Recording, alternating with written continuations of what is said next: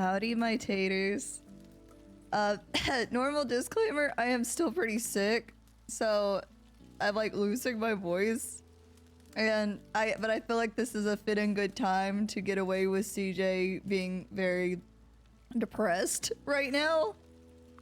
CJ, I don't even know how to explain it right now. CJ's traumatized. Like she said, she was like, my face is fine. Like, you could see Dr. Bonnie's perspective if you want to see like the way CJ talked about how she feels. About how fucked up she is right now. Endangered Finley is the one that was streaming it, but let me find some music real quick. I think I'm just gonna play the this radio. There we go. But like CJ said last night, she said this changes nothing. Yes, thank you, Kargug. Thank you. If you want to see what CJ thinks about what fucking happened to her. So, I don't even... Where do we begin? Where do we even begin? I know a lot of y'all saw it from Vertigo's.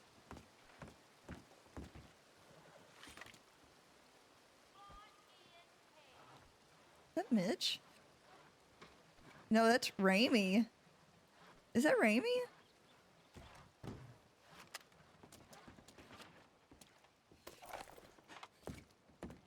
Yeah, I recorded it. What I'm gonna do is I'm gonna put it on YouTube because they're I want to like get the most important parts there. Like so what's bad is the reason why I was in Emerald Ranch, why I was even sitting there for as long as I did, was because normally, y'all have seen me, I touch and go with Emerald Ranch, right? Like, I run in, send a telegram, run off. But I actually got caught in conversation with a guy there, and I had been sitting and talking to him. But you know who I was sitting and talking to? I was fucking sitting and talking to Suddenly Panda's alt. I was talking to one of his characters. And I was so excited to see him. I kept talking. Oh, Kelly! Kelly B, thank you. Oh my god, thank you. Oh my god, I appreciate it. Thank you so much.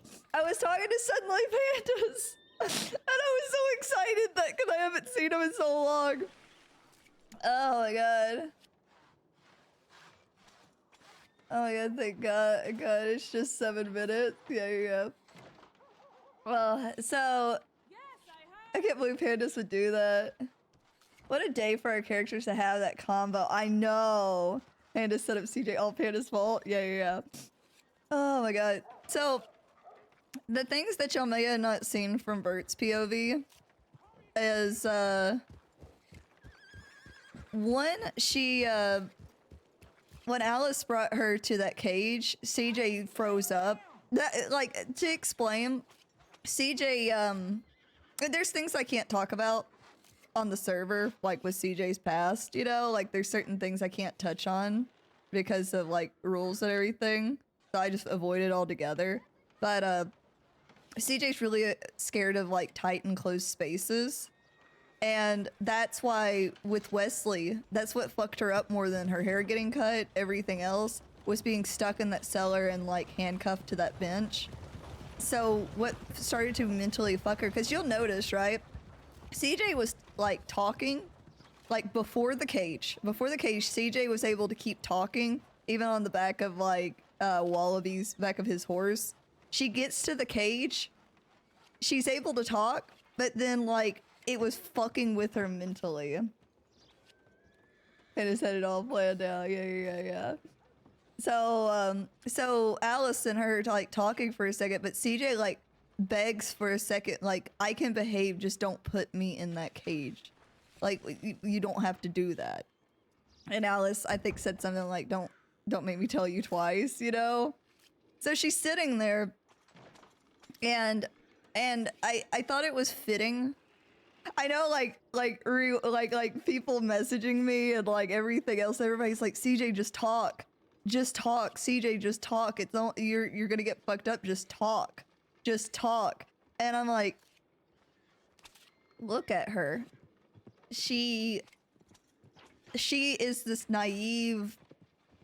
She's barely more than a kid. She's 20, which I know it's like older times, but it's like she's still like, how many times do we have 18-year-olds that act like, you know, like teenagers, because they are teenagers. It's like, you know, CJ, she finally faced the thing that she had been like detailing for so long. Like, she finally faced everything. And so that's why she was so quiet. And I was trying to like read the room because I could tell he was about to shoot her. Like, I could tell he was about to shoot her. And like, I was trying to think of like how for her to use like the information of the past to finally talk. And there was something that got said that finally like opened up a chance for me to worm it in, because I didn't want to play all my cards right away for like future talks. Like, I didn't want to go, yeah, by the way, I know about Missy and Bob, and I know like what Flood told me, which she'd never bring up Flood. Like I know this and this and this about you, because CJ wasn't gonna be like let me mentally fuck you in front of everyone, because that's just gonna get me killed. Howdy. But Howdy, I like the song that's playing, "The Dead Come Talking." So so that happens, and you know, obviously she got pistol whipped, which was like, I think it was the best thing that could happen, because I didn't think there was going to be a way that she could walk out of there just absolutely unharmed. But what a fire line it is for "Good night, deputy," because that's what fucking she's been thinking about, was "Good night, deputy." But CJ's got a lot of emotions right now, because she's like fucked up, like her head's fucked up. I think what she said to Marigold, like, because she's losing all of her heroes. She's losing all of her heroes. Heart, people are trying to ruin Heart for her. Hugh, Hank, Sand, all these people she looks up to. She's realizing we're all fucking capable of being monsters. No one's permanently good. And what the fuck even is good? What is good? Am I good because I keep forgiving? Or is that just weakness? And what if I am a monster because I allow these things to happen? If everybody you love, everybody you look up to is a certain way, then what am I? Like, I always imagine like CJ just like looking at both of her hands, just yelling, "What am I?" And oh yeah, CJ was like, I don't want to just disappear. Like, don't just get rid of me. Like, please give my parents the closure that I died during this job. And me, when I saw you on Vert stream, yeah, I wish I had been streaming, but when I get to feeling so bad, I don't know if I'm getting sick or I'm depressed or both. Like, I know that sounds silly, like sometimes it's hard to juggle RP and an audience at the same time. I get overwhelmed. I have bad anxiety, as silly as that may sound. I have pretty bad anxiety, so I just sit there and I was like, I'll keep going, you know, we'll see what happens today, blah blah blah, and well, y'all saw what happened. Panama, righty, last night was so good. You know what's bad though? I didn't have the right joke book on me. I accidentally grabbed my wrong joke book. I had the one with 10. My real joke book has like 50 something jokes.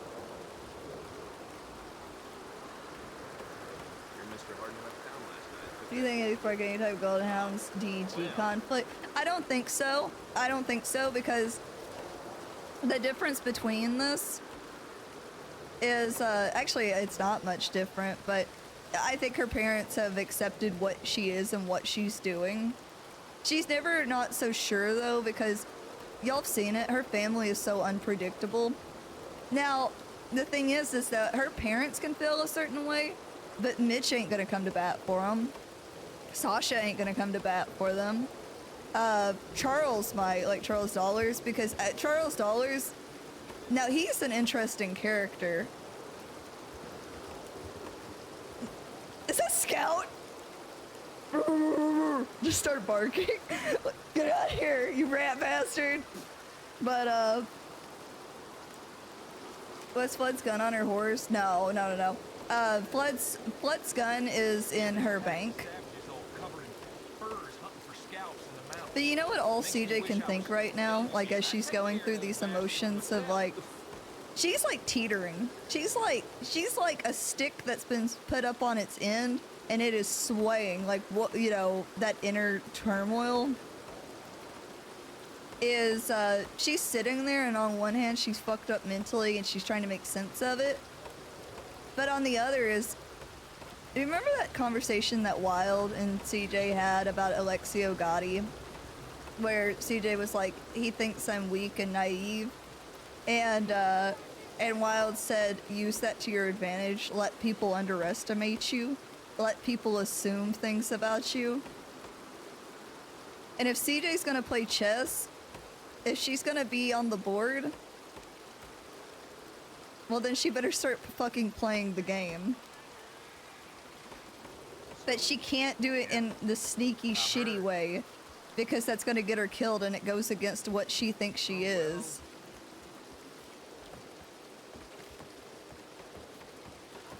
But we lost the gun, I know.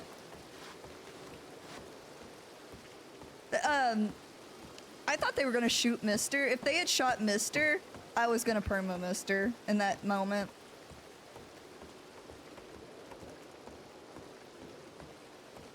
You know what's funny? I've never had a reason to give CJ a mental scar. Not mental scars, yeah. Never mind, I mean, that's true too. I've never had a reason to give CJ a facial scar. Today's that day. Well, this time's that time. And then I can just either fade it with time if I wanted to, or just make it really prevalent. William Davenport. I have telegrams. Let's go check telegram. No, we got the parasol. We got the parasol. But, I need to show y'all this conversation that CJ had with Hooper. Hooper really opened up to her. Hooper really opened up because CJ was like, I'm trying to make sense of what happened to me.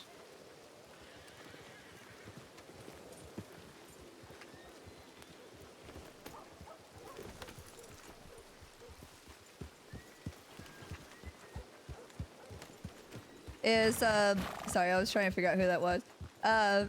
Hooper, do you want to know some fucking meta that CJ learned? You know who was fucking best friends? Hooper and Bill. Hooper and Bill. And Valentine was Hooper's, like, successor, like what he hoped for the future of the department. Hooper has lost almost every friend he has ever had to Dead End Gang. Yeah, CJ got to talk to Dean. When CJ woke up, she thought she was dead. When CJ woke up, she thought she was dead, and the only thing that grounded her and, like, let her know she was still breathing was that she grabbed Dean's hand.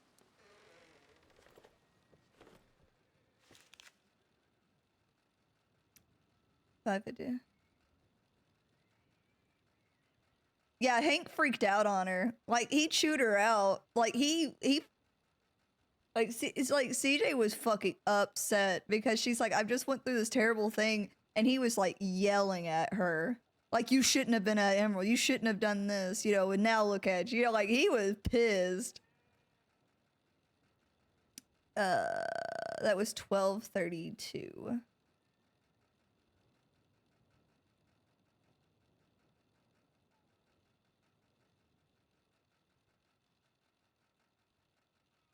Let's see. I'm trying to catch up on chat real quick. For the very sad character. Yeah, he really is. Like, he really opened up to her. And Gilly, 10 streak! Yeah, there's so much to unlock. This story is far from over, guys. This whole fucking story.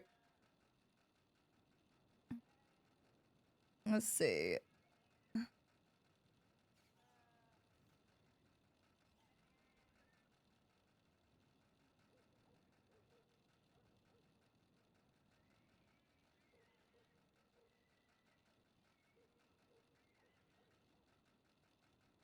Let's see.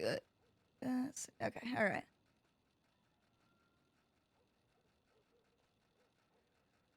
Whenever you wish to speak. You wish to speak. There we go. Deputy CJ. UL80A.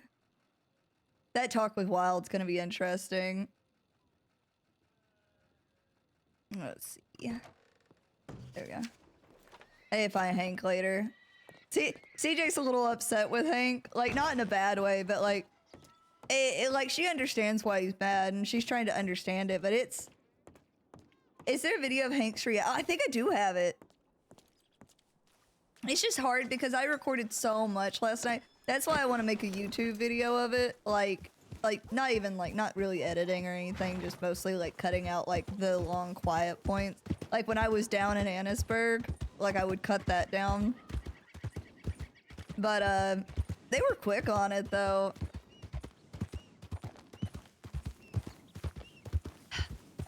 You would think like I would panic about going to Emerald, but I'm really not, because like the way CJ sees it is you grabbed me and you hurt me and you let me live. What sense would you have to grab me and do it again right now? So how in trouble is she? I mean, in my... Ideally, CJ will see it as like she... If CJ's mentally unstable enough, because CJ's like weirdly like, she teeters between being like the most resilient little bean that you can meet. Like she can be the most resilient little thing, but she's also like, she needs like a recovery point, if that makes sense. Like she'll bounce back from a lot of things, but I think after time she'll bounce back slower and slower. But if people are like start blaming her for what happened to her, like if people start going, well, you shouldn't have been alone, or you shouldn't have been there, you knew better, she will freak the fuck out. I think she would legitimately like, I think she would come completely unmade. Like, this is not what I need from you right now. Like, how dare you say that to me after what I went through? Yeah, that's the thing. She was off duty. What's your YouTube? I think it's just Itty Bitty Brit. But you know, like there's other Itty Bitty Brits, so like the number is actually like a longer number. Maybe I need to make one called like Itty Bitty Brit, like VODs or something. It could have happened anywhere to anyone. Yeah. Like the thing is that, like, one, I will say this, like I think CJ, her story's so far from her. Now, if she had gotten shot in that moment, I don't think I could have perma'd her right then and there. I feel like even though I think there would have been so much more to do. I think the story was far from over, and I think it would have been a dishonor to the story to just kill her the first time she came into conflict with them. But that's just my opinion. Maybe I would have felt different in the moment. Like, I think there was still so much to go. Because people have warned me up and down about, like, especially going through the story, they're like, do not feel pressured to have to do anything. Like, never feel forced that you have to make the decision right then and there. That's what I said, though. Like, CJ's sitting there going, what else can happen to me? Actually, her uncle, her actual true blood uncle, Charles Dollars, telegrammed her. CJ's a realist, though. Also, thank you for the follows and the subs while I was off stream. I really appreciate that. Yeah, everybody's been amazing. Like, everybody's like, don't ever feel pressured. Because this is the thing is, if and when I perma CJ, because it always goes, you know, different ways, because a lot of people, like, they already have like a perma and plan for their character, but also sometimes letting a character have their retirement, their happy ending, is so much more rare than letting them live. Like Porter, him retiring, him doing something else, like that's I thought that man was dead.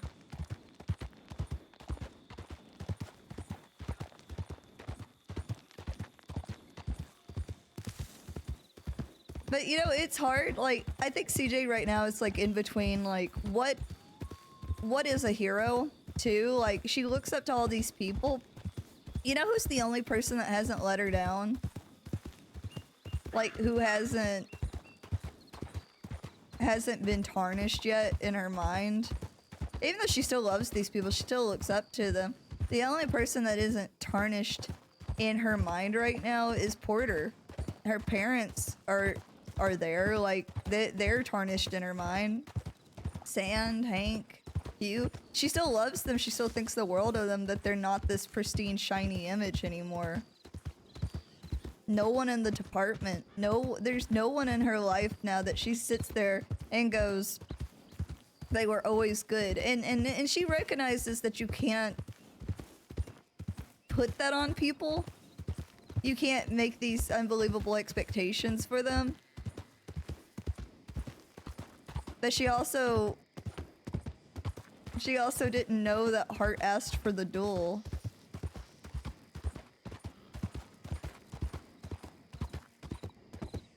Thing is that CJ believes that Wallaby underestimates her.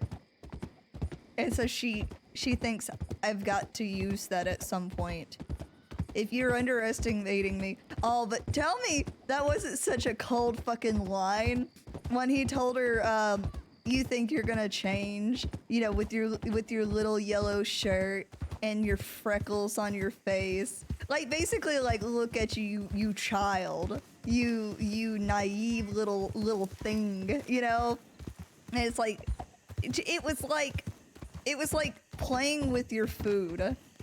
And then they'll remember me in Van Horn, but no one will remember you.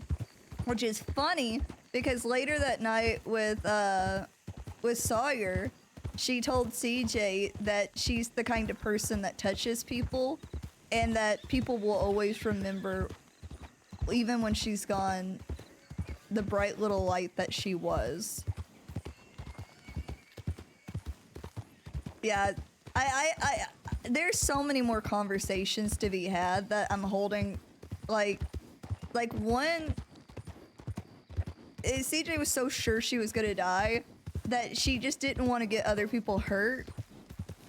And there's a difference between pissing off someone so bad that they simply shoot you, or you piss them off so bad that they're gonna make it slow and painful. Yeah, I recorded the Van Horn thing. Oh, CJ also had a breakdown in that little cage. She just kept repeating that she was sorry to Sand and Hank and Hugh and Dean and her family, that she was sorry that she wasn't gonna make it home. Because she was so panicked about being in that closed space.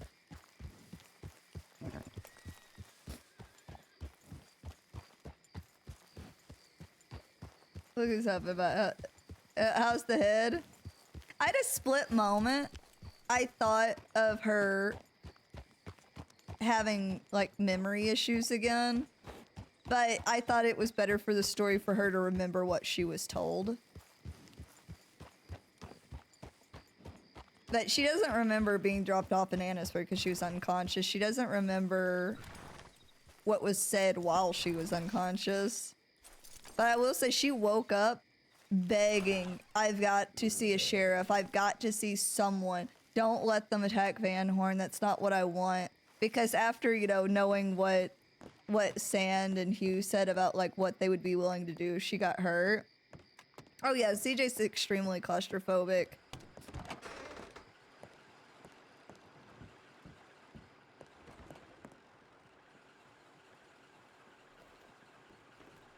I'm trying to think if I want to clock in. I'm sorry, this is mostly just me talking stream right now. Like at one time, I think it was Kami that said, I enjoy your anime recaps.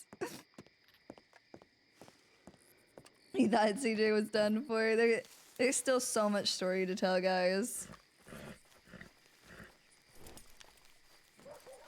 Oh, I thought that horse was about to kick me.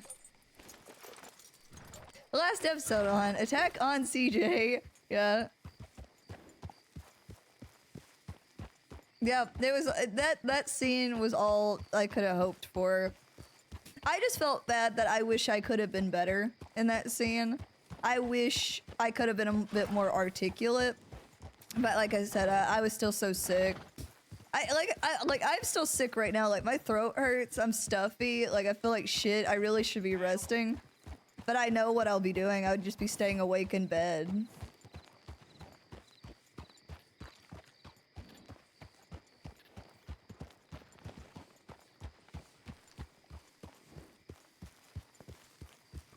Thank you guys. I appreciate it. Thankful any recap possible. Yeah, yeah. Sorry, I'm turning down the music a little bit since I'm about to be talking to them.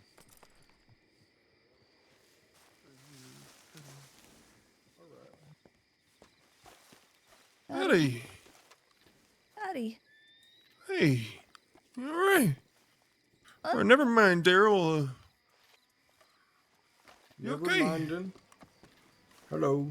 Howdy. I'm okay. Yesterday was just a bit rough, but Yeah. I should be okay to work. I just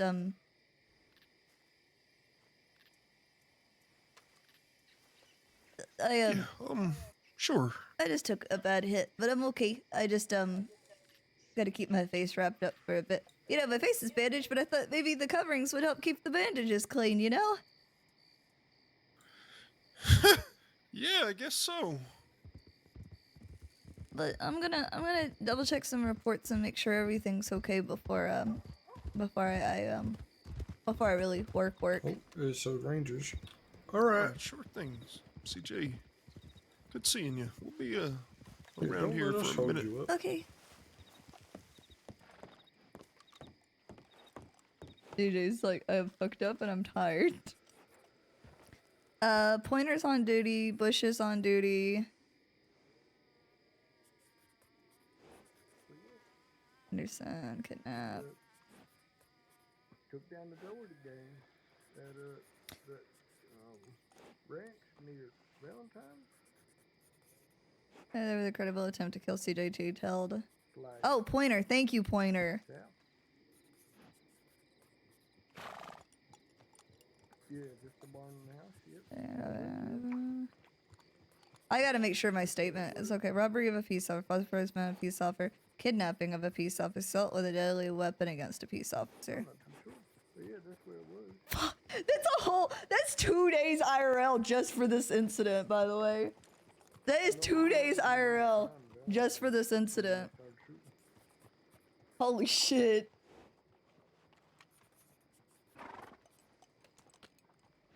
To not shoot, let's see. No idea.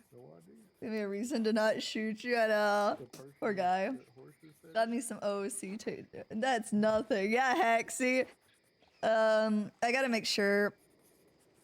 Yeah, okay. I'm making sure their charges are correct because even though CJ knows something terrible happened to her, she doesn't want she wants the charges to be correct. I think all of Wallabies are correct. Robbery, false imprisonment, kidnapping, assault with a deadly weapon. Squeaky Pete got robbery of a peace officer, false imprisonment, kidnapping of a peace officer. These are correct. These are correct. I need to talk about Scouts because Scout didn't come in until the end. Scout didn't even know what had happened at that point. I don't know if I caught, like, Iceely, CJ, I don't think knows, like, she could probably ask and try to get, like, explain what the characters looked like, but there's 2 missing. And that is, I think it was, like, was it Archie? I know Wallaby called him by name, but I don't know if CJ really remembers it because I don't really remember it. Artie or Archie, which I believe is Riley's character, and Riley, but CJ never heard them called Riley, so she doesn't know. You know what I mean? No clue. Fuck you, Righty. Fuck you. Who's Archie? Rexy, thank you for the follow. Timothy would have been said you were off duty. It doesn't matter. She's still off duty or on duty. She's still a peace officer. Like, they don't consider it different, or else people would just try to kidnap them all the time off duty. Be like, well, you can't charge me. Tell me how this fucking, like, telegram. Lost little lamb. A lovely little deputy is laying on the portrait of your sheriff's in office in Annisburg. I bet she could use a friend right now. Ugh.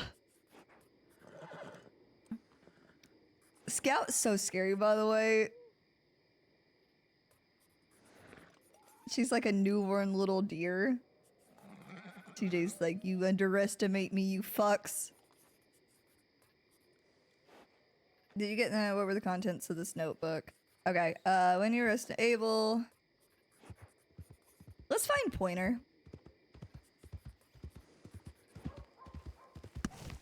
Ooh, the ants are starting to come out, guys. I'm starting to get ants. Ugh.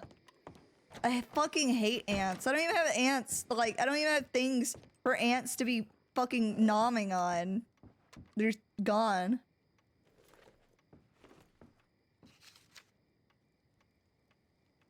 Yeah, oh yeah, CJ had the notebook on her. Deputy Brady right along. I'm currently from Armadillo Blackwater. What's BV? What's BV?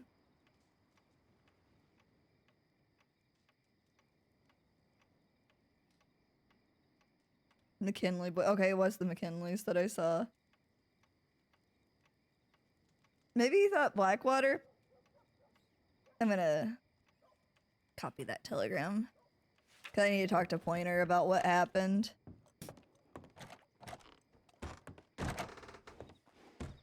And ask if I can, like, Blackwater? Yeah.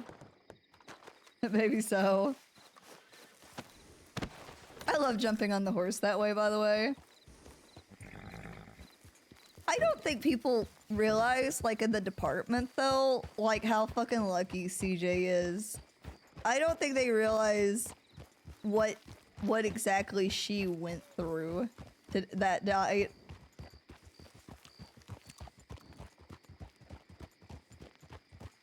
Get an anteater? Yeah. CJ got very lucky. Oh, yeah. You know what I think was so fucking sad? What, see... Howdy, howdy. Didn't mean for it to look like I was intentionally gonna ride into you or something. You're alright. You don't have to say nothing like that to me. Is that malarkey? Like, not malarkey, but Wombat. Big Valley. Oh, it might be Big Valley. Oh, wild? I'm not sure I can travel in the...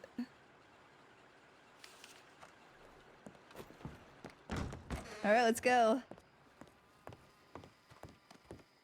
You stay safe out there. Thank you, you too. I'll do my best. She's such on her sad girl hours. Let's get to Strawberry. So... What's, oh God, what was I gonna say before I said that? There's something I was gonna tell you guys about that situation.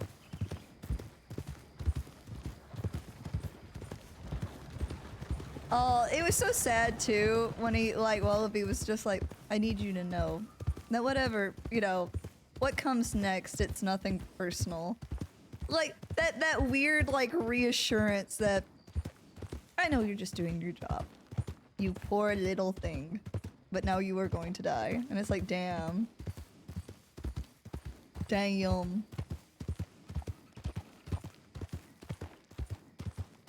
Oh, Oh, it was that whenever Wallaby told her that she fucked up saying that she was off duty, and all she could gently say was, I just didn't want to lie. Cause that's CJ's worst like flaw but greatest strength is she tries to never lie. She may twist the truth by omitting some of the truth. Like, she'll give the truth, but sometimes she won't give the full truth unless it's pried out of her. Like, oh, who said I wasn't looking well? And then she said Bolton. But what she didn't want to say was, oh yeah, by the way, Nathan Faraday also saw you, you know, clap. You know what I mean? Ugh. And, but just her just gently saying she didn't want to lie. She just didn't want to lie. She was like, if I'm gonna die, I've gotta keep to my principles. Hi, Big Salad. Wombax needs his own cemetery for all his permits. I think CJ feels fucked up that they're the reason why Van Horn exists. That, okay, who did he all name? There's some names I've got to look into. Marshall Jackson, and Monroe. Those are some names that she needs to look into. But her realization that things, like, things they could have brought down Wallaby a long time ago. They could have prevented all of this. Things could have still... The whole, like, they taught me that love is a weakness. That stuff. Thing is, though, CJ thinks he's lying to himself. In a way. Like, I think he's got his own twisted version of love. I think he is lying to himself in a lot of regards. I think that, how to say this? I'm trying to think of the words for this, guys. Because also, the lure unlock, the fucking meta unlock that CJ got from Hooper, Hooper was describing, like, CJ was trying to say, I don't know what changed that went from you're going to die today to letting me off by, you know, knocking me out. She was like, but it happened whenever I brought up Peaches and Sissika. It was around that time that there was a shift. Because there was something else CJ said that, like, Wallaby kind of tilted his head about. Like, it brought a reaction out of him. And then Hooper is talking about a time that he was kidnapped, like, him and Hart were kidnapped. And that he said something about bish bash bosh, like bringing up his old like catchphrase, and said something else. That suddenly there was like Hooper said there was like a change in Wallaby's expression, and he just told Hart like take him and go. And so CJ literally she sat there and went, is his weakness the past? Like she'd already been encroaching upon it, but upon that thought process from everything she's looked into, but is the past his weakness? Is all those things he's tried to bury and get rid of, is that his weakness? Is that my end?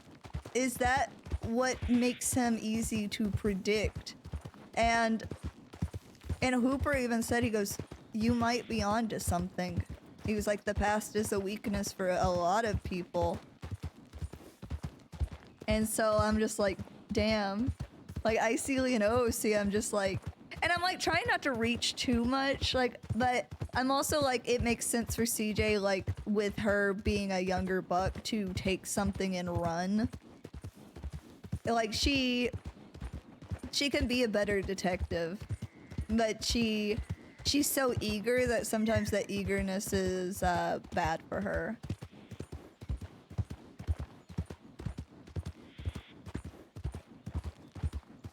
Yeah, he's a sad character. Run up and go, you were once a child! Shoot fucking. So what's our plan today? I've got to probably more research. Thing is that I'm afraid CJ's gonna push people away more than ever right now.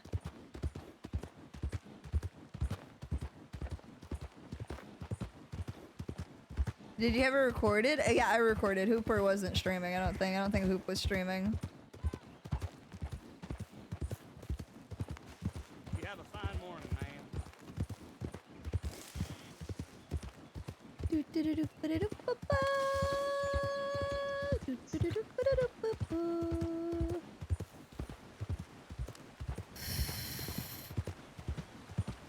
Are we gonna watch it? Yeah, we can watch it. Natty.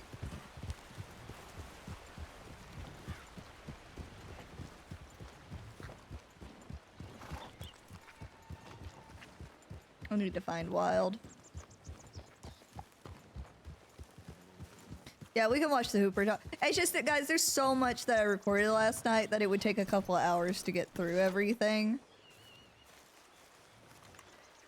That's my only, like, fear.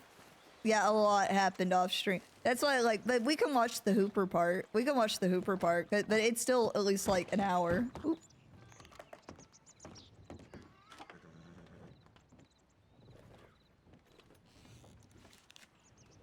Yeah, I'll upload it on on YouTube. So I figure at least we can get through that. Hey, Jules. She's covering the bandages on her face. CJ. You know what's bad though? And Hooper brought it up. If this truly scars, if it leaves its permanent mark, he brought up one, she will look in the mirror every day and know what happened to her. And two, she can't exactly go undercover with a big scar on her face now, can she?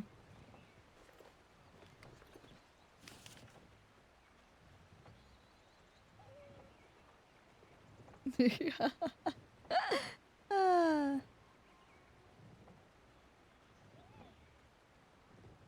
No, I need to move elsewhere.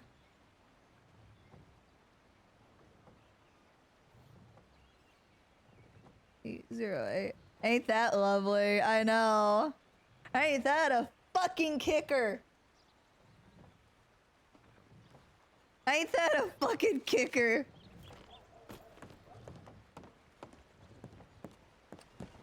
Alright, where are you, Wild? Mulgar, thank you for the follow! Salt on the wound, I know.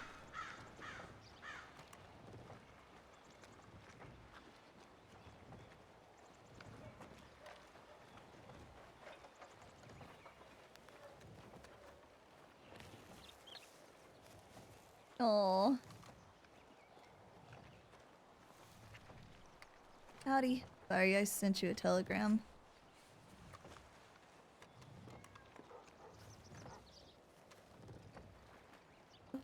Can...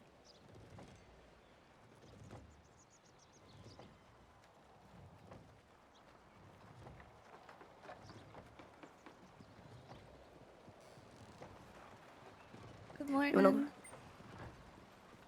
Morning. Oh. You wanna go up on this hill up here, maybe? Yeah, that sounds good. You okay for walking, or? Yeah. You know, it's funny. You know, we get shot all the time. I guess it's a bit different when you take a hit like that. There's a lot to scramble your noggin eye. You know, I guess it's weird to say that I'm lucky. Especially because the last time I started getting my head hit a lot, I forgot everything. I actually tried to go home to my parents back when they were wanted for, what, over 5,000 days each? At least I can remember this time, even if maybe I don't really want to remember.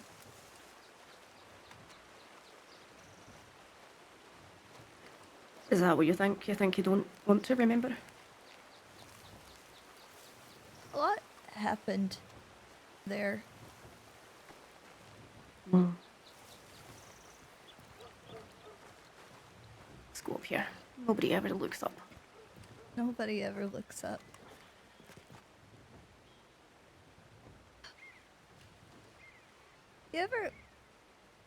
You ever wake up and you just keep thinking you shouldn't be alive?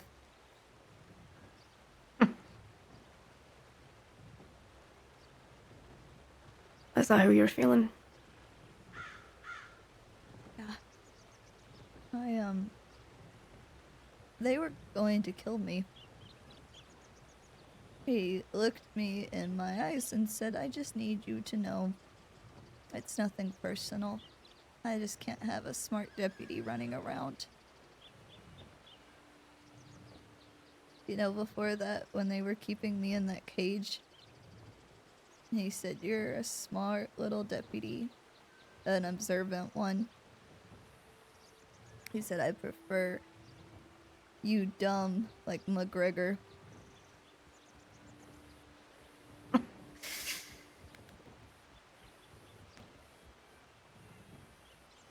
McGregor has his moments.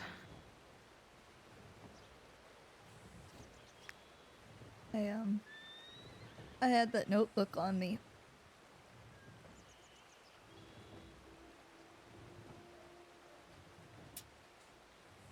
You know, I'll start from the beginning.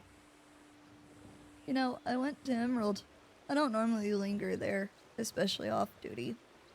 I just wanted to send a quick telegram. But, I ended up striking up a conversation with someone really nice. I wish I remembered their name. It was like McKinsley, or something like that. But, you know, Wallaby and the rest of them rode up and I got on my horse and I thought, I just need to leave. And what kept ringing in my head was what Sand said about that people knew that I knew. That I was looking into his history, so I thought, man, I really don't want them near that man I was just talking to. So I got on my horse, and he asked me where I was going. And I tried to be calm. I tried to be confident, but I didn't feel confident. I felt scared. And all that reading I was doing was to make sure that the next time I faced them, I wouldn't be so scared. And we talked for a little bit. They asked what I was doing. They asked me if I was off duty. And I said yes, because I didn't want to lie. He's asked me that 3 times now. Off duty? And I said yes every time. Normally they just let you go. And he said something to Pete about he wanted a pet of his own. A pet. And, he told me to get on the back of his horse, and I hesitated, but he said he wasn't going to tell me again. So I got on the back of his horse, and for a split moment I thought about running. I was looking for an escape, but they were all around me, and I thought they're going to shoot me down. Looking back, even though I survived this, maybe being shot down running would have been a more merciful, better ending. Because I would have at least tried. I don't think being shot down would have stopped them from whatever they had in mind.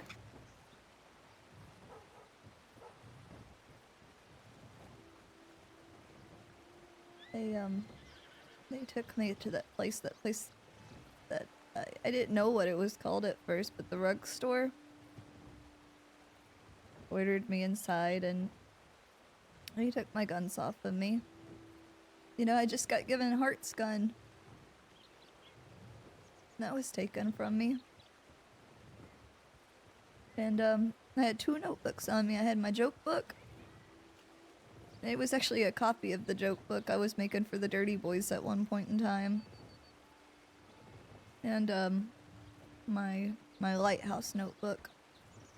I only had it on me that day because I knew they were active. Even off duty, I was like, oh, at least if I see something, I'll have it on me. I can just jot something down real quick. And he pulled one notebook out, and I was sweating. God, I felt sick. I wanted to throw up right then and there. And he told one of my jokes out of my book. And he did that laugh. That laugh, I had never heard him laugh. The squeaky one. Yeah. The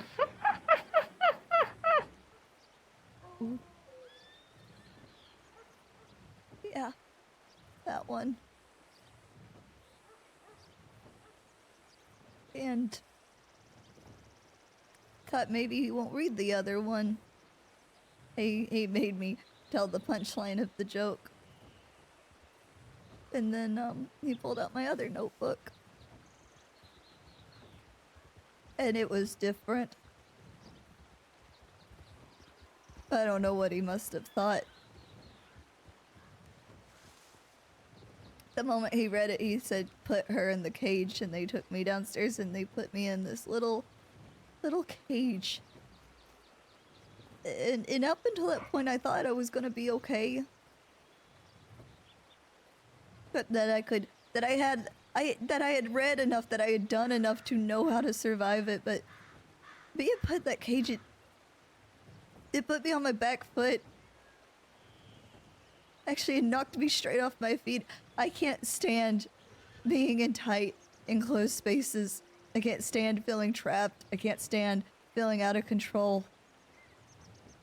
You know, I tried to beg Alice. I said, I can stay good. I can stay good outside of that cage, and I felt like a kid. I felt defenseless.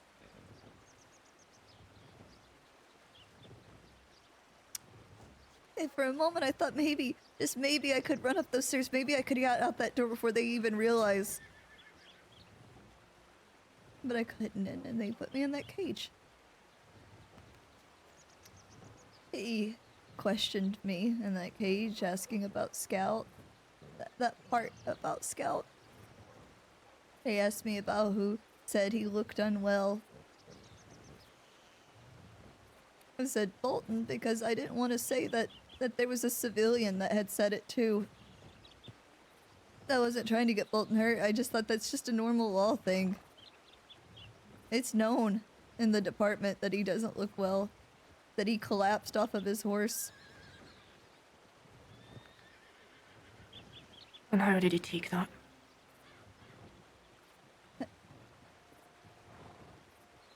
He asked me if I thought he was gonna die anytime soon, that if he looked unwell right now. And I told him death comes for all of us, some sooner rather than later. But I told him I would be underestimating him if I thought he was going to die soon.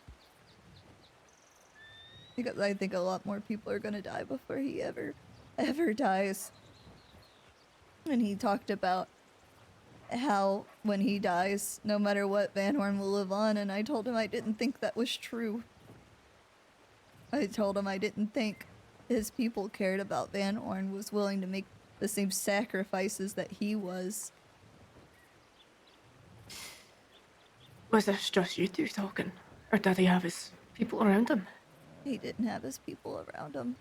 I was trying to choose what to say because from all that reading, I thought, I don't want to say these things. I don't want to say anything that makes him look weak in front of his people. It's a brave thing to say to somebody. It didn't feel very brave. I just kept talking. The thing is, Sheriff, I just kept thinking I gotta keep talking, but the thing is that when I was younger, before I found Mom and Dad, I couldn't talk. That was why I had the joke book. I didn't talk for a long time, even with Mom and Dad. Even when I found them, I could only just write things. I couldn't talk when I was scared, and it took so long for Mom and Dad to make me feel so not scared that I felt like it was okay to talk. It had been that way since so long. And that was the whole reason Dad even gave me the joke book, was so I could get used to talking to people. But I froze. Because after he said I was going to die, I just froze and I couldn't talk anymore. I could just only squeak out a couple of sentences. Because he took me out, made me stand where he had just already hurt someone. There was still blood on the ground, fresh blood. And he aimed his gun and he told me, "What was that part of your notebook that I was doing a dishonor to myself?" He said, "You said you needed to be more confident speaking to me, so speak."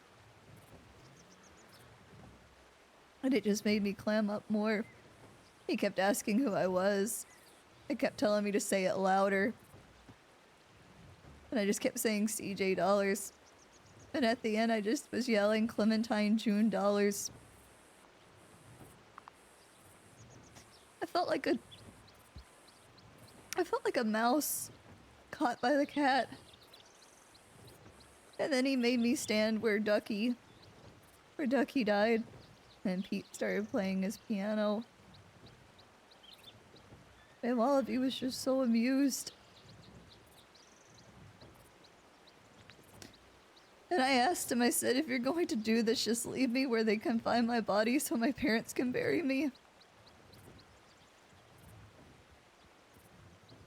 I thought that's not such a bad request in the end. And the last thing I could think to say was about Hart.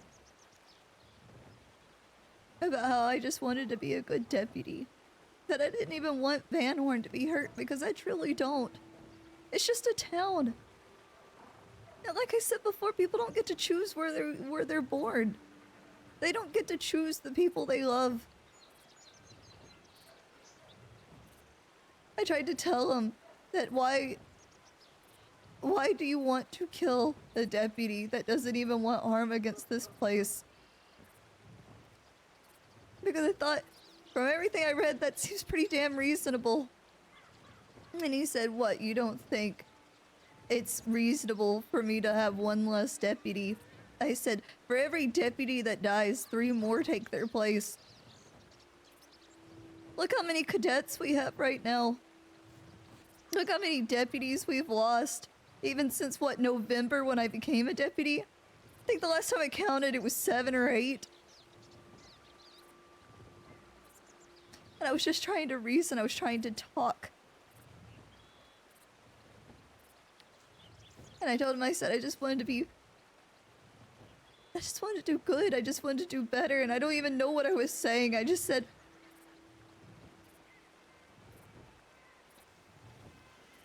I said something about Sissika and Peaches. And things changed. I said, "I know what they did to her in front of you." I said, "We were never meant to hurt people." About how wrong it was. And it changed. Sheriff. Something changed. Because then he was looking at me different. And he, because he kept telling me before that I didn't know my history. That we didn't learn from the past. And all I could think of was to say, "Look, I am trying to learn. I'm trying to not make the same mistakes. That I'm trying to do something good." It's like I told you before, what even is good anymore? And he talked about Peaches and Heart. He talked about Rabbit. Sand and Malone. But he said he didn't hold any ill will about it because he said that he got a free lesson that day and that love was a weakness. He said that incident is what caused Van Horn to come to fruition.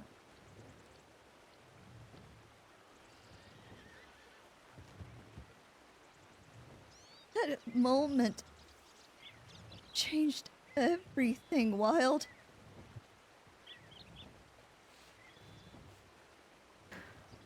And what do you think about that?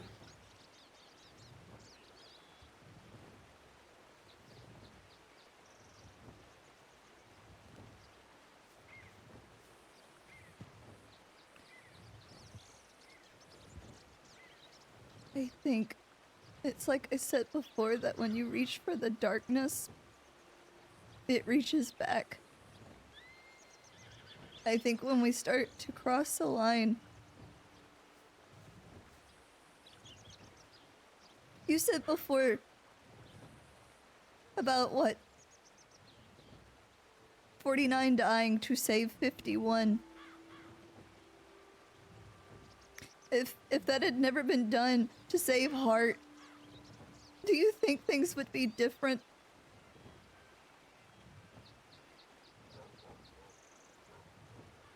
Do you think things would be as violent? Would we have already brought him down because love would have still been a weakness for him?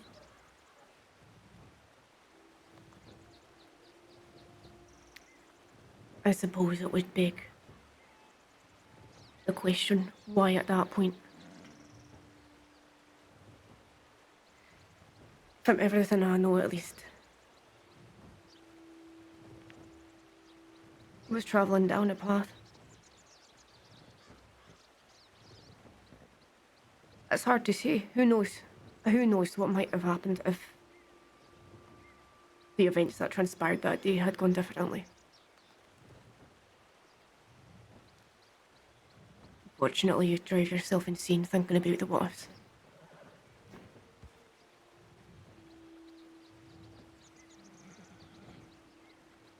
I think that's most of the problem when you think about the greater good.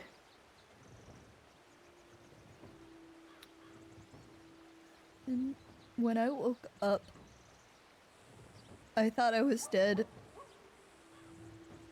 And all I could think, I looked at Dean and I looked at Marigold and I just grabbed Dean's hand because I thought, God, I just need to know you're real. And the next thing I did is I was pulling myself off of the table, begging. I said, I need to find a sheriff. Please don't attack Van Horn. Please don't do this today. Because I had been told by Hugh and Sand and Rabbit that if something happened to me like what happened to Hart, they would do it all over again. That they would be willing to do the same thing of the past. And I thought, God, I can't have that on me. I can't know that I got somebody hurt.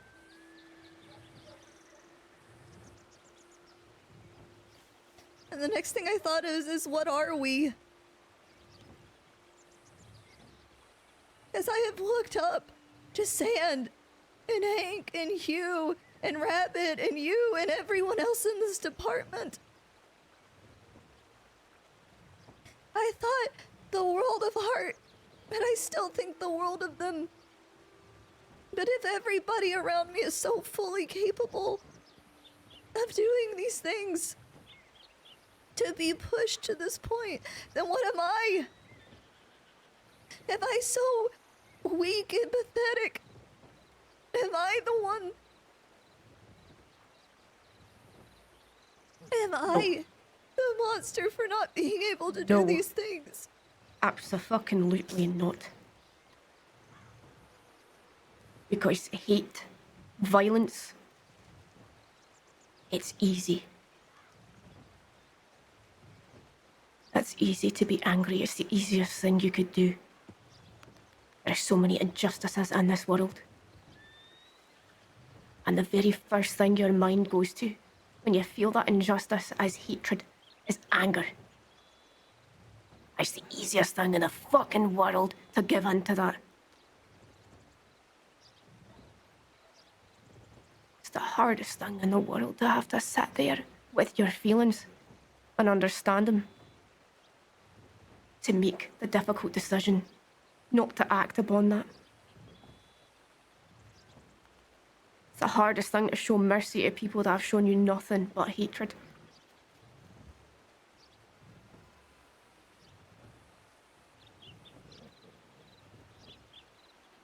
Monster is a big word. Certainly not a word I'd ever apply to you.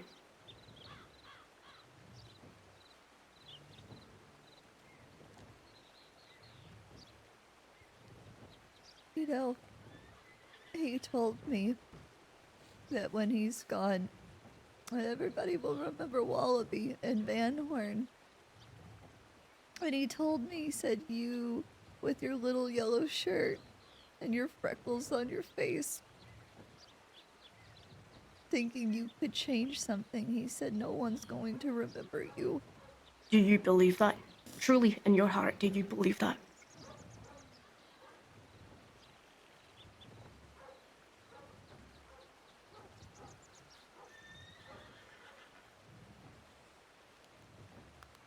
No, I just felt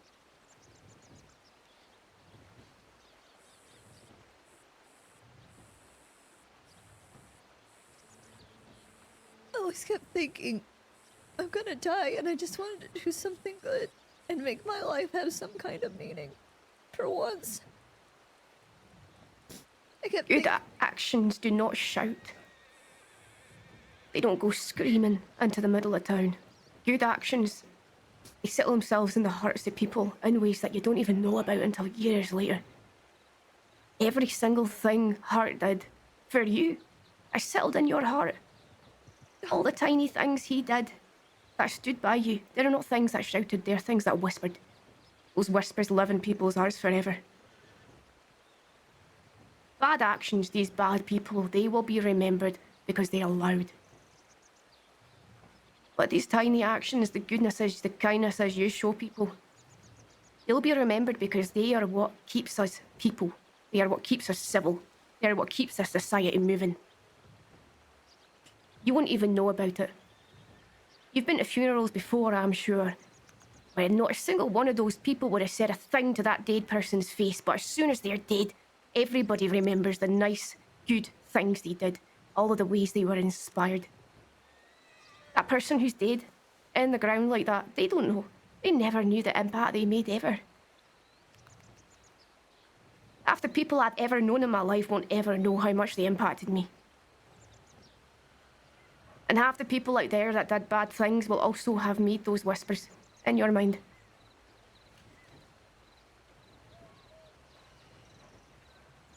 And that, for me, is far more important than your name being remembered. It's the lessons you give to people, the ones that they carry on, in your honour. And maybe your name across the years will be forgotten, but who the fuck cares? Because it's not about a legacy. Or if it is about a legacy, it's not about one that belongs to you, it's about one that you're passing on for the good of people, not for the good of yourself. If there's one thing I learned about goodness, that would be it.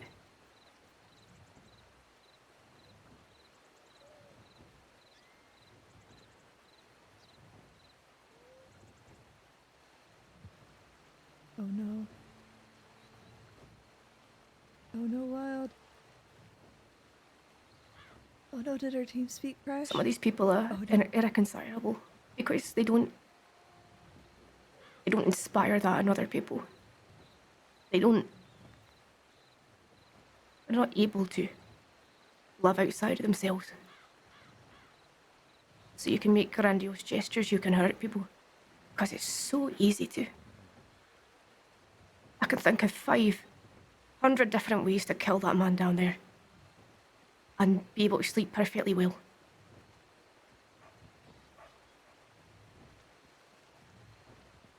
But really, what does it mean?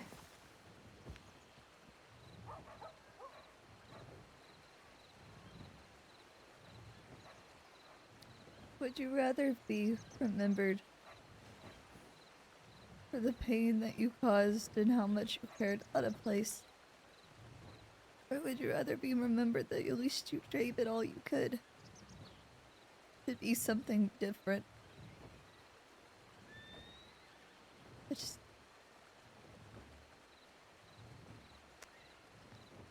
I don't want to make this about me. But there's a reason that I picked up a badge, and it's nothing to do with the fact that I thought I was a good person doing good in the world. It's because I was a terrible person, capable of terrible things. And I didn't want that. But I needed help. Because left to my own devices, it bothers me none.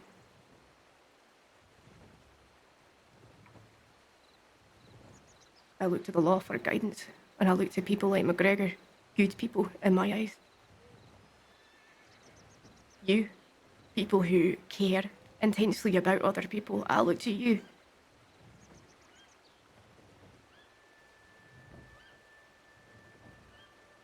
I know I'm capable of things. And I thought to myself, if I'm capable of being a weapon, then I might as well be capable of being a weapon pointed in the right direction, at least.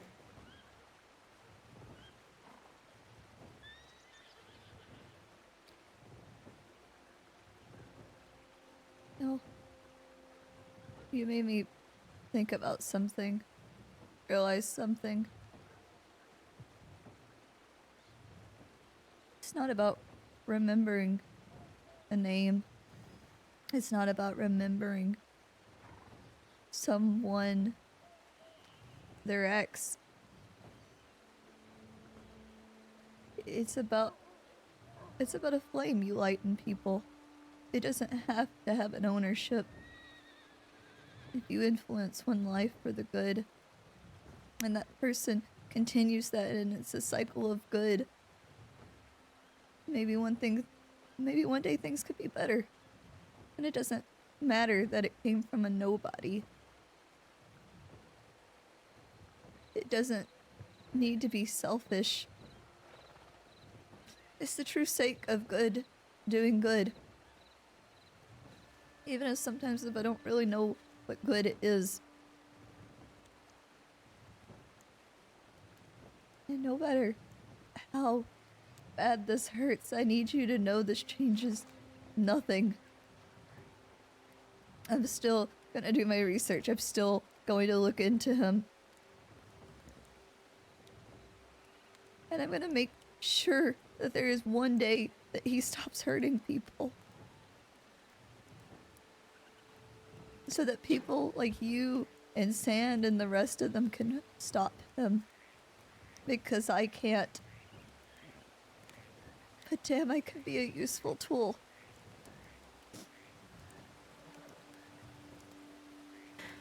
You throw a pebble into a river and you don't know where the ripples are going to end up. Every action you do is a pebble. Whether it's looking into him, a conversation you already had with him.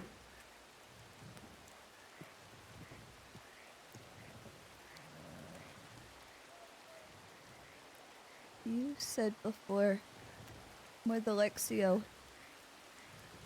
when I said he thinks I'm naive, he thinks I'm gullible, and that he thinks I'm weak, no matter what intentions he had with me. And what did you say to me? You said let him think it. Use it to your advantage. If Wallaby and the rest of them just see a scared kid, a nobody, someone easily broken, they can see that. And I will use it against them. Because Sand said never to underestimate Wallaby.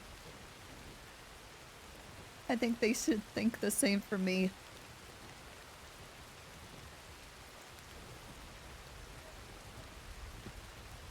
I'd say so. And their downfall will be their underestimation of people. Because McGregor is whip smart when he wants to be. And you're not a scared wee girl. And you should not take feeling scared yesterday to mean anything other than being smart.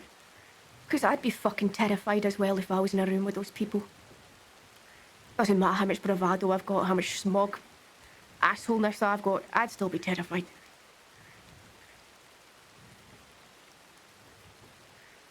It's different. I guess I was speaking to Dr. Bonnie. I've told how I felt. I didn't say who or what happened to me because I didn't want to get people hurt. But I told her, I said, in a gunfight, everything is instincts. It is automatic. You don't even remember reloading your gun. Your body just moves, it does what it's supposed to. But there's something so different when somebody's cupping their hands around your life, playing with it, knowing there's no escape, no nothing. That you're defenseless, that all in that moment you have are your words. It's different feeling like you're made of glass. And all it takes is someone to drop you, to just let you be gone. You feel like you're made of glass now.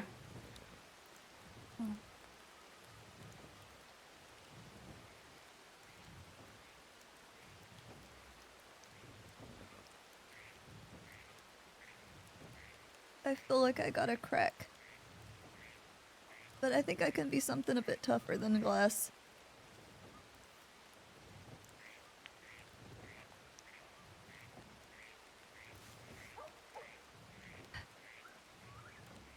You know, there's this thing they do over in Japan. When things get cracked. They fill it in with gold to make Oh, a that's nice, such a good... Oh, a nice gold line where that crack used to be. They fill it in with something beautiful, oh, something precious. that's so... Oh my Taking the god. opportunity to take something that should have been broken and sharp, crafting it into something that they want. Make something beautiful from the hurt.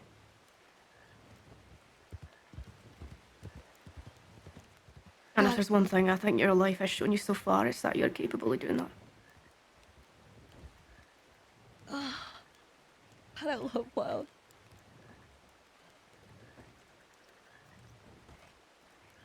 Thank you. I think I really needed this talk.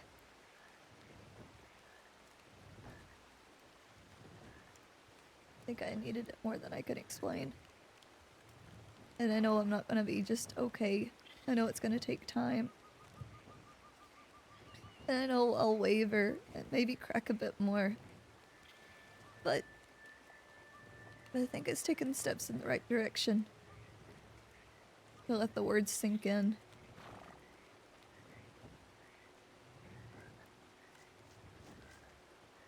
Aye, but look at you. You're full of gold to fill those cracks, no matter how many.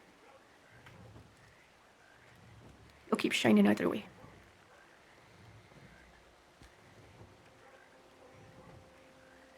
And you better be there when we get rid of him.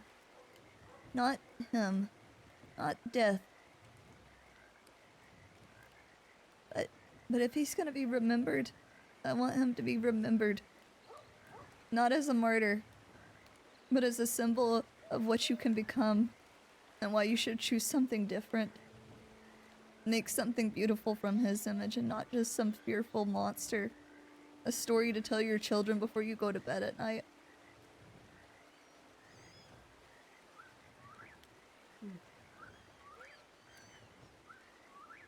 Sadly, I don't think anyone in this department can be a arbiter of legacy. But we can certainly do our jobs.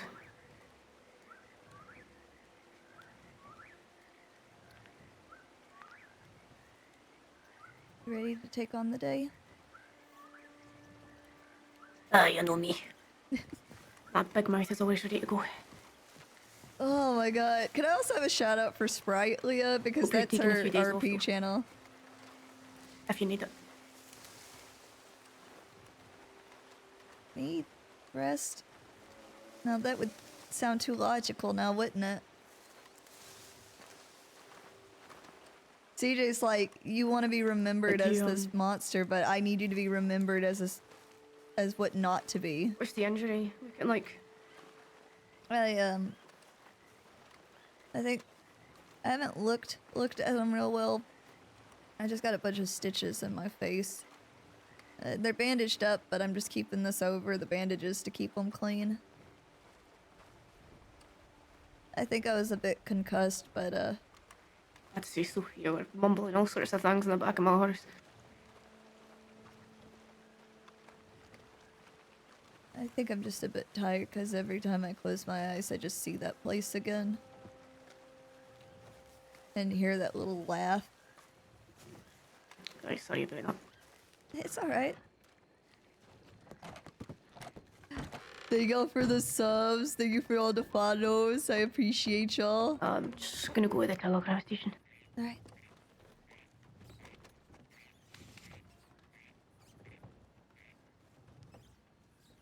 I want to go to Blackwater. What was that FAO? Damn, that scene was so fucking fire. Can I just let y'all know how much I fucking love Wild? But I think that's a fair point. I think it's that struggle of Wallaby and her are two sides of the coin. I think they are what is shown whenever Saints Crossing, okay, regarding recruits and W, okay.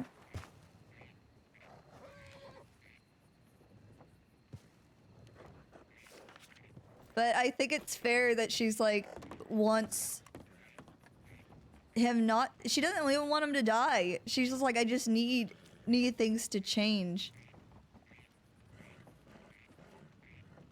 And for this department, CJ needs the department to see what happens when we choose to cross the line, when we choose to be something like them. Because Wild brought up about the pebble thrown in. But that incident with Hart was a fucking rock, a boulder being thrown into a little pond.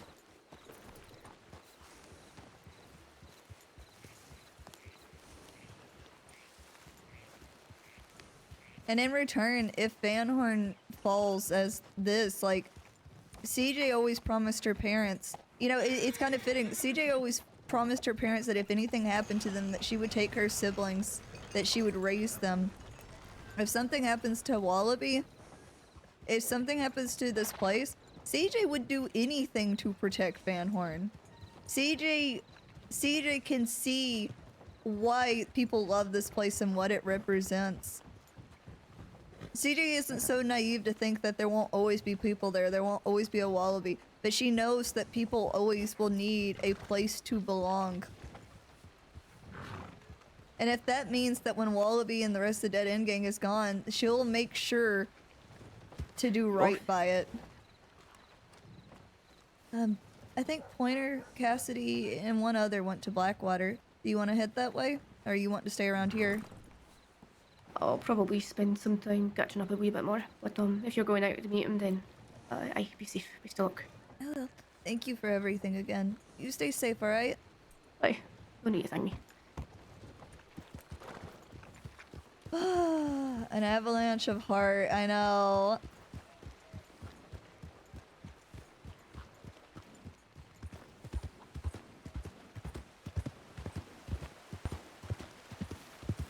You know, I don't know a lot of chess terms, but whatever it's called when you get cornered, when your pawn gets cornered.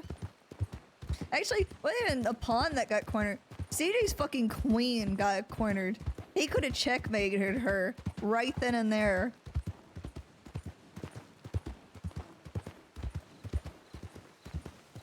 But I think he's underestimating her to let her live.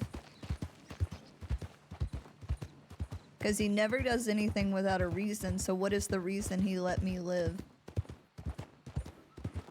Why did he let me live?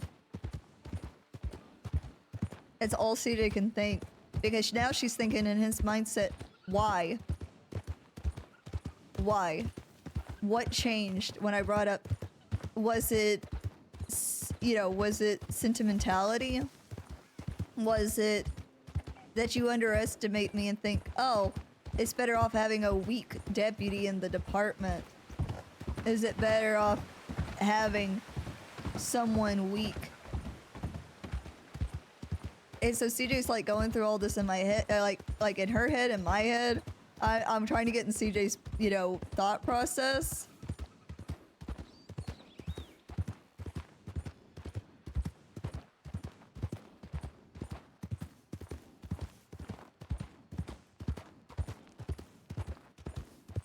It's like, by the way, when I say things like this, I'm not looking for a response. I'm literally, like, sometimes when I'm rambling like this, it's literally me rambling as CJ. It's like, CJ's like, I am CJ's inner monologue right now.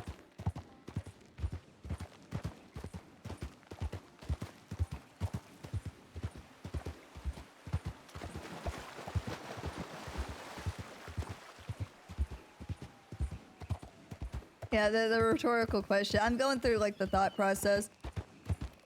Because also I think it's fun for y'all to know, like, what's in CJ's head, the next moves. Because it ain't fucking over. There's still, like, CJ's like, it doesn't change anything. This is what I need.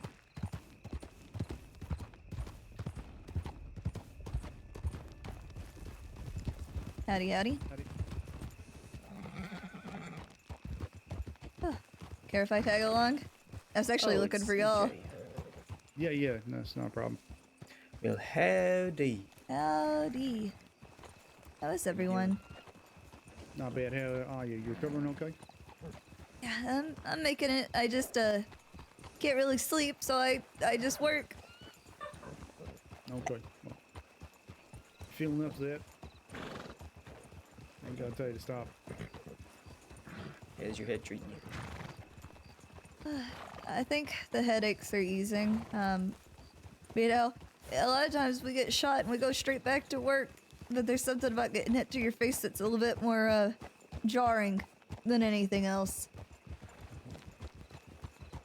Well, I think it's goes without saying you take all the time you need, or as little time as you need, whatever feels right to you.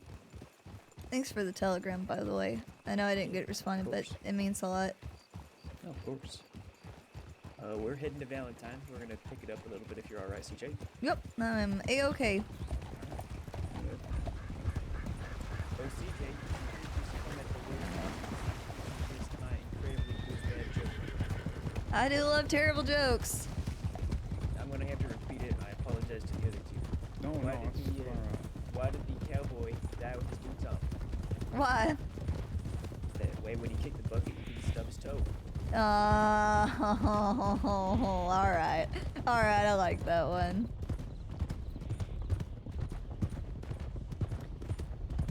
You know, if somebody would have woke me up one day and said, Wallaby's gonna read one of your jokes out of your joke book and make you read the punchline to everyone, I would have told you were crazy. But I guess life's pretty funny like that, huh? Just least expected things. Kinda had to, I don't know. Hi, Angel. Hi, everybody. Oh, I loved the RP last night. I loved it. Like I said, I just wish I had been better, because I've been, like, sick and weakly and, you know, all this other bullshit in between. I wish I could have given a better scene. But I was just trying so hard to stay true to CJ that I couldn't just have her be a sudden badass. Especially, because I love Fear RP, and I was trying to, like, articulate, look how fucking scared this fucking kid is. What do you call a cow with one leg shorter than the other? What? Lean beef. I've said this one a million times lately because it just makes me giggle, but did you hear about the 2 men that stole a calendar? They each got 6 months.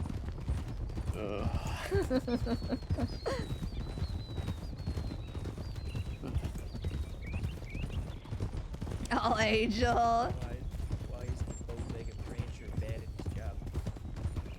What's that? Just can't keep them cats together. Oh.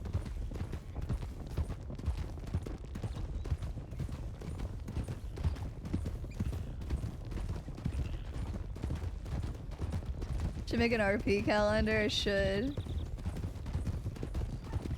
I'm still a little under weather, but I feel like right now's the best way to play CJ as a tired, weak little baby right now. You know what's bad? I've thought about going from blonde to redheaded because I think it would be like, I think it would like complement my face. But I'm too afraid right now that people would be like, are you trying to become your character, you weird little freak? Because CJ canonically, like even though I need to put the conditions, but CJ's hair is actually super curly. That's why she wears her hair in a braid to like control it.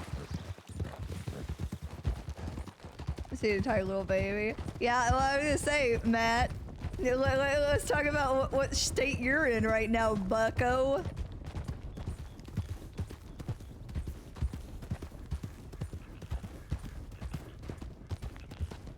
We won't judge you, thanks, Donzi.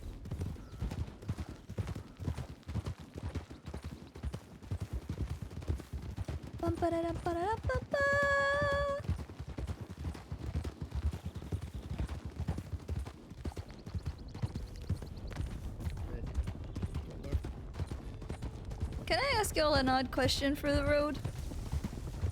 A philosophical question? What do you think it means to be good? Do you think it's an action? Do you think it's morality?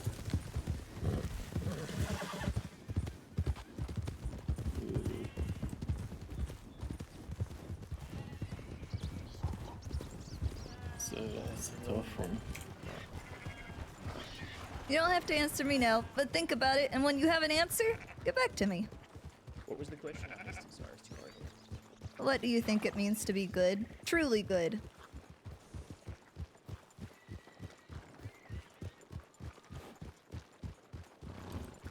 You hear the speech I gave at Sheriff Hart's funeral, CJ? I don't know if you were there. I didn't get the chance to go. I can't even remember what happened that day, because I was upset that I missed it. No, the point I made about Sheriff Hart was that Sheriff Hart was not just a good man, as that Sheriff Hart was always a good man. Sheriff Hart always chose to do the right thing. Respectful of everything else. And I think... Eddie, Eddie's that bush. Howdy. Crazy shit's going on in town, deputies. Oh, what's happening? It looks like people in trackhorn hats are running around with machetes, hurting people. Oh, wonderful. Probably. I'm not clocked in. Henderson, stop up. Henderson, stop. Stop, Henderson. Okay, let's go. Oh, what the Eddie had fuck? machetes out. Oh! It was such a gentle crash. It was such a gentle...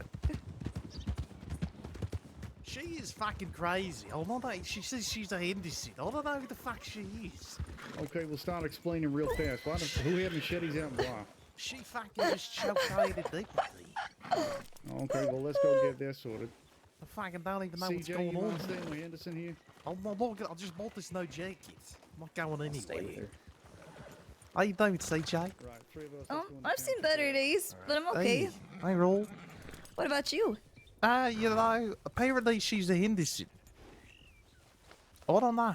How many people you got coming out of the fucking woodworks in your family? Fucking news to me. I don't know. If somebody just showed up one day wearing a hat like yours and said they were one of your family, would you believe them? But, well, fucking, I don't know. I'm gonna call after my horse. Let me see if it hears me. Fernando! Are you? Fernando! Do not jump on that horse. Fernando! 'Cause I already know you're flighty. What do you mean? You are a very flighty individual that likes to run anytime you think you got What's your that back right against the over wall. there? Look at that bird, CJ. That's a big fucking bird. What the? Don't do it, Andrew. Don't do it. Stop the horse now. This is an order, Henderson. Stop the horse. Saints Crossing Sheriff's Department, if you don't stop that horse, I'm gonna get you. And you're just making it worse. You're adding more bleeding and looting. You rat bastard!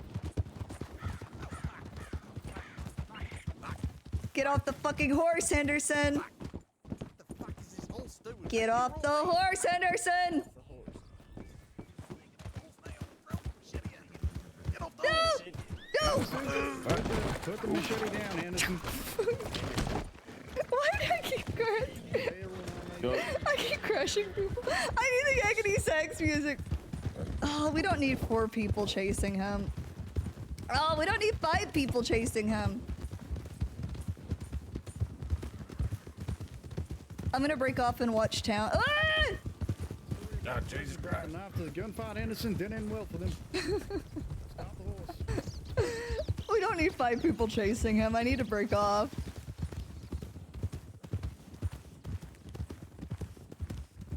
Man, how many people am I gonna throw off their horses today?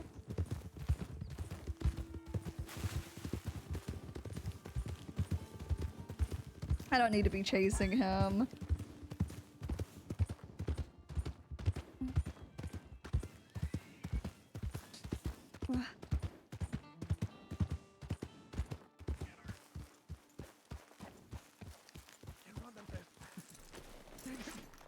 Don't take my horse! Don't take my fucking horse! Shoot her ass!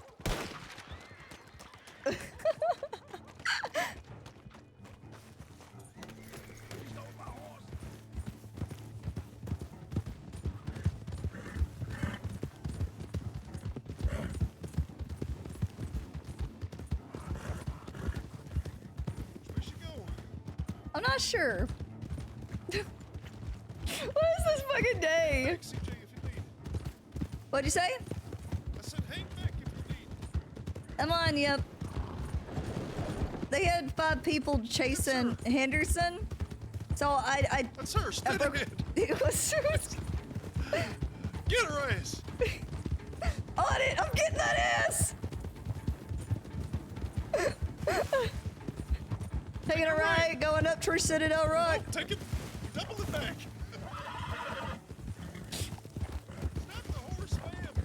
Thanks, Crossing Sheriff's Department, stop the fucking horse! What if it's a big misunderstanding? Gina, We can it ain't talk worth about it! Taking a right. Gina, that ain't worth it, Gina. Stop the horse. Oh, fuck. Cliff shades.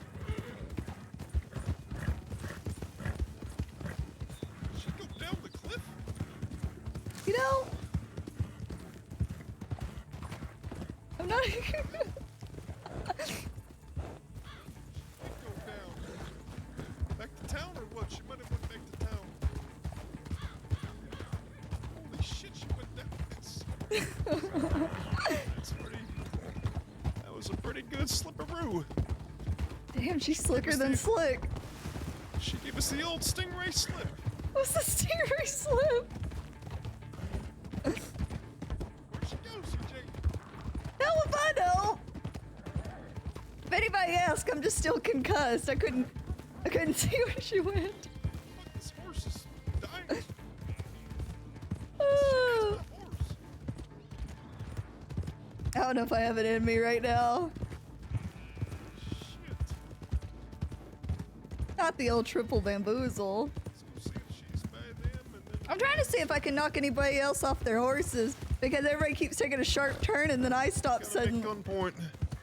She's not here. Here. Is that my horse there? They don't need more people. Where's my horse? I think 3 people can handle 1 individual, don't you think? Yeah, no, I think so. But, just trying to figure out if my horse is around. Might have to commandeer another horse to ride with you. Come on, hop on. Oh, there he is.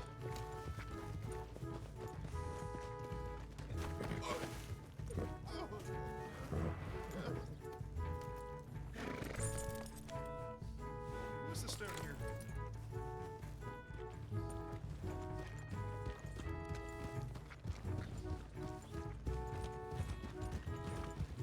Howdy. Howdy, howdy. Is that a cadet or something? No, I think that was Juliet. Juliet's a civilian, I believe? Okay. Just kind of looked like they were chasing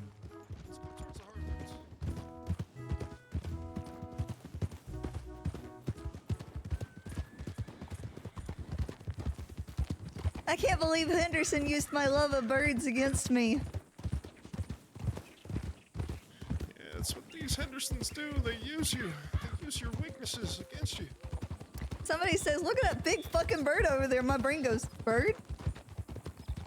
Yeah, Gina Henderson, she offered, or she asked me to help her with her wagon, and of course I can't leave a lady in distress with a broken wagon, but then What a turns out gentleman. there wasn't a problem with her wagon, and she had a gun to the back of my head. Oh! She used her feminine wiles against you. Yeah. I don't know here, CJ. She might be gone with the wind. Women might be the devil. Here, let's turn around. They're off to the wind. Yeah, yeah. And someone like that, well, they can't stay away from trouble for long. Yeah, I was thinking she'd double back and try to scoop them up, but... I love it when She's criminals play smart. law because there's so After all. much more, like, not saying it's every time because I don't want to say for anybody, like, I law main without having a criminal, but, like, the crims that do law too, they're so fun. They have such, like, they have a more intimate knowledge of what it means to be a criminal, like, say more than I do, so they really can, like, give amazing scenes while, like, towing the line of, like, what you can or can't do in a way that's, like, perfect, if that makes sense.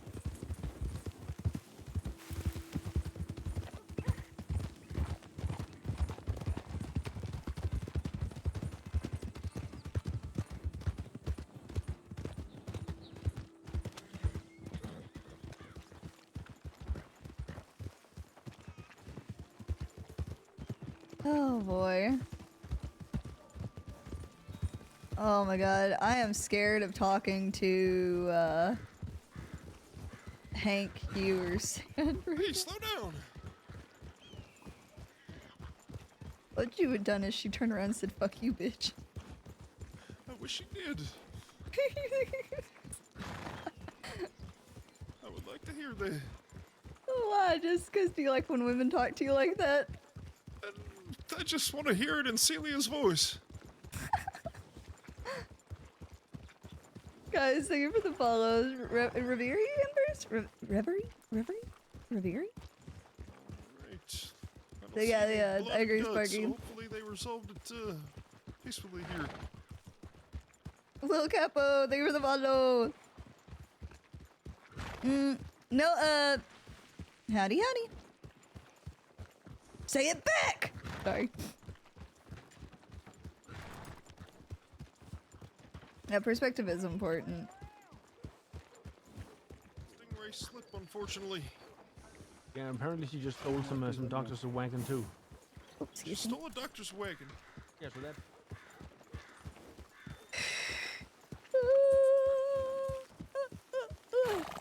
Damn, I'm tired. I've been blowing all the candles. I meant burning all the candles. Jerome, it was so good. It was so good. I haven't been that scared in a long time. I literally was sweating my ass off. Like, I was sweating. Sweat was pouring off of my body. She's got a lot of candles. She burned all of them. I think that pursuit training is today. I think the pursuit training is today. I missed the freaking, I had a telegram later about the triage training. And CJ was kidnapped, so she didn't exactly get the chance to go.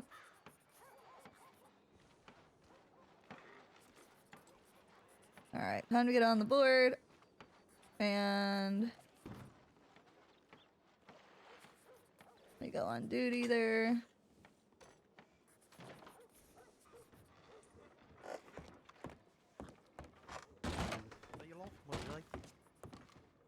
It's reminds me of Aqua Johnson. Hey, CJ. Do you like my mate jacket? I'm gonna go to Rhodes and try to catch this chick. I really someone want work to on the touch it, paperwork but I'm here. afraid that Hey, if I no, reach no, it... no, Yeah, take a Leon's feel. working on it I'll right face now. away from you. Get it. Feel the foot. What if you grab my hand? Are we gonna I'm not gonna do date the you. same report? Yes, we'll do it all in one report. All right, Okay. so we have 2 counts I've of started it. horse theft on Gina. Oh, that's nice. I'm gonna and walk away one- now. Sorry, 2 counts of horse Alright. theft Hey, and it's 1 top wagon quality. theft I and definitely 1 didn't assault stay on there a about Leon. it. I promise. That's what See, we got on I Gina wouldn't there. have even thought it if you hadn't said that, but now I'm like very suspicious of All over you. a couple of fucking Hey, do you like bandages. the little Yeah, anchor you're- I got on my shirt? Yeah, Your okay. discretion, if you like. I'd It's a say very we'll nice drop it, outfit. We'll just have one can of, or we'll just do one horse can of theft. horse. Yeah, theft. yeah. But everything else. You know, I do like the accessory shirt. offer. Very, very Yeah, piratey yeah, of you, yeah. Captain Henderson. Are you a captain? No matter what. Are you fucking kidding me? That's the other Henderson. I am a fucking captain. There she is. A family of So did he- captains. I'm other than fucking the James's who uncle. Came in kind of after the fact. Did he do anything before he started running and brandishing? I won't lie. Sometimes I think he's older than you, but then I realize that Easy. he is or isn't. No, he's not. Well, you know, sometimes, you know, not always the case that, you know, sometimes you can have an uncle that's younger than you, depending on when your parents are How having the children, when other fuck people does are that having make children. any fucking sense? I mean, that is just the most. Hey, what? Okay, imagine this, right? Imagine you're 20 years old. Your parents are like, Yeah. what, 40 something? No, no, no, right? you're confusing me. And imagine later on, like, so you're 20 something, you have a kid, right? I'm not 20 years old and I don't have a fucking kid. No, I'm just saying. CJ. So what if they have a kid? But then, like, What the fuck are you sometimes talking the about? parents end up You said having something behind another kid. Like, say you have 20 What are you years on the talking other, about? and then suddenly that's how you have an uncle or an aunt that's younger than you. This just does not make sense. I don't believe so. Consider, I think he was arrested just To make, like a day no, or two ago. So I'd be you know, to be surprised. fair, I had a horrible check. head injury, so maybe my thoughts aren't all coherent. But I still mean what I mean. You can be an aunt or uncle that's younger than your niece or nephew, depending on the it's not ages that wrong. people are having children. I think age That's math not is your fucking wrong. weakness. I think I know. Nah, I think I know mate, your you don't know. weakness. I know You your don't weakness. know.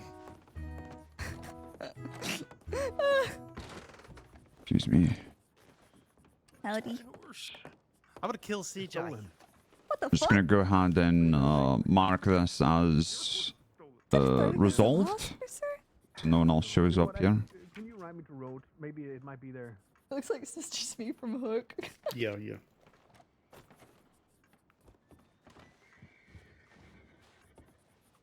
I'll remind any deputies that if you resolve a situation, please mark it down on the tip line so people don't show up here unnecessarily. What's going on now? We're just processing Edward Henderson there for what just Gotcha. transpired. There is another one still lodged, Regina or Gina Henderson. Right, okay. Alright then. How long is he looking at? Let me add the horse theft 1 sec. Not too long. Okay. Maybe we should add threats against a peace officer, sir. Talking about killing me. I'm not. You dress me as fucking captain, alright? All right, without any time off, he's looking at 39 days.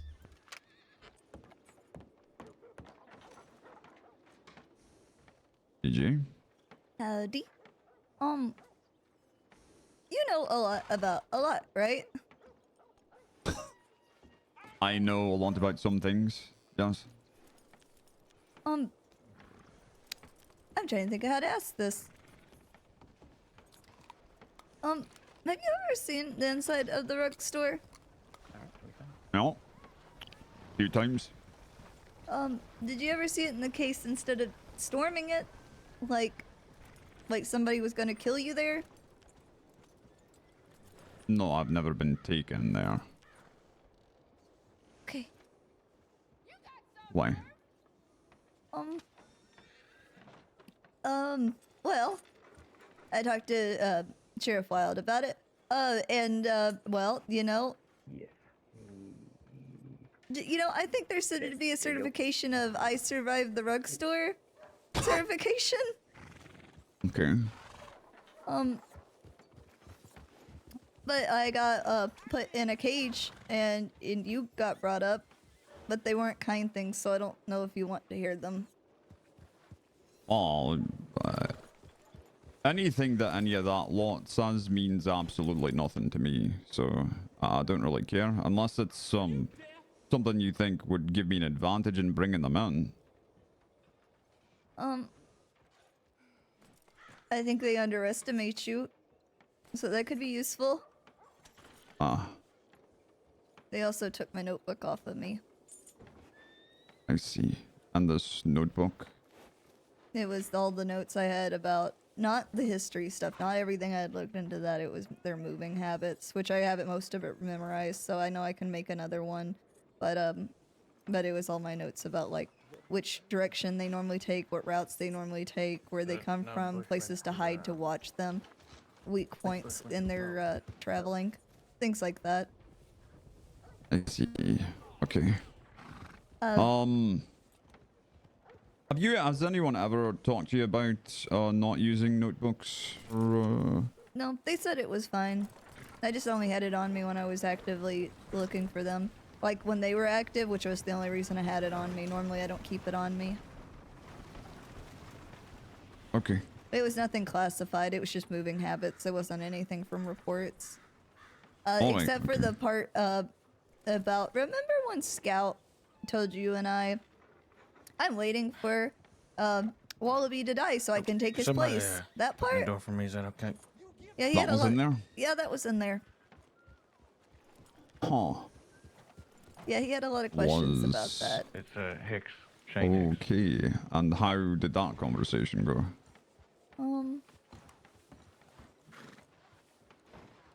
About as well as to be expected. But he brought it up in front of Scout and teased about it, so I don't think it bothered him too bad. Oh. Interesting. There's a report on it. There's a lot to it, and I'm not gonna lie. I sound perfectly okay right now, but I'm very not okay about it. And oh, Mom, I'm sorry, McGregor. I was trying to lock the listen, door I there. think about and doing that all the slipped. time too, but you can't just do And I that. slipped. Okay, just gonna lock the door here. That's why you have a big bushy beard. Barely felt it. I'm gonna go send a tip in to say who's here. You're right back.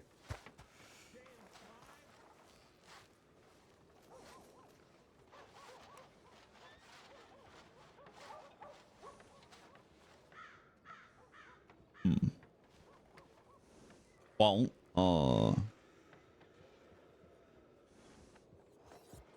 Bonjour. CJ, why don't you and I take a graveyard walk then? I'm gonna go and give All right. myself a nice little bath, I think. I think that sounds good.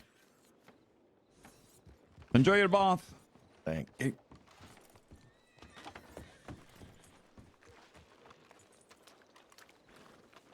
Me and Sheriff Wild had a long conversation about it because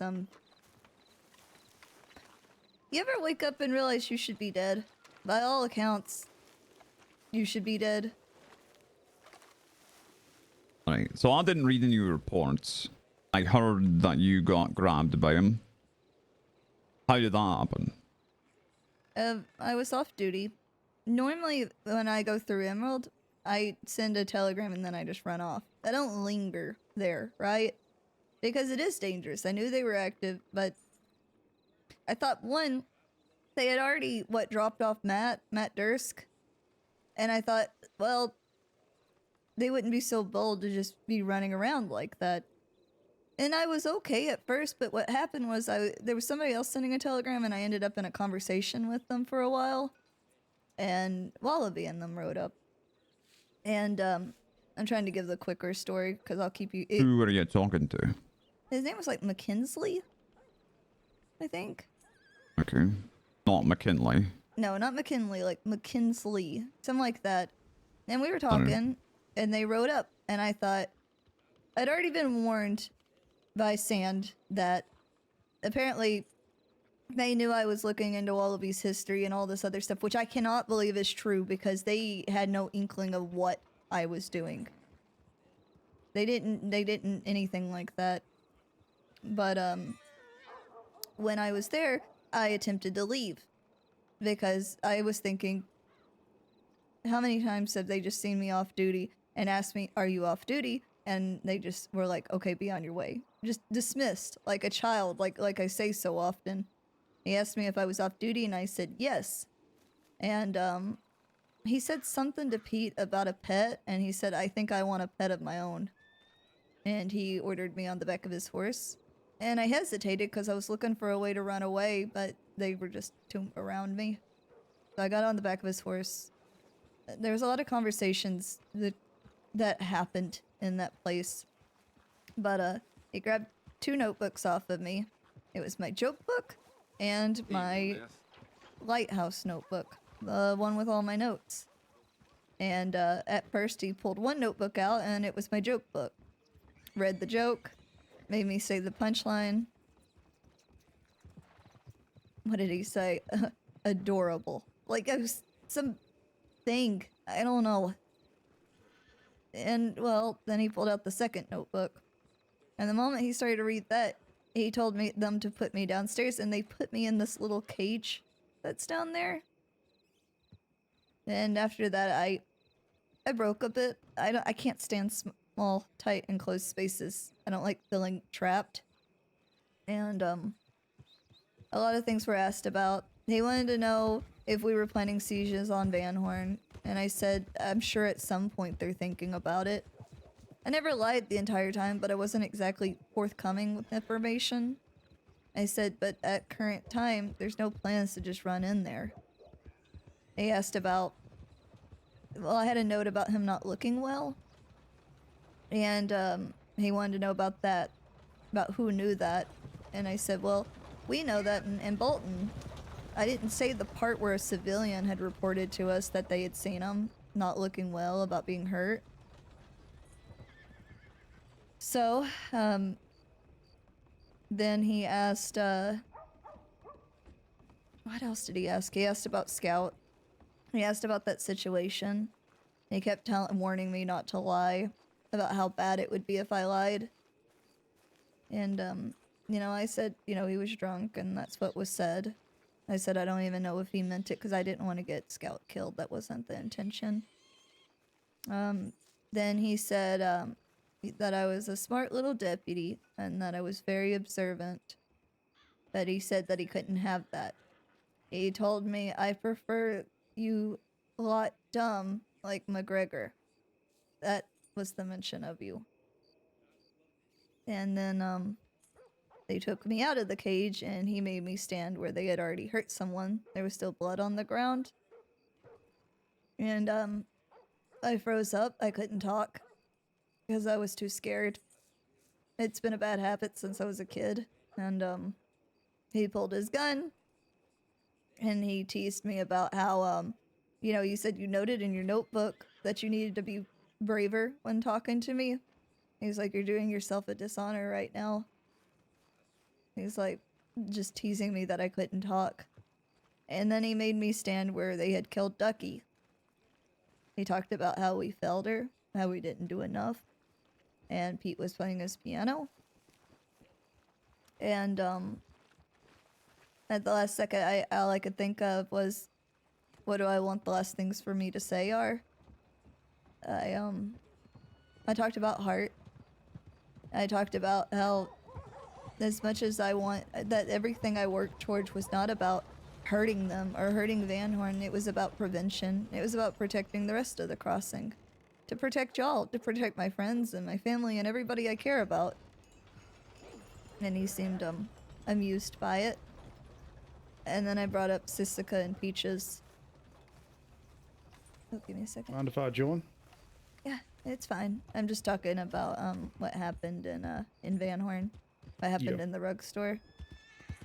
When I brought up Sissica and Peaches, something changed. He was a bit different. He almost seemed amused, but I brought up how that I wanted to be different, that I didn't want to hurt people, that that's not what it meant to be a deputy. And he said that he had no ill will towards the people that hurt Peaches, because he considered it a free lesson, and that we taught him that love was a weakness. He said that without that moment, Van Horn would have never existed. that whole incident is exactly why he is what he is now and why Van Horn is what it is now. And, I kept thinking I was gonna die, so I told him, I said, you know, if you're gonna kill me, will you at least leave my body where they can find me so my parents can bury me? And, but bringing up Peaches and Sisika changed something, which makes me think that maybe one of my theories is right. Because he walked away with Scout and the rest of them, and they had a conversation, and all I could hear Scout say was, she's like a scared little newborn deer. And, then, the Wallaby reapproached me and said, "Good night, deputy." And he had his gun drawn, but I don't remember what happened. But from the way my face is, well, I can put two and two together. They say they dropped me off in Annisburg. There was a tip that said lost little lamb. There's a nice deputy that's knocked out in Annisburg that could really use a friend right now. But I woke up in Saint Denis, and I won't lie, I thought I was dead. I thought I didn't know I was alive until I grabbed Dean's hand, because by all means I should be dead. Between the notebook, between them so sure. Even Wallaby, when he drew his gun and aimed it at me, said, "I just need you to know this isn't personal. I just can't have a smart little deputy running around." And, I'm just kind of dealing with more of the emotional side of things. And I'll bounce back. It's just, it's different when you think you're gonna die and you're alive. And what theories of yours you think were confirmed? I think learning his history is important. There's certain things I was told that I'm not supposed to talk about anymore. That I was warned because they were afraid there was... Well, originally I think people were afraid there was a leak in the department. But like I said, Wallaby even asked me again, even after the times we met. He said, "Have I met you before?" I don't believe... I think the wrong information got sent to Sand. I don't think there was a leak in the department. I just think... I have no idea what you're talking about right now. Sand got sent... How is this answering my question? Well, I'm saying that I have the answer, but I was afraid because I was told not to talk about it anymore to anyone. And by a sheriff? Yeah. Okay then. So let me get this straight. You are investigating one of the most dangerous criminal groups in the crossing, and you are not to speak about it with anyone. They said just sheriffs and the ones I'd worked with before with Hank and Hugh, but the thing is that was before, when they thought there was maybe that the information was getting out somewhere. But like I said, it was false information because they didn't even know. Somebody thought that someone told Dead End Gang, told Wallaby, and I said before, the only people that I had told that I was looking into the history, because the notebook is one thing. Looking into Wallaby's history and what he used to be and all these theories I have about it aren't. They were only discussed with Law, because I had to ask so many questions. I had to ask everybody about what their experience with Wallaby was. But he didn't even know who I was. Thing is that it's the past. That's what I think the weakness is. I think he's still so attached to the past, everything that had gone on. I think that's what makes him predictable, but unpredictable at the same time. It's complicated. Nothing changed in that moment except for bringing up Peaches. And all I can think of is, why did he let me live? Because they had no reason to. I should have been better off dead to him.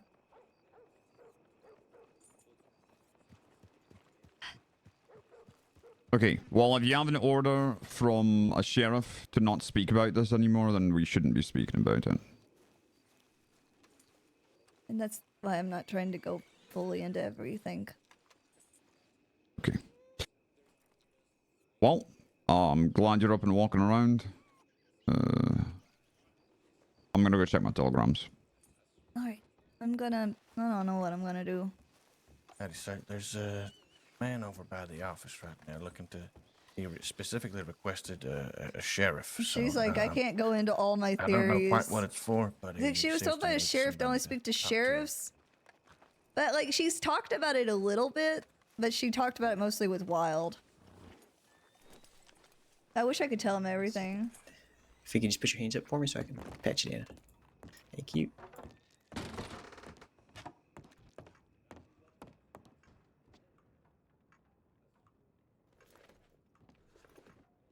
Alright, I'm just gonna hold on to this because I've bad experiences. It's a part of why I came here. Alright. You can come on in. Sorry, Brady. No, you're good. Alright. Okay, Cassidy? Yeah, I'm just taking this filler statement. Okay. Alright, you can come back here away from things. Cassidy, can you actually have Brady take that statement? Getting caught back. Oh yeah, it was amazing. I feel bad because like RP wise, I don't want to like be so close chested. Howdy howdy. Howdy, ma'am. I don't want to be so close chested that he feels like I can't talk to him. But like, like she talked about it with Hooper, but only because Hooper was able to shed the light that she needed when she had that realization that she. That was also before people really realized what she was doing.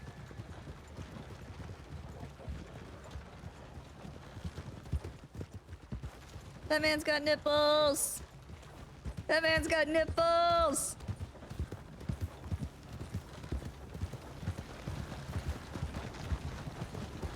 CJ is hoping so bad that Wallaby is completely wrong in underestimating McGregor.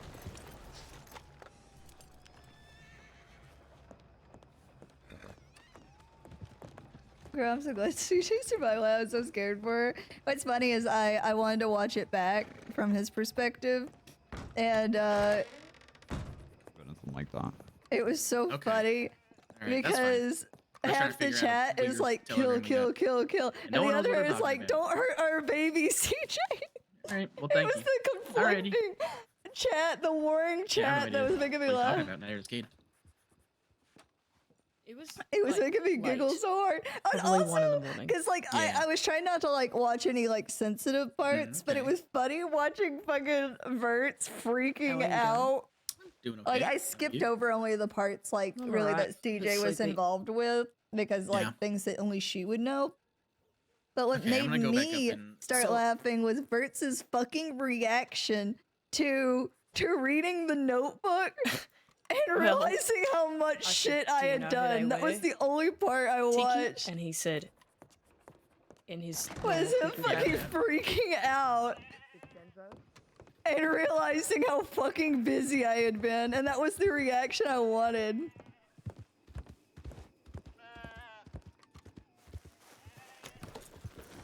Chat was losing their fucking minds. I'm so glad I did the notebook. I'm so glad I did the notebook because that was like, well, it's been like what, like a month now nearly of like the build up with like the notebook and like getting back to them.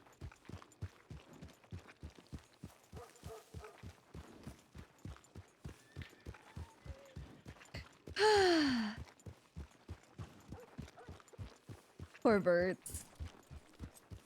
Poor birds. Roll that normally didn't have your perspective. I recorded it. I'll upload it to YouTube after I edit it because I want to cut out like a bunch of like just the noise of like because I was feeling so bad. There's parts where I'm just like sitting and doing nothing because I was like drinking water or eating and stuff like that. I just want to cut it down some. CJ. Psst, yeah. I have a question for you. I got a question. I don't know why I'm whispering. So I've got Henderson's machete, which technically wasn't used, but should we give it back to him? Do you think? Because, like, I mean, he did brandish it and like did threaten to cut people up, but Did at he the same swing time it? he didn't.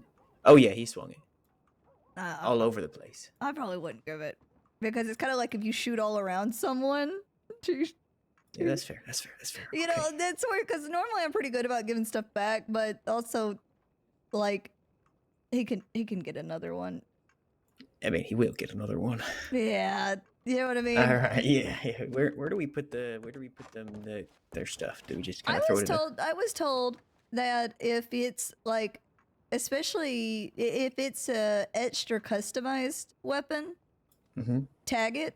What saying, you know, normally like DNR, the name of it and which office it's being kept in. Because Alright. when you look at the paperwork, say if it said armadillo, I would know, okay, I need to go through the drawers in armadillo for it. And then there is also, but things that aren't etched and customized normally get dumped on the bed to be like thrown away at another time.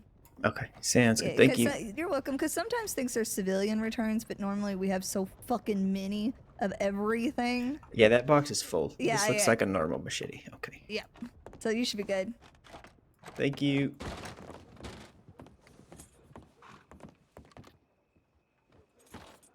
I mean, do y'all want... You know what? Would you maybe want to see the talk with Hooper? I mean, it's long. It's long. But... Do y'all want to see the talk with Hooper real quick?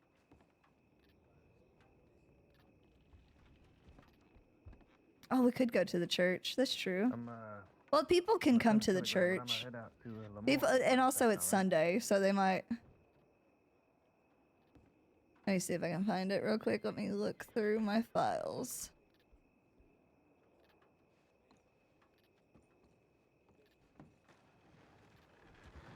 Let's see. By the way, I had this conversation at like 9 a.m. Like, not 9 a.m. Sorry, 5 a.m. Videos? 120, 121, 310. Oh my god, it's it. Guys, I just realized. Oh wait, it's okay. It's not an hour and 53 minutes. It is. It's an hour and 15 minutes, guys. It's an hour and 15 minutes. Are y'all sure you're okay with seeing parts of this? Or should I just upload it to YouTube? Here, let's just work on uploading it to YouTube so y'all can watch it in your own time. By end of stream, maybe we can do that. What is it? I was putting on coffee. It's the talk that CJ had with Hooper, where Hooper gave her a lore unlock that made me realize what the fuck. Yeah, it is a lot of RP time. Let me see. I'm gonna go ahead and start on editing out the noise out of it real quick. Let me see. Edit with Clipchamp. There we are. Let me bring this over here. I hope it doesn't make my PC go crazy though, trying to edit it while streaming. Yeah, let me find my YouTube real quick. Let me find it for you guys. Sorry, I'm making this work. Oh, Hollow, thank you for the sub. I just saw it. I'm sorry I made you cry. I'm sorry I made you upset. I'm so sorry. That's the YouTube. Twitch account. View your channel.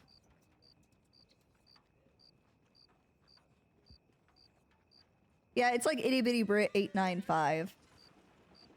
Copy.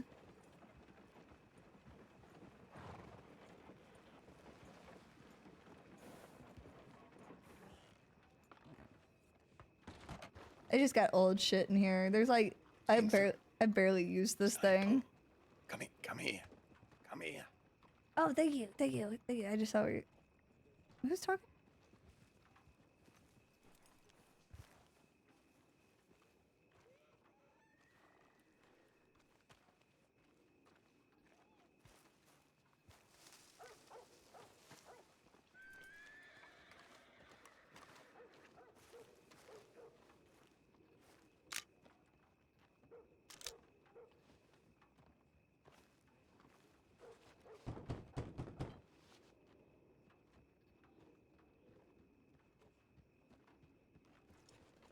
fucking TeamSpeak just crashed.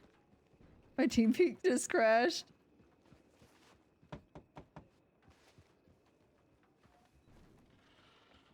I hate that I always have to load TeamSpeak twice to get it to work. I give a follow on YouTube. Yeah, I need to upload. I need to make unprivated all my stuff.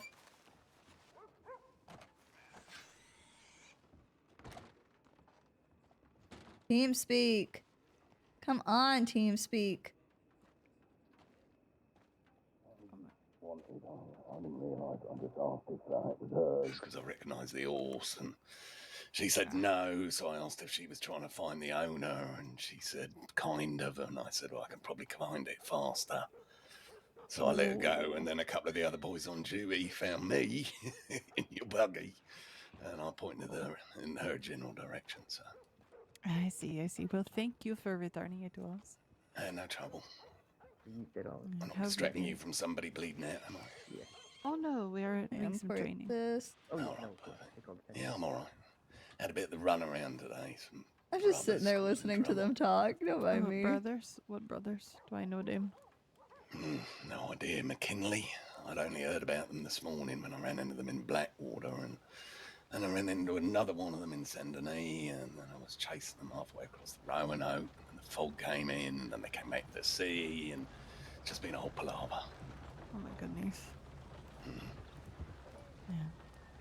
Well, I'm sorry your day's been Yeah, it's all right. It's better than old ladies across the road and cats out trees. Yes, indeed, indeed. I mean, there was a remote threat I might get shot. Oh. Well, let's hopefully not get shot, yeah. Oh, yeah, I mean, it was on me Todd most of it, so I wasn't going to start nothing. Oh, that's a lot, dog. Well, I kind of hope they might fall off the roofs. What's weird is like, okay, there we go. Oh, they were on the roof? Yeah. One of the brothers and some woman. I thought maybe he picked her up in Saint Denis, but they seemed, well, I don't know, they seemed conversant, so I assume they're together.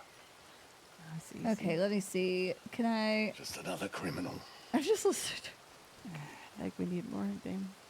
Yeah, it's unusual for them to get up that early in the day. Oh, maybe they heard you were going to be around. Unlikely. Thought they were going to pull on us in Blackwater. We're up, John. I just tried to get this for you guys real quick. To get them to fuck off. So then when I see them in fucking Saint Denis, where there's even more fucking coppers, I'm just like, what's fucking wrong with these idiots? I don't understand them sometimes. Okay. I nearly got it, guys. I nearly got it. I'm just figuring this shit out. 3 of the boys in blue who told me that they thought he was in town. Ooh. Export.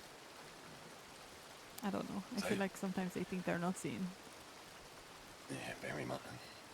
To be honest, they're lucky they're more concerned with the civilians around town than shooting them. Indeed, indeed. The complaints we get from them about gunning them down. They could be gunning them down a hell of a lot Okay, more it's if doing it in the they background. Let me know if the stream starts fucking up, They're guys. complaining about. Oh, Let me know if the stream's always fucking complain up. about it. One of theirs dies and entire force gets There we go. dragged into some war or whatever nonsense. Anyway. What did Callie do? Someone training. tried to keep quiet about. Was that the? Training. You want It was Sand. It was Sand that said that she needed to be careful. All right. That is uploading. It's doing its thing. I just hope it exported just the part that I stretched out, like, that I took care of.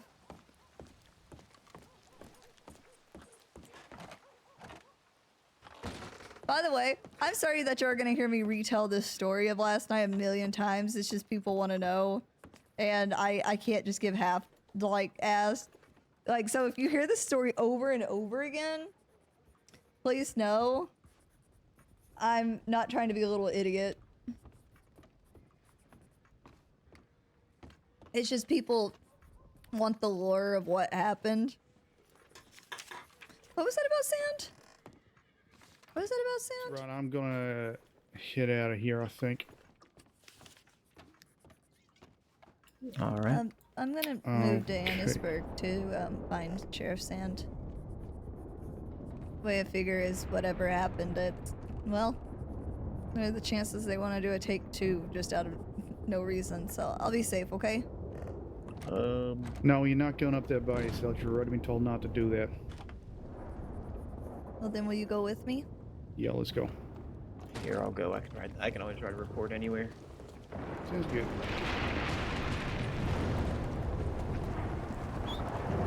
So protective. You've already been told not to do that. Okay, I'm sorry. I'm sorry, sir. I love Pointer. Let's go send a tip. Oh, wait, Cassidy's. Brady, can you send a tip in, please? It'll be 3 plus 1. Can you send a tip in, please, Brady? 3 plus 1. Valentine to Annisburg. And it's going to be Pointer, CJ, Cassidy, and yourself. Holy fuck! Sorry, the lightning striking. Jesus. Okay. That scared the shit out of me. You can feel the electricity in the air.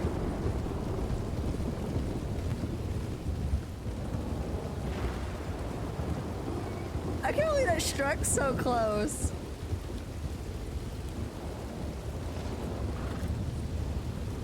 What are the chances it strikes twice in the same spot? Depends how high it is. It's the only elevated point in that large area. Pretty high. I need you to make me feel better, not worse, Pointer.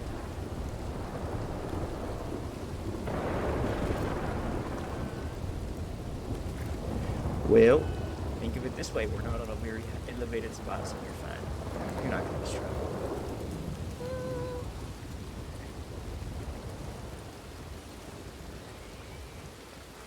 Look, my horse is taller than yours, plus I'm taller than you, so if anyone's getting struck here, it's me or the undersheriff. I don't want that to happen to y'all. Also, I'd take a lightning bolt for you. aw, don't do that, but it's sweet.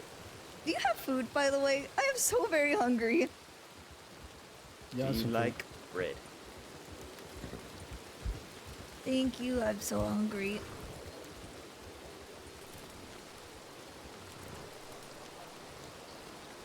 Thank you. You know, the thing that bothered me, well, a lot of things bothered me, but I'm gonna pull my mask down a little bit and nibble this. That's us. The reason I haven't fully pulled down her mask is I've already scarred her face. I'm just waiting until her stitches are taken out to actually show. It's not that big of a scar. There's just not a lot of scars. There's not a lot of scars that would be able to, because CJ is, like, I'm RPing that she got hit sideways across her face, like parallel across her face, like a straight line. So it's mostly, and also her cheek is what got bone damage to it. The scar is mostly focused on her cheek.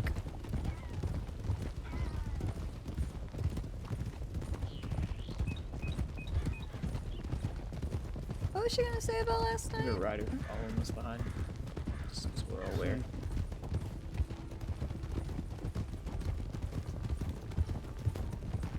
Oh, Sand gave me something, and you know, I think it's pretty fitting for this, and maybe Pointer, with you knowing Heart like you did, maybe you'll recognize it. He gave me Heart's old parasol, the one he would always go strolling through Valentine with. Oh. That's quite something. Yeah. The other thing that makes me sad is he gave me Heart, one of Heart's guns, and that was taken. Yeah, I saw that in the report.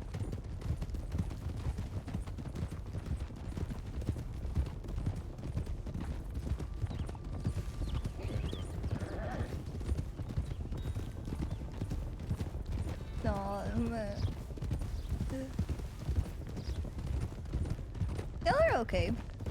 If something gets deleted, don't take it. Don't feel like I'm trying to think of the word for it. You know what I mean.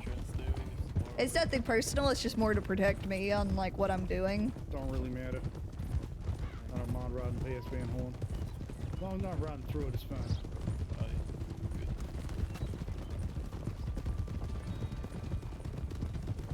Yeah, she got scared to remember Wallaby why.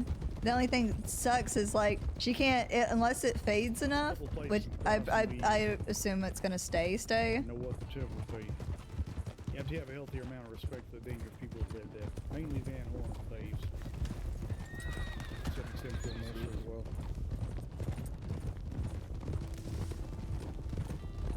So with that being said, we don't really conduct patrols through Van Horn, through thieves.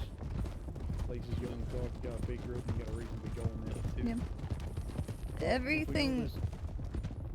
But if we know there's someone there that we're looking for, we're not just going to avoid it just because they're in Van Horn or they're in Thieves or what have you. Good to hear.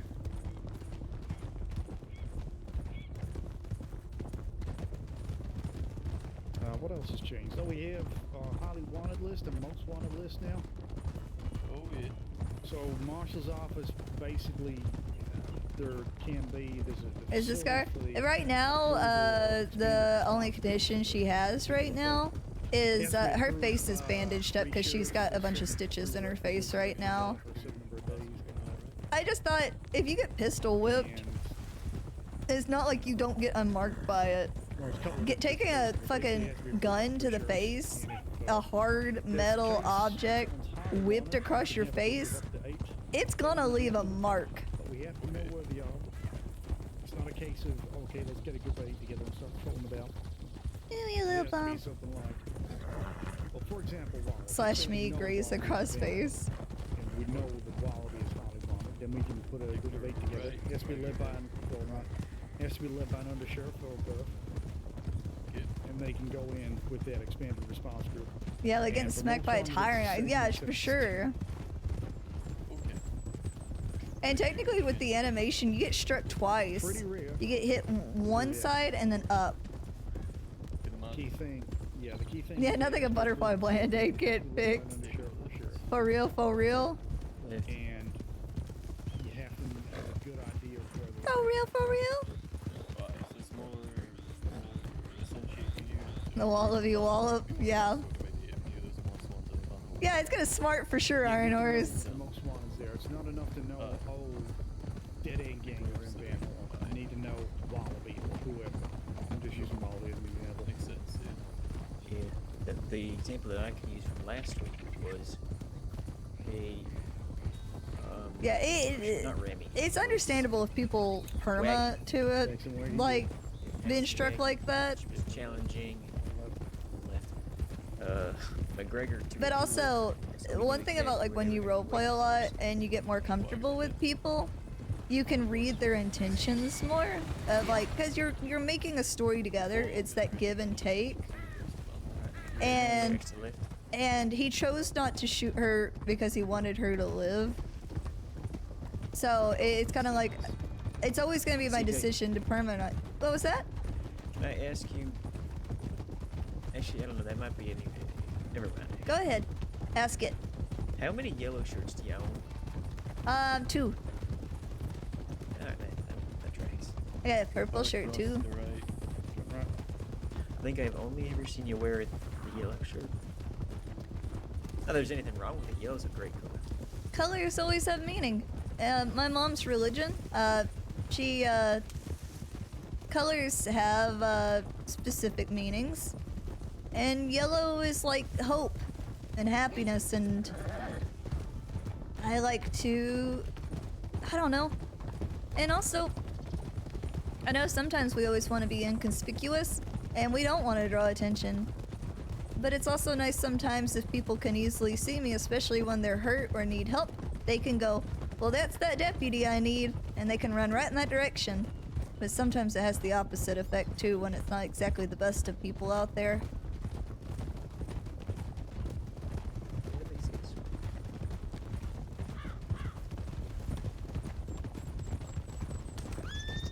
But what I was saying about like intentions, it's like I'm not gonna kill off CJ to get struck to the face if that was the option afterwards, because the intention then is to let her live. We're continuing the story, you know?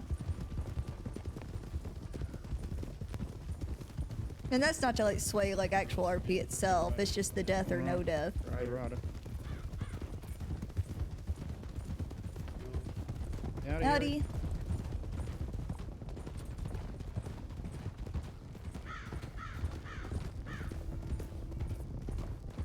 CJ needs to, you know what's one thing I haven't said is CJ that she really needs to talk about? Is fucking eye bleeding. Blood started leaking out from that bandage.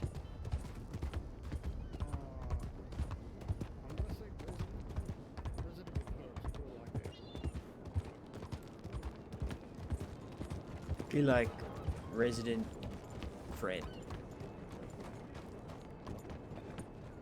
Howdy, Sheriff.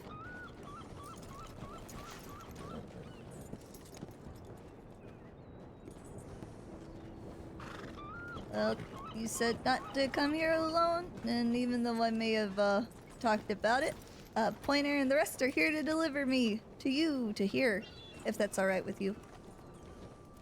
Well, it'd not be okay with me. Because we need to have a talk, if that's alright with you. Yeah, of course. Everybody else okay? Yeah, good.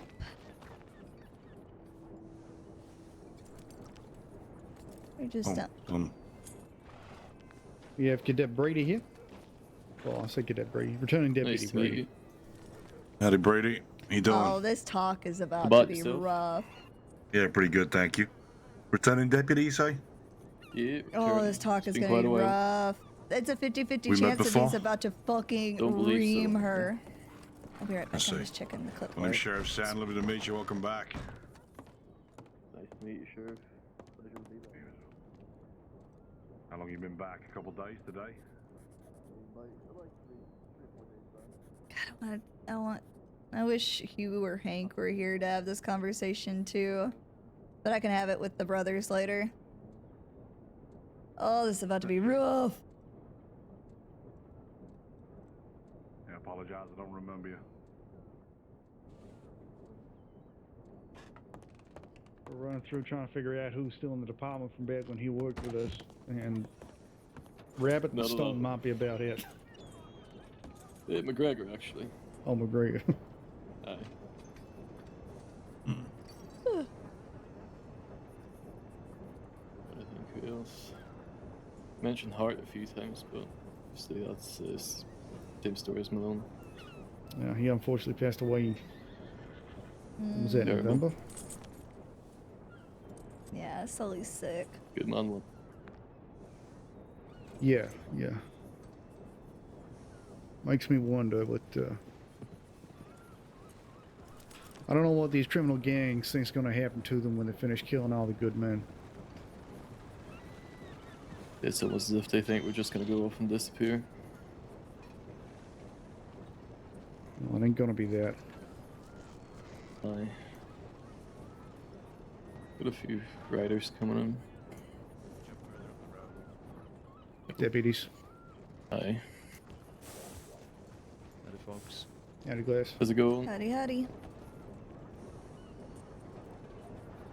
Who's that? Mercer, Glass.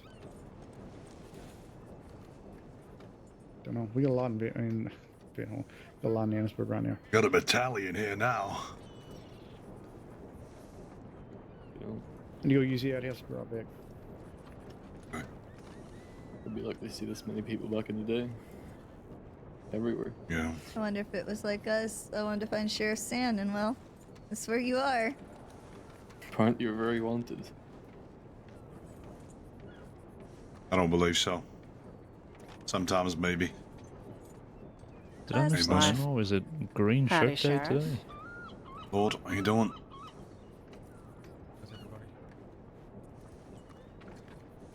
Good to see you on your feet, CJ. Thanks. Yesterday was a bit rough, but it could have been a lot worse. And you know, I shouldn't be alive, but I am. So this is where I am. I, for one, will count our blessings and be very grateful that you are still here. Yep. And, at least some good things came out of it. I'm hoping they're gonna come out of it. I guess we'll see. Which is, what I was needing to talk to you about, Sheriff. You know, I was joking before. I said, there's almost like there should be a certification for, I survived the rug store, and see how well that goes. Huh. It's good that you can find the humor in these things. It always helps. Where do you want to talk, Sheriff? I'm gonna finish this smoke first. Then we'll go and find somewhere to talk. You're proud. What y'all doing up this way? I wanted to speak with you about things with Ansberg, seeing as I'm one of your seniors and haven't actually been able to yet. I Okay, know. that sounds good to me. I know he's pissed. That's why I just thought it was fitting for CJ. Sort of brought the cadet along on a patrol. I suppose we could make ourselves scarce. There's quite a lot of us here as well. Cadet? Yeah. Where's the other? We got 2 cadets here? Is this the other one? Right there. Howdy, sir. Howdy, Hanks. cadet. Pleasure. Sheriff Sands, welcome aboard. Thank I you, know. sir. I need. Good to meet you. When that payout read your comes file, in in fact. from like the absolute love y'all showed me, I'm gonna order. So, were you many raised a more posse fucking man emotes. previously? Back in Montana, yes, sir. I'll be right back. Not for too long, just a few months. Was out looking for.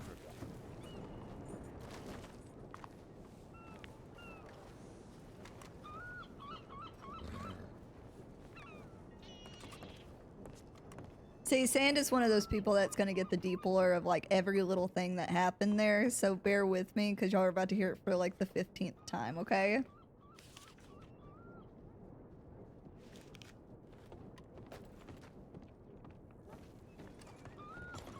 Oh, excuse me.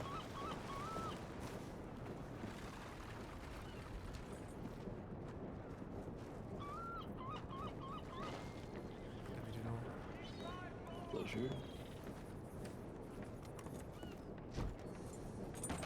Okay. Come on in, CJ. Let's go and have this talk. Then Mercer will catch up. Mm-hmm. Tell you what I'm you gonna want to head do back if to you the want to do city. something around this way. There's, as we know, we have these individuals that keep leaving shit on doorsteps. Someone keeps fucking marking my goddamn office with like a handprint. So, might be worth us going up and checking up into the caves nearby, things like that. Just houses and general patrol. If you want to get the cadets moving. Sounds good. Yeah, we Try can and do that. tie in some training with them, like a breach training or something on a house. I Not can't. get 'em moving, I was guess, 'cause gonna you do ain't gonna slash learn me nothing by eyes the standing on the porch doorstep, smoking. but she wouldn't remember it. She was Alright. fucking out. All right. Okay, Come on, then, CJ. let's get a move on. Tell you what, CJ, we're not gonna stalk here in town. We're gonna go somewhere else because otherwise something bad will happen. A million interruptions. You've had enough fill of your day. All I'm No. hearing. No. Kevin hasn't read the report. Mercer, I won't be too long, okay? You say that. Take your time. You say that. I'm gonna go for a talk with CJ out of town, just in case any gangs ride in and try and pick me and her up, alright? Yeah, maybe send a tip in a little while, just to make sure you're safe. Will do. Sounds good. Come on, CJ. Let's find somewhere we can talk without getting interrupted. Where should we go? Let's go up here. Before we talk, just don't yell at me straight away like Hank did.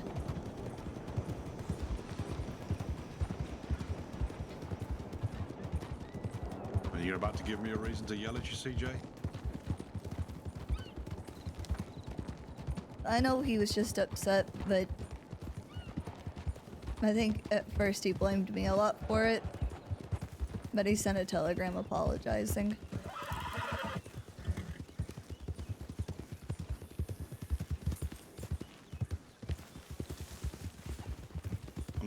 get you, CJ. Oh. Kind of person does that make me? Being angry at what happened to you. You didn't ask for it.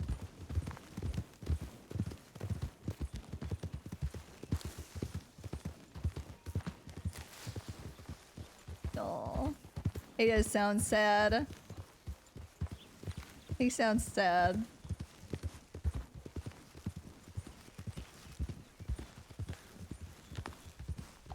He sounds so sad. Just keep your eyes peeled. Sometimes there's a cougar that stalks along this ridge line, time to time. I hate cougars.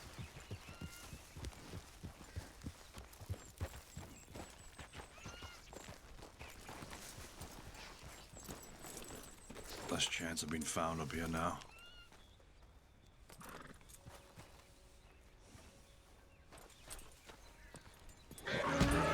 Oh my God, CJ! Oh my God! I got it. I'm not gonna fall yet. Fucking hell! That was a puck.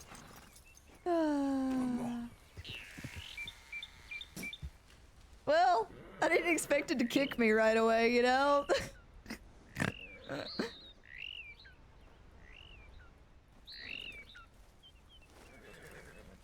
You got a mean-ass horse, but to be fair, Uno's pretty mean too.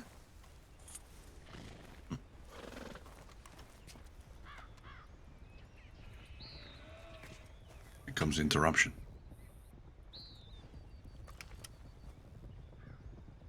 It's glass.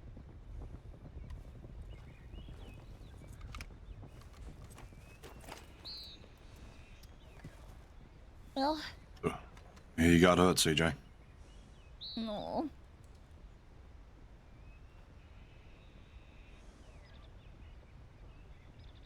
You know, How bad is it? could have been worse. I could be dead. That was the intention. I was supposed to be dead. You know, we kept talking about, you know, reaching out to the darkness. Sometimes it reaches back. I guess I just didn't think about the mark it leaves on you. Emotionally, physically, mentally. But I survived. Yeah.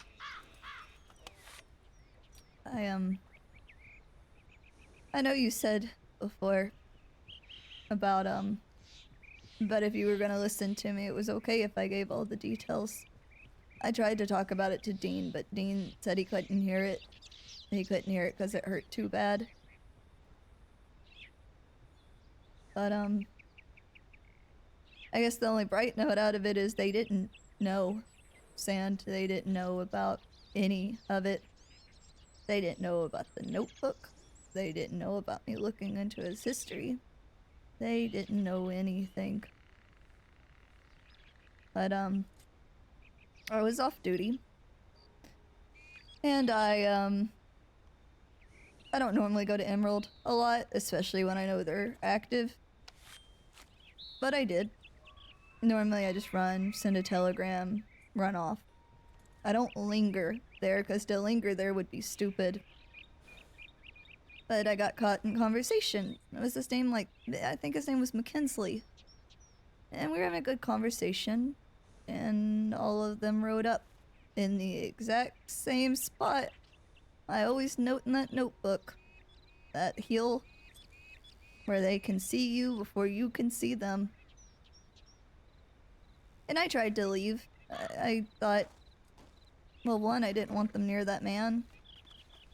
And two, I guess I don't know what I thought. I thought I at least want to be on my horse. I want to be able to run.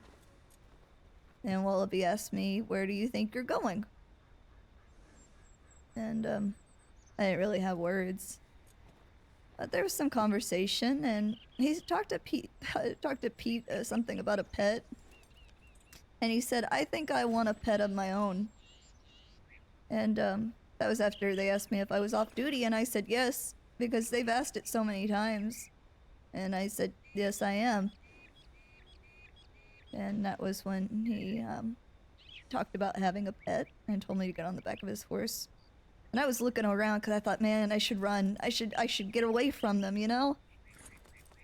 And, but they were all around me, and I thought, I thought I won't get very far.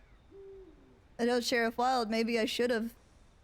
Maybe getting shot in the back would be better than what I went through. But, I got on the back of his horse and he just whistled the whole way there, and I tried to tell him, I said, they'll come looking for me. And if they come looking for me, they're gonna come to Van Horn, and I know that's not what you want. And he said, you're off duty, remember? Nobody's even gonna know you're gone. And then, I got to Van Horn. And they took me into the rug store. And we were in that main little part there. The office. Where they took Hart's gun. They took my other gun. And I had that notebook on me. And I had my joke book on me. And he pulled out the joke book first. First they asked me if we were planning anything with Van Horn. I think that's when they asked it. And I said, I don't know. I said, I'm sure at some point there'll be plans to siege Van Horn. Just the way things always are. I said, but at this time there's nothing I can think of coming that way. I just kept thinking I didn't want to lie. But I wasn't exactly forthcoming with anything either. And he pulled out one notebook. When I was sick, I thought, this is it. But it was my joke book. And he read one of my jokes, and he made me say the punchline. And then he did that laugh, and I've never heard him laugh before. Sand. And I still hear it. And, said, it's just so condescending. Called it adorable. And then he threw it down on the ground and made me pick it up. And then he pulled out the other notebook. And the moment he started flipping through those pages, he told Alice to take me downstairs. And she put me in this little cage. And when Wesley took me, yeah, he shaved my head, yeah, he beat me, but that was the worst part, is being stuck in that cellar, being trapped in a small, tight, enclosed space and realizing you have no way to escape. That you're trapped. And it's so far down those stairs. Even if I wanted to, I couldn't run.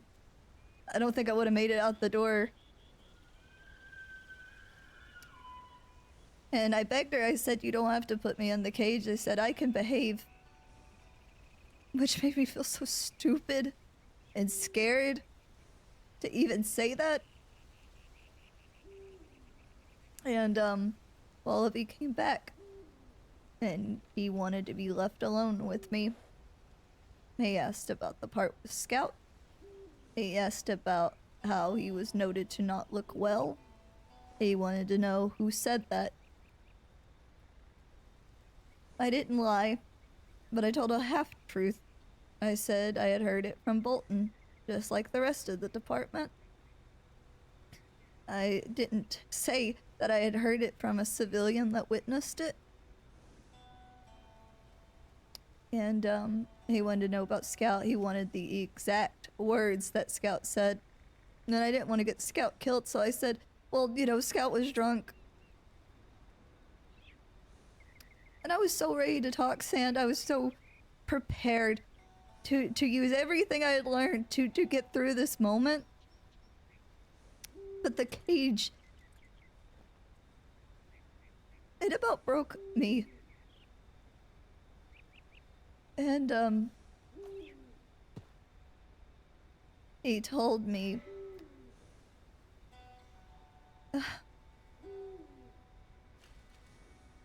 well,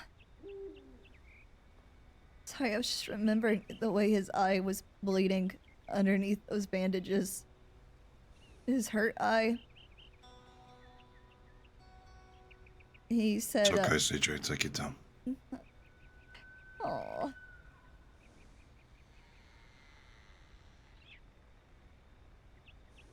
he said, "Do you think I'm going to die?" or something like that anytime soon. And I don't remember the exact wording. I said, I think we all die. I said some it comes sooner rather than later. I said, but I think it would be underestimating you to think that you're gonna die anytime soon. And he said that when he dies, that the rest of his gang will continue it on. And I told him I thought he was wrong. I said I couldn't believe that these people cared about it the way he did about Van Horn.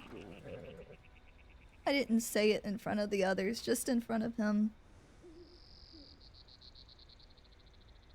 And, he told me, he said, "You're a smart little deputy. An observant one." He said, "But I don't like that." He said, "I prefer y'all dumb, like McGregor." And, he walked away. And, you know, I sat there and I just started crying because I sat there and went, I was saying sorry to you and Hank and Hugh and my parents and Dean about how I was so sorry that I got myself into that mess. I was so sorry that I wasn't coming home. I was so sorry that I was scared. And he came back. And, he told me I was going to die. They took me out of that cage. He made me stand where they had just hurt somebody before. There was still blood pooled on the ground. And he aimed his gun at me. And I froze. Like I said before, all that reading I had done, everything I'd done, so I wouldn't be scared, as scared. Because I've always had a problem talking. I told you about those times as a kid being mute, being unable to speak when I was scared. And he was so amused. He said, "What's wrong? You even noted in your notebook. You even noted in your notebook. Be confident. Speak." He said I was doing a disservice to myself. And he was just so amused. And I was just trying to get the words to come out. To use anything I had learned through all those pages, through everyone's experience, and nothing was coming. I couldn't get the words out, nothing was making it okay. I sat there and realized he's just gonna kill me and nobody's gonna know. But then he made me stand where they killed Ducky. And he had Pete start playing the piano. And he lit a cigar. And I started finally finding the words. He told me I fucked up, telling him I was off duty, and all I could say was I just didn't want to lie. Just such a stupid answer. I just didn't want to lie. And the thing that changed it was I kept saying, "Why do you want to kill me? How does that serve you? How does that serve Van Horn? What does that do for you?" He said, "You don't think it's reasonable to kill and have one less deputy?" I said, "You want to kill one deputy that doesn't even want to hurt Van Horn as itself?" I said, "You want to kill a deputy that just looks at it as another town?" I said, if I die, there will always be 3 more cadets to take my place. I think, we've lost 7, 8 deputies since I became a deputy. I said I was swore in on the blood of another deputy not even 20 minutes after he passed. And I said, you know, people have to learn from history. And he was just so amused. And that's the part that bothers me. And I brought up Peaches and Sissika. I said I had been doing my history because he said you deputies never learn from the past. And I said, I'm trying. He brought up some names I didn't know. And he said, you don't even know that. But when I brought up Sissika and Peaches, there was a change.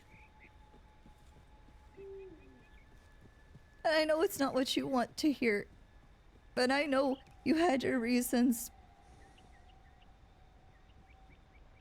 But I said how that line shouldn't have been crossed.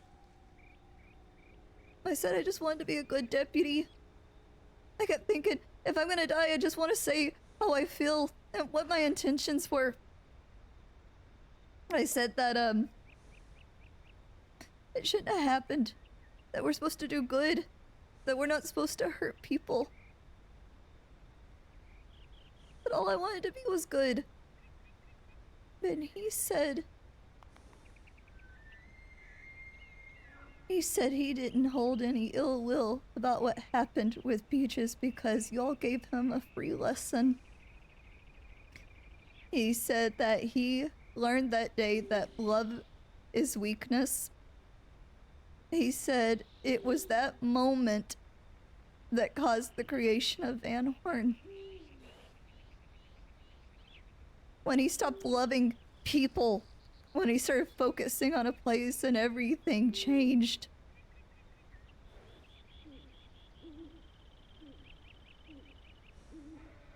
And I told him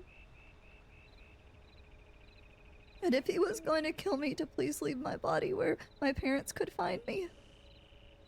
So that they would have the closure, that they would have something to bury, and that I didn't just disappear. And, but after we talked about Sissika and Peaches, I didn't want to bring up all of his history. I didn't want to bring up everything I had learned. I didn't know what to say. I didn't know what pieces of his history to try to say anything. But saying that caused a change. And he grouped all of them together. They stood together. And then I could hear Scout go, she's like a newborn little deer.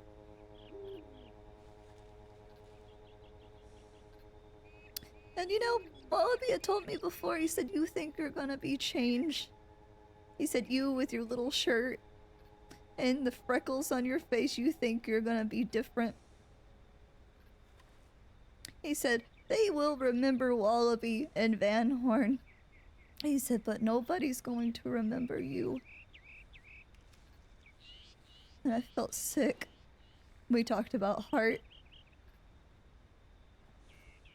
He told me how Hart was the one that asked for the duel. But when they all grouped together, Wallaby pulled out his gun and he walked to me, and I thought, you know, that's it. I'm dead. And he walked to me and he said, good night, deputy. And then I don't remember what happened. They say I was dropped off in Annisburg at the sheriff's porch. There's a tip called Lost Lamb, or Little Lamb, something like that. That there was an unconscious deputy that could really use a friend right now. He must have hit me, because when I woke up in Saint Denis, I thought I was dead. Sand. My face hurt. My face was wrapped up. They said they put a bunch of stitches in my face. And, Dean was there, and Marigold was there, and I grabbed Dean's hand because I realized, oh my god, I'm alive, and I just need to feel that he's real right now. And then the next thing I did is I was pulling myself out of that bed trying to find a sheriff to say, please don't go after Van Horn right now. Because I told you before I didn't want anybody else to get hurt if I got hurt. I thought about Hart. I thought about Rabbit. I thought about you. And I thought about how people are willing to do terrible things when people they care about are hurt, and I didn't want it to happen. I didn't want my stupidity. I didn't want my weakness. I didn't want all that to get people hurt.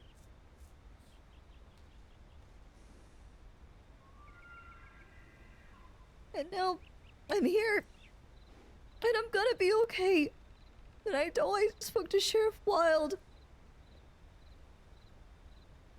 But all I could say to Marigold is, what are we? I have looked up to so many people in this department. I see them as the ultimate good, everything I want to be. And I realized, if everybody's the same, if everybody's willing and able to do these things, then what am I? Who am I? If Hart did all these things, if everybody did all these things, then who do I look to for guidance? Then what am I? Am I the bad person? Have I thought I've been doing good all along and I'm just this thing that's been doing it all wrong? But Wild gave me a lot of insight. And you know, maybe nobody will ever remember me. But I don't need them to remember me. I need them to remember what it feels like to do something good. To give second chances, to not cross the line and make something worse.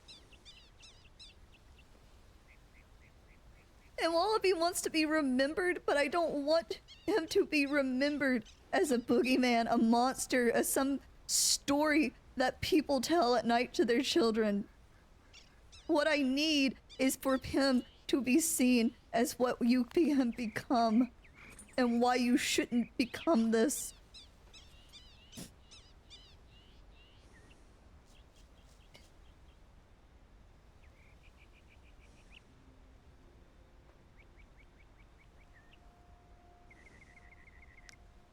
It changes nothing. It's not going to change what I'm doing. It's not going to change going after them or looking into the history. It changes nothing, but I need to know why I'm alive, Sand.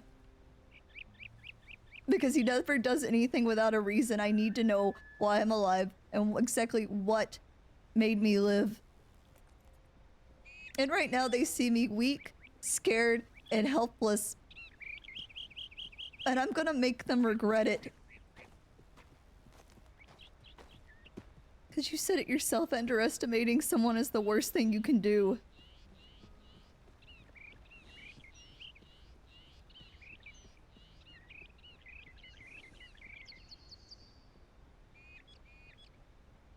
I love Sand. Hearing you then, CJ, has broke my heart.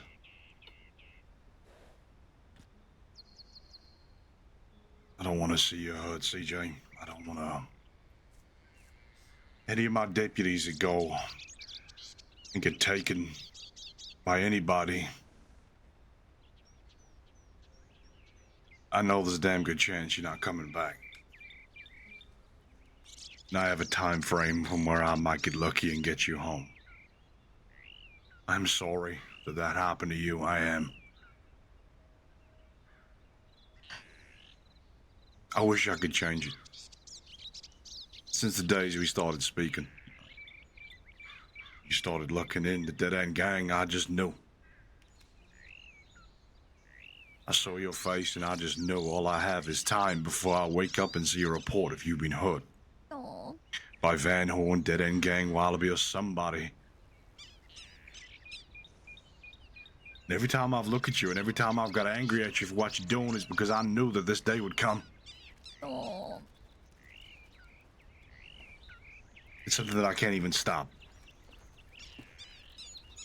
There's a man who prides himself on protecting everybody else around him. That hurts me. Aww. And as a sheriff, it's my duty to bring you home. And I can't even keep control on it when I want to. because of demons like the Wallaby Kid. And these shadows seem to be able to cast wherever he pleases. And I look at all the faces of all my deputies and I know that all of them just have time.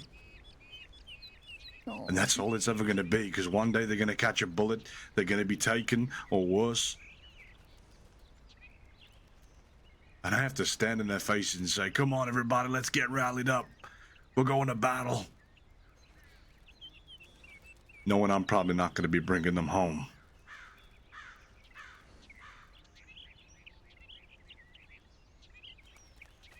Van Horn will always be alive. It's a town. It will never be destroyed. It will never flatten. Van Horn is an idea. Very deep-rooted one now. That day in Sisseco with Peaches. A lot of people have said to me, do you regret what you did? And my answer will always be no. I don't regret it. I don't. Do I blame myself for the creation of Van Horn? It's crossed my mind loosely. I knew I saw a change in him. And these words he said to me that night haunted me when I stood there.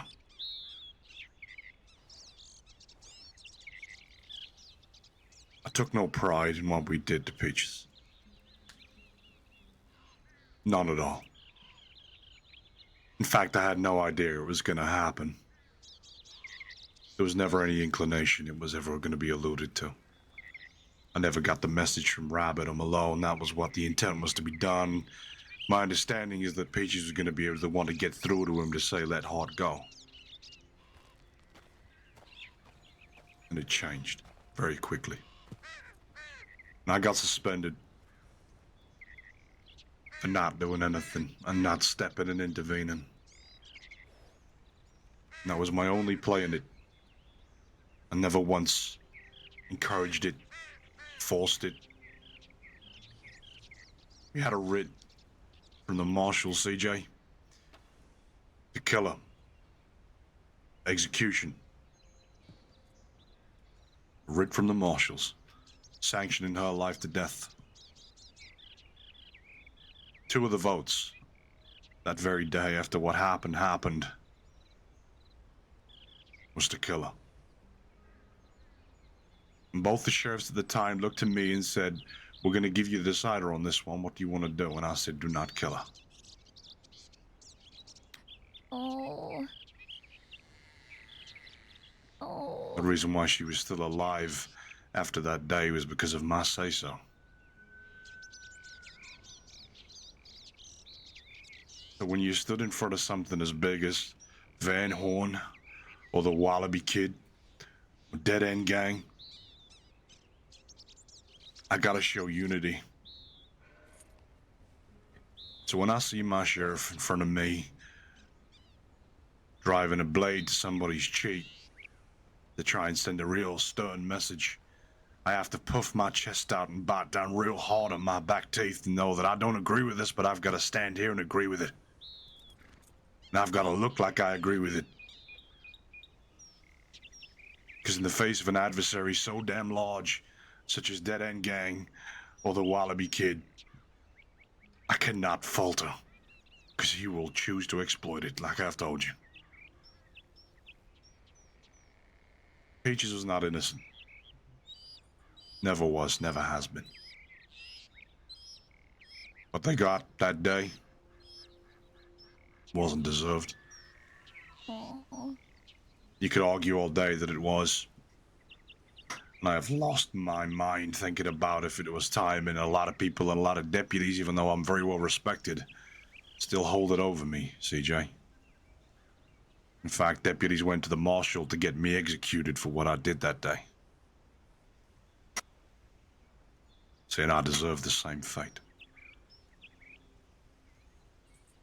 But that day, what we did, sparking up something in Wallaby Kid, was me biting back and looking the man dead in his eyes, saying you are not immune to the shit that you do. And when you think you can just go behind a life and think that I have to bow to your will, I don't bow to your will, Wallaby Kid.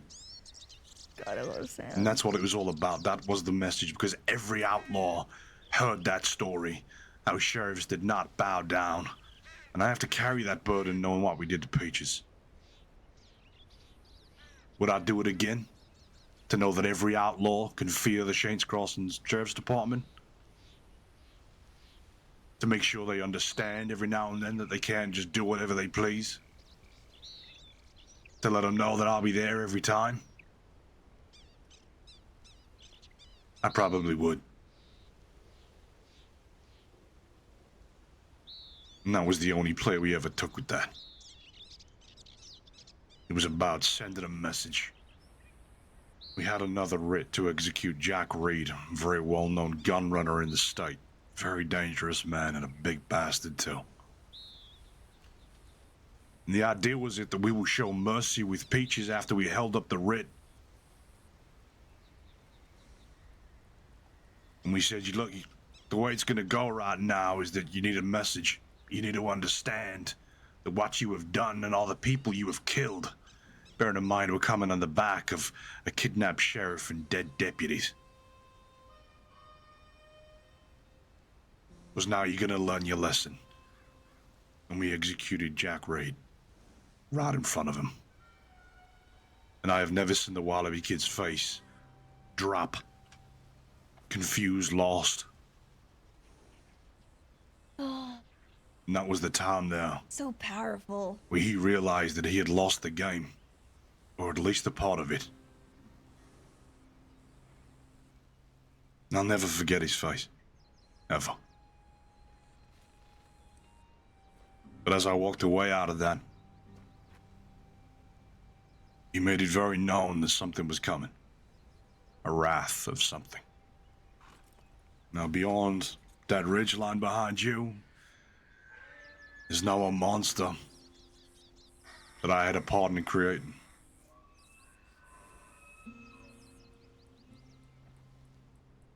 WildRP Kid is a monster, but the bigger beast is Van Horn. And the reason why I am so damn close to this case is because I have to take responsibility. Because I swore an oath to be accountable. Oh. So if it means my life, or I have to give every goddamn day to stand in between them, I'll do it. That's why he goes after it so strong, because he knows what he did. Kept you alive. Maybe for a reason. Maybe. There's been a lot of deputies that have gone in there Holy shit. expecting to die. Me included. And coming away. There has been many deputies that have gone in there and never seen light of day ever again.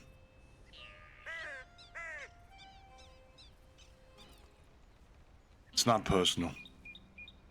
CJ. It's never personal when it comes to us going back and dealing justice and harm to people that deserve it. So you asked that you wanted a sheriff and you wanted to say, don't go there, please, do not go into Van Horn, please, don't do it.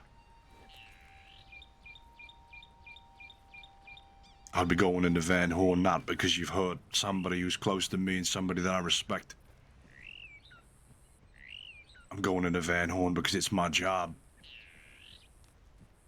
Because if not you, who else? Who's next? It's never about going out there and harming someone because you hurts one of mine. I lived that life, CJ, for a long time. Before I was a deputy. And this goes no further. There ain't many that know this about me. I had a group of friends. Rabbit included. There's two folk. Austin and Sally, known as the Bloodletters in the state. They were harming a lot of people. Taking their blood. Doing whatever sick, twisted shit they wanted to do with it. And they killed a lot of my friends. I dedicated my life to vengeance. So much that me and Rabbit assembled the crew and went up to the snow after we tracked him down, and I was gonna kill that man. I tied him up, dragged him down to the old mining camp. Put a gun to his head, threatening to fucking kill the man. chased his mom down the goddamn embankments, swearing blind that I would murder them. I love this lore. Sand's so fucking good. Deputies rolled up, and McGregor chased me through the snow. Over and over and over again, felt like a fucking hour. Trying to bring me in for what I was about to do. And I fled, far away. Hid in Big Valley with a friend. Oh my god. I got a telegram from a sheriff, Sheriff Carter,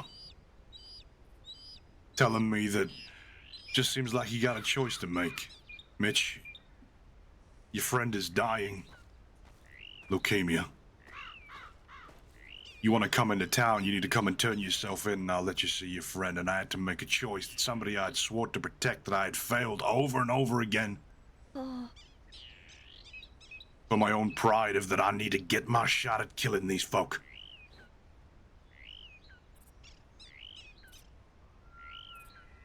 Something came over me in that moment where I knew I had to do what I wanted to do. I had to turn myself in, and I did, and I served my time. Can we just talk about how amazing Sand is? Can we give Sand all the love?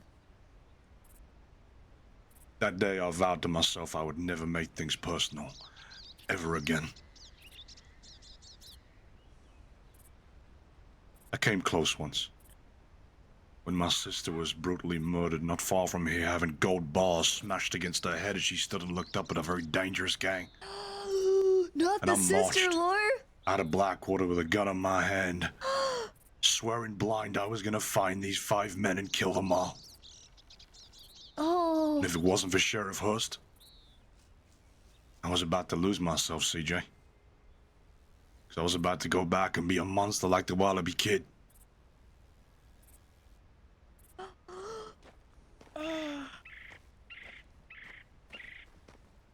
It's never personal.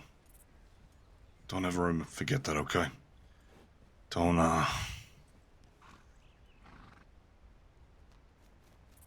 ever make it personal. And when we're going to do shit in your name, because something's bad's happened to you, I'm not doing it because it happened to you. I'm doing it because I don't want anybody to feel the wrath that you have just felt. Because I cannot live my life, keep looking at my deputies thinking, who's next? And so far in my entire career, that is all I've ever done.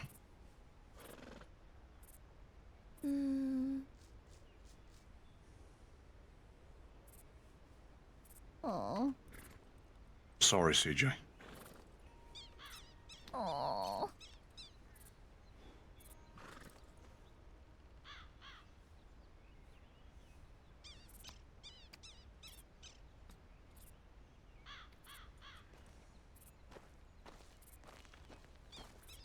I hope somewhere we can find something that comes good of this, and I hope we can end Van Horn in some way. I really do.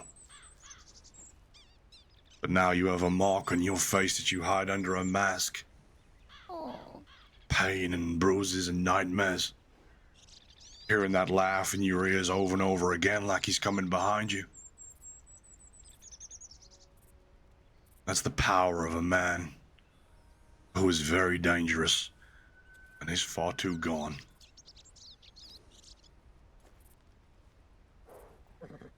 And I hope, I really do, I hope we can find some way to end it. But you know now, firsthand, you will not be the last, CJ. Oh. Maybe I'm next. Hugh, Hank. Maybe Mercer's down there right now, being picked up by all of them.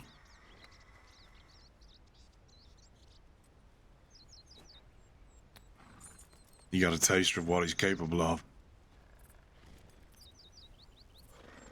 You know, my father said to me once, CJ, he said, imagine what a man is capable of in your own mind. And then pause on that and multiply it by 10, and that's what a man is truly capable of.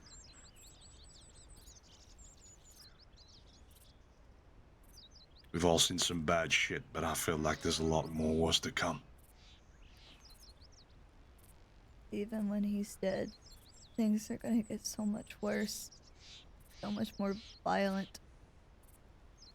Like I said before, I don't think these people care about it like he does. Maybe they think they do. But what happens when Wallaby's not there to check and balance them? And you know, that's what Wallaby told me when he had that gun. I just need you to know it's nothing personal. I just can't have you running around anymore.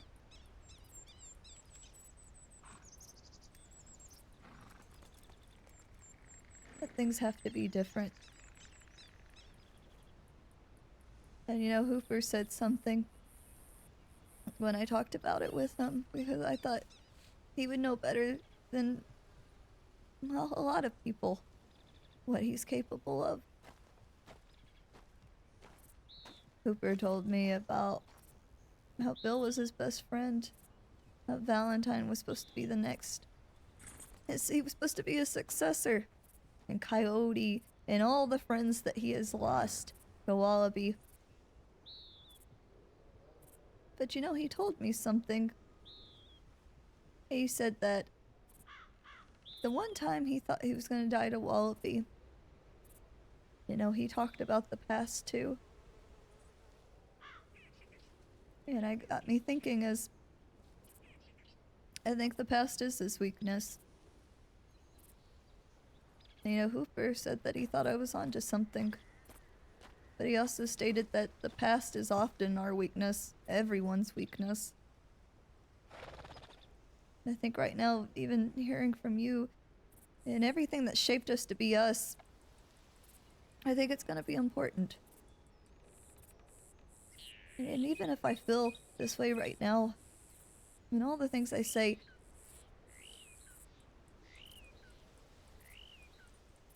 it's still, like I said, it changes nothing.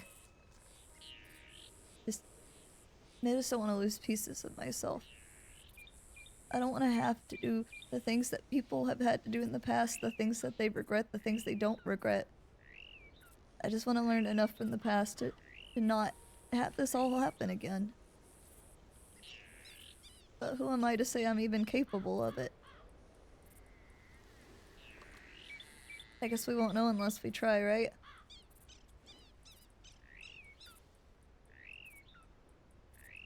Oh. Sad truth. CJ. Sad truth. A lot of people have said to me that I've changed in this job, and I know I have. I swore blind the day I got my badge to Senior Dr. Bellatrix when I was with her that I would not ever give her up for my job. Oh. And it all started, and I pushed her away. Slowly. What? Over time. What? Stopped seeing my friends. Oh. I didn't stop caring, but I felt like the job needed me.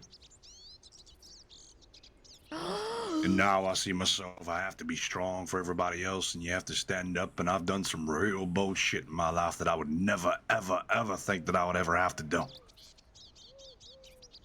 I don't want to be here, CJ. I want to be somewhere far away, doing fuck all, sitting around, doing nothing, enjoying life. But I just can't. I can't, because all the pieces of me have been lost. And all I know is this. So maybe you'll be the same. But I hope you can be the difference.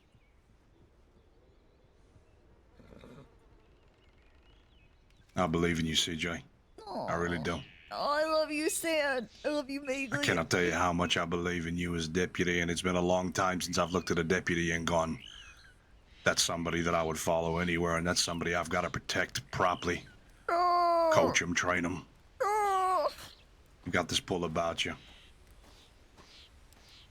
I'll be honest, you've given me a bit of hope. It takes a lot to me to Let me be your have hope, lighthouse. CJ. Oh, the lighthouse. When I said that you remind me of my old friend, Hudson. Sheriff Hart. I mean it. I mean it that you remind me a lot of him.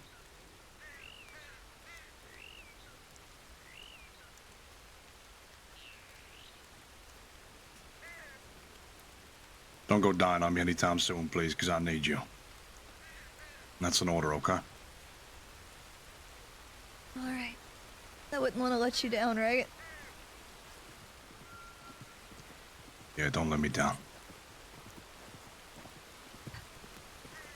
And I'm sorry, for what it's worth, what happened in Cisco. I know it'll play on your mind of what happened. And I hope that you can find somewhere down the line with what you might learn of my reasons why I had to stand firm in front of an adversary who would destroy the department if I showed it. So I'll also try not to let you down, CJ. Oh.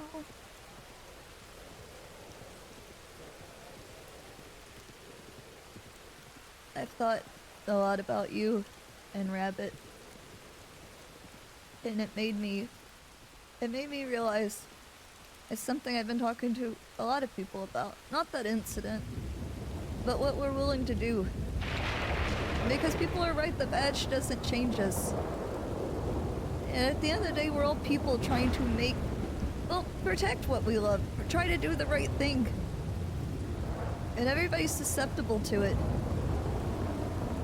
And what kind of person am I to give criminals and these killers and all these people chance after chance after chance to forgive and forgive and forgive? And what and who am I if I can't do the same for the people I love the most? The people I look up to.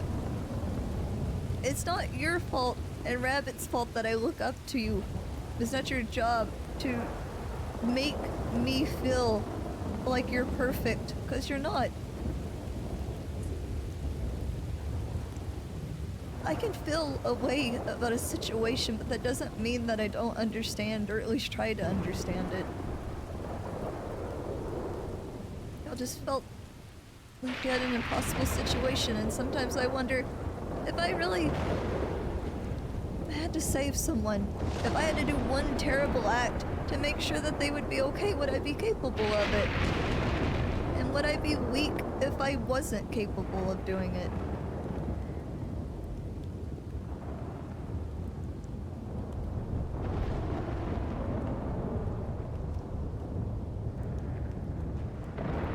It's just a lot to think about.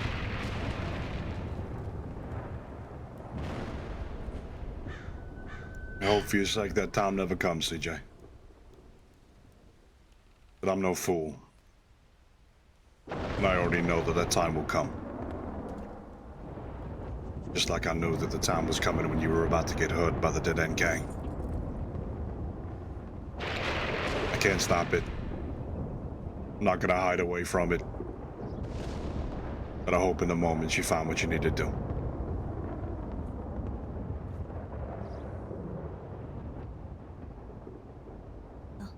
I guess until then, I gotta make sure the rest of the crossing ain't burning, right? Yeah. You know? Yeah, we got a job to do. I hope Hank doesn't gut us, because I just remembered that I think he's cut pursuit training right now that I signed up for.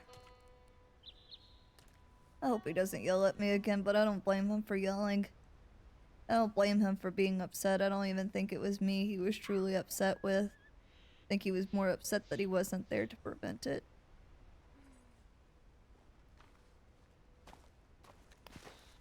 He shouldn't get angry at you, CJ. You can blame me. Hank only gets angry because he cares.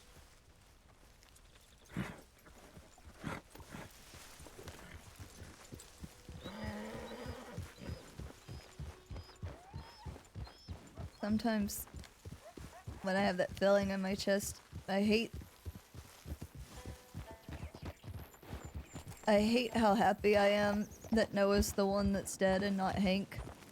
Because I shouldn't want anyone dead, but if it was going to be one of them, I'm really glad it's Noah.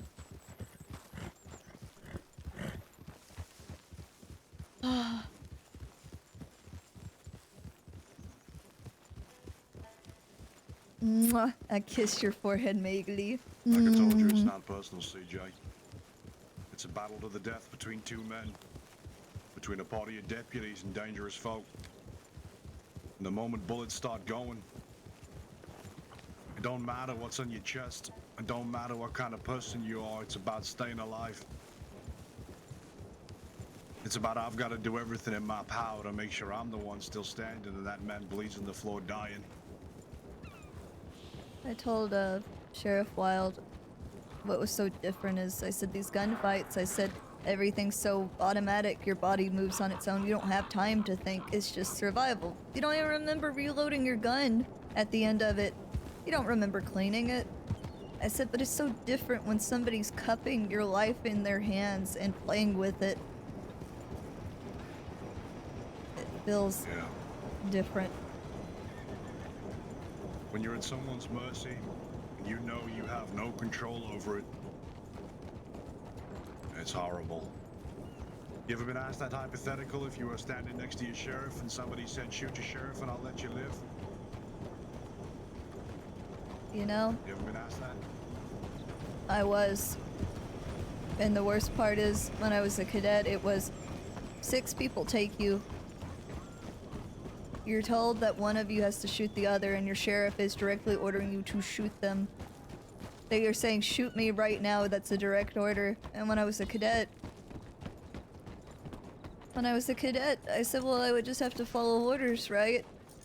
That's what I would have to do, and I remember... Who was it? It was, Gosh, I can't remember his name off the top of my head. But I remember he was so disappointed. He seemed so appalled by what I said. And it made me think a lot that I don't think I'm ever going to be able to do it if I was ever put in that situation.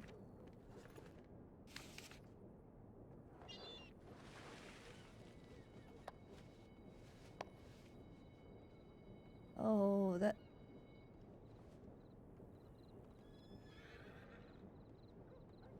What have you done? I have a telegram with no sender. It's just each word emphasized with what have you done. Where was it sent from? Emerald. How long ago? About maybe 40 minutes ago.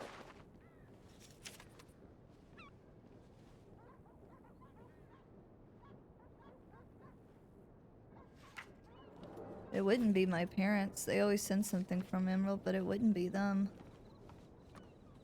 I'm not sure. Oh, excuse us. Probably something we need to keep an eye on. Everybody worried about you. Everybody worried about me? Yeah. I'm just fine. If you let the tip line know. Here, I'll send something real quick. If you let the tip line know. I have done. Alright, perfect. Oh, never mind then. Got a whole fucking group on its way over to find you. You know, when I was here in Annesburg, there was about 10 deputies, and I said, I'm going for a talk with CJ. I'll let you know when I'm back. Oh, of course, yeah. And then nobody, said anything about it. Yeah, that tracks. Shock. Also, who's been putting the apple filling and smearing it everywhere? Who is not eating like a civilized human being? Mary McGregor's doing it, apparently. I'm gonna rip his fucking fingers off.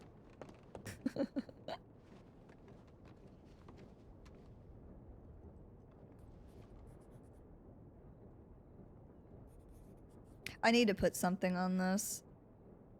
Call it like a worn coin. Pizza. Ooh, might now. Also need to put my long arm back on my back. Oh, look, there's a telegram. Look, from class. Oh, sorry. They went off for a conversation. I think they're fine. But too late now, really.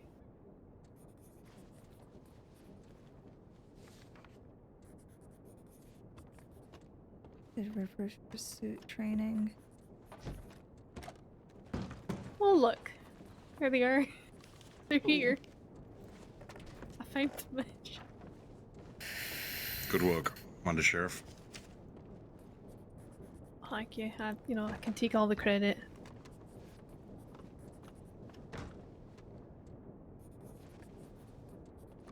I need to find Hank. I'm feel so bad. I missed his pursuit training.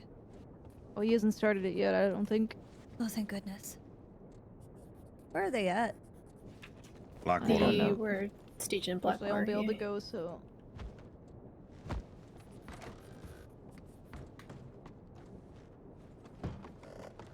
Do you want to go to Blackwater, Sand? Or are you staying around here?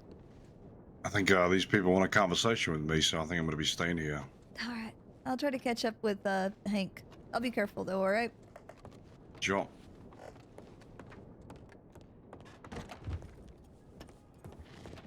What do you mean, what have you done? What the fuck?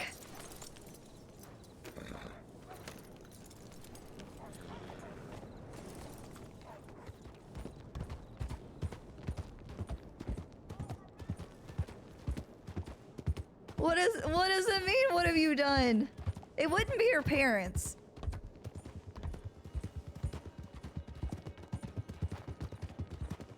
It wouldn't be her parents, because her parents wouldn't send something like that.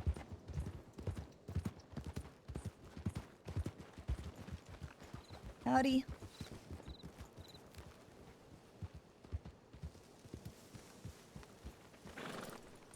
How are you?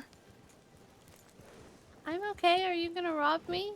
What? No. No, I got some bandages on my face that I'm covering up just to keep them clean.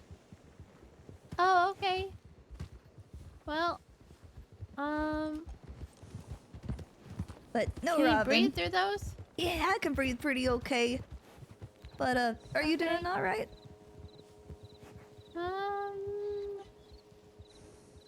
I have to think about it because there's a lot of emotions to sift through. I think, yes, I'm okay. Well, I'm glad you're okay. You know, you live in Van Horn, right? Yeah, I live there. You know, could you tell me if, you know, obviously I can't go into Van Horn. Is there a pretty good place to see the lighthouse out there? What do you mean? I don't mean it by any other kind of deputy way. I don't mean it in any kind of sneaky way. I just mean, I really like lighthouses, and it's the only lighthouse I know of. And we have the only lighthouse in the crossing. I guess I was just wondering if there's a place to be able to look at the lighthouse without going inside there. With not spying? Yeah, without spying.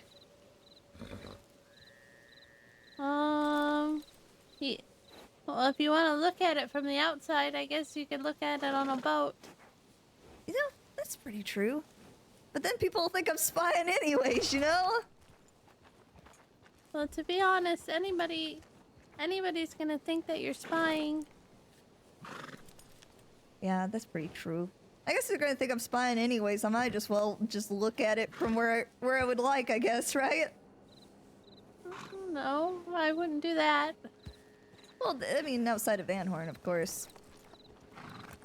Way outside. Yeah, way outside. I don't think I really care to ever be in Van Horn again. Again? Did you come there once? Yeah. Yeah, I did. Not Oh. not by choice. But Oh. But it's okay. That's what I mean before about I'd like to look at the lighthouse. I'd never seen it so up close before. But I'm sorry. I know it's an odd question. I'm not trying to make you feel uncomfortable. I'm not uncomfortable. Well, like I said, if you ever need anything from me, my telegram's QL808, or quit lying Bob. But I'm gonna head on now to Blackwater, but you stay safe, okay? Okay. Bye. Bye.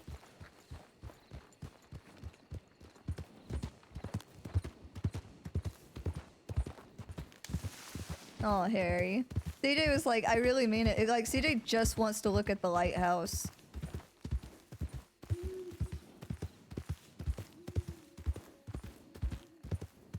She, like, literally just wants to look at the lighthouse. She knows that Harry's in there. She knows that Harry has to know what happened to her, unless it just got hidden from her.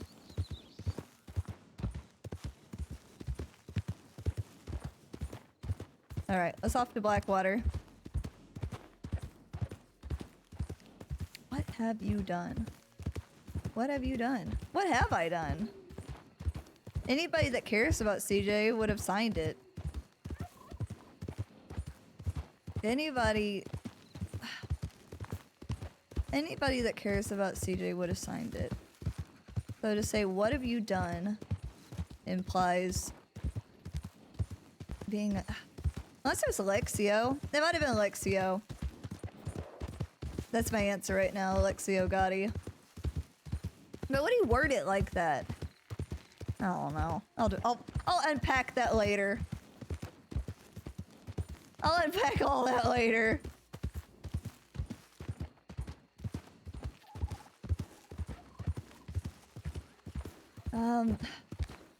No. Alexia wouldn't sign it like that, because even... And who says he cares enough about CJ to even sign something like that? Maybe I'm thinking too hard about it. I think I'm thinking too hard about it. CJ gets a weird... That's like the telegram that was like, I just want to talk. You can't hide from me. All that shit. It was never signed and nothing else came of it.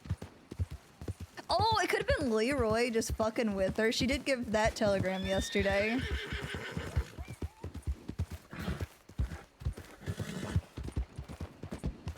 I actually don't know where I'm going right now, guys.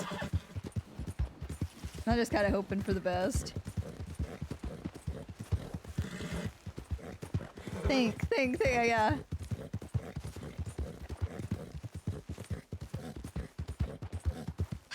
What have you done? What have you done? Because CJ's in the mindset of somebody being upset that she got hurt, but if it was somebody that cared about her, they would have signed it. Why be anonymous about it? Even Allura, unless if it's like, what have you done in the sense of being upset with her, like being mad. But CJ hasn't done anything. Not that I know of, unless I slipped up and accidentally said something.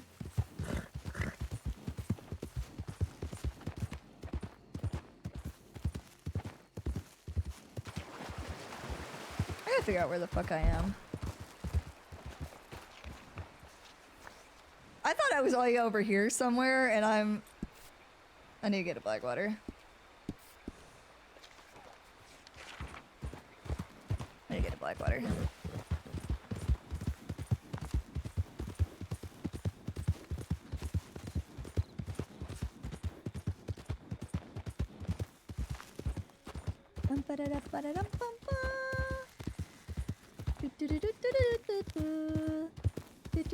Oh wait, I should do my...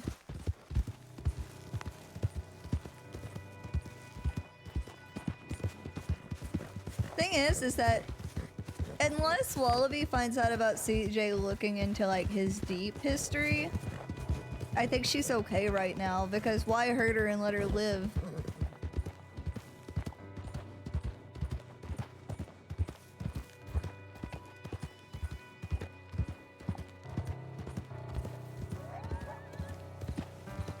Look at all these coyotes. I'm okay today. I'm just feeling a little uneasy. Like, I feel tired. I know what it is. I've been streaming too hard and I work full time and I haven't been sleeping very well because I get so wired after stream that I can't sleep. Just stuff like that. It's just a mixture of a bunch of things, and I think my body's wearing out. It's like 5:28 p.m. I didn't fall asleep until like 6 a.m. last night, or like this morning.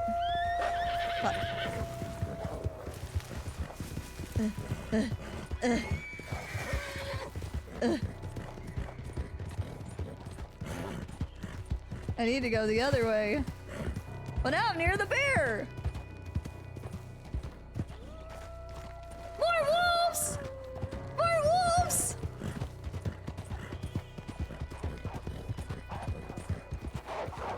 Don't throw me. Don't throw me. Come on, Ono. Come on, Ono. Come on, Uno! Gets hurt. Gets found by Wallaby again. I'm just like, man. Bitch, you can't stay out of trouble, can you? No. A Wallaby always repays his debts.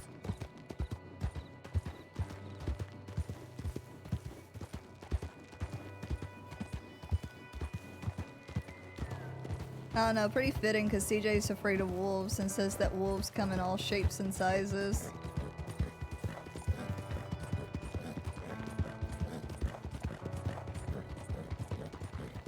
Can you believe we've almost already been streaming 4 hours?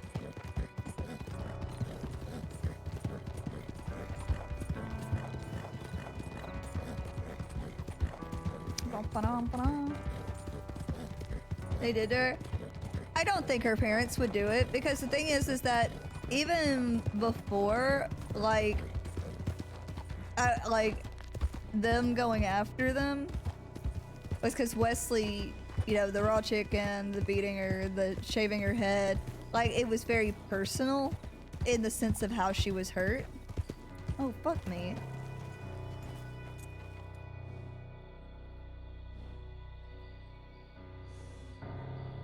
Oh yeah? Oh, that's glass.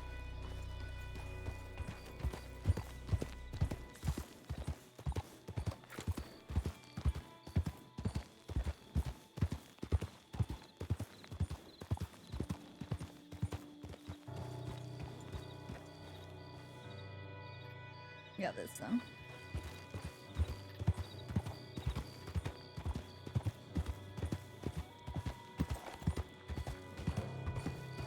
Can I get a roll of my way? Hey, you there with the mask. You know, the next time that you go from Shizuka and you see me enter, I'm happy to bring you with the boat. Oh, Not yeah. that you have I'm sorry. I had my ears were all plugged up. That's my fault. I apologize. Oh, yeah, How- yes, how's I'm plugged in up there? and you didn't Who's see in me there? with your eyes. There's nobody in here. Yeah. I'll see Oscar. What are you trying for? Where do you look like an He was trying to get time off of Wallaby's sentence. I think he got like 4 days off or something like that. 3-4 days? Something like that.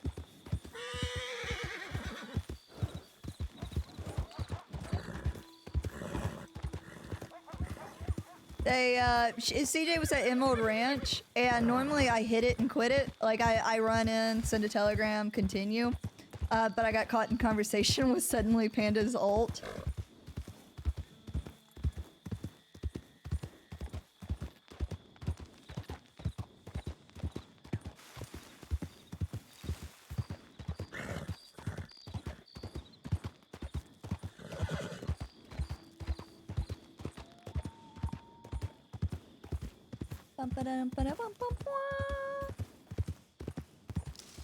This game's so fucking pretty.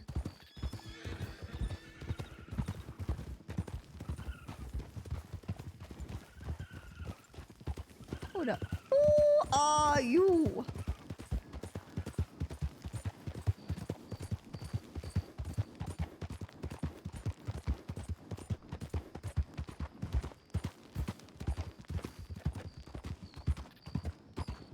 The shirtless bandit.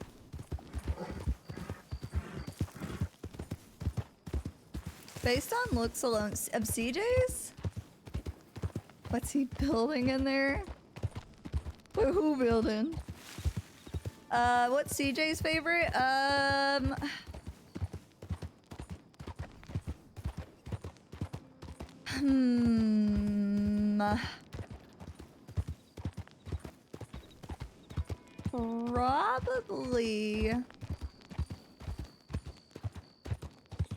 Probably Saint Denis, because CJ was born and raised on the outskirts of Armadillo. And you can't barely be alone if you're constantly around people. She used to be afraid of the dark. That place is always lit up. It's exciting. There's people. People are excited.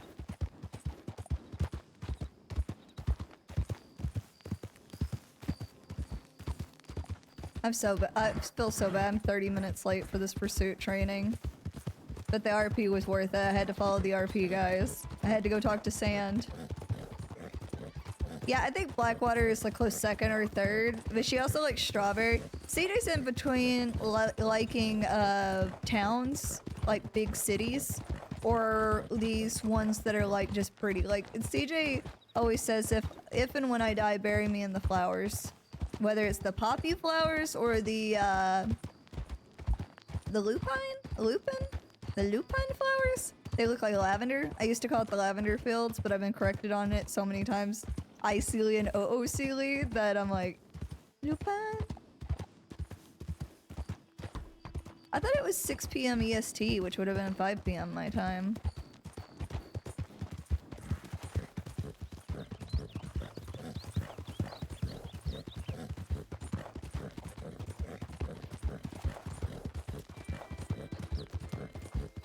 More flower grapes. CJ just...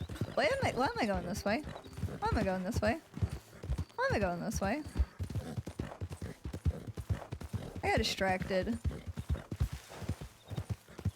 Yeah, back to roads we go. What the fuck? God, I wish that Telegram would have had a responder. That frog sounded like a person.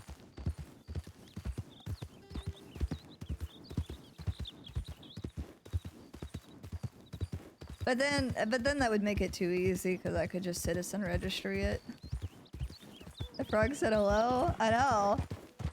I was like, what the fuck?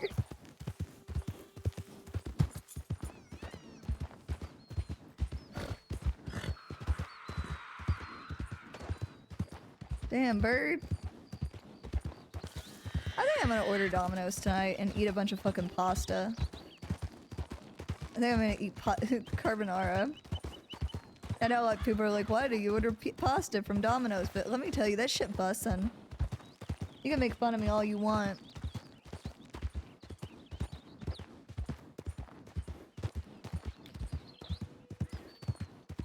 Oh, let's see, do I have it?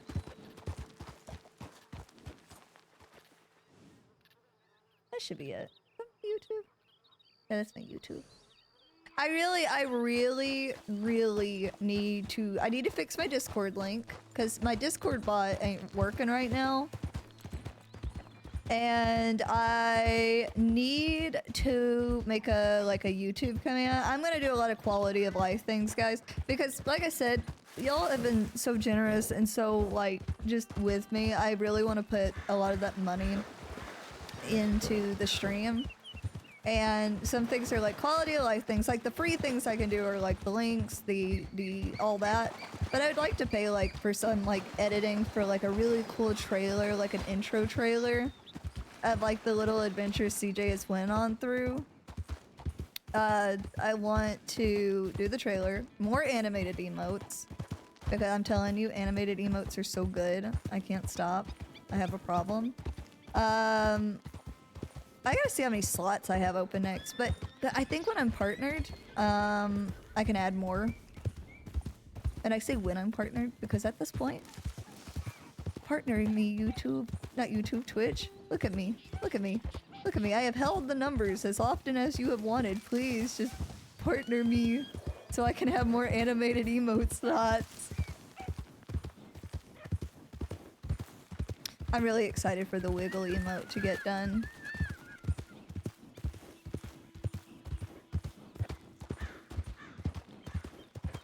Partner, you rat bastards.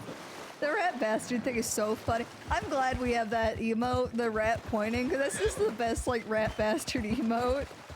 Like where I can get away with it with Twitch because I can't, you know, I can't have curse words and emotes.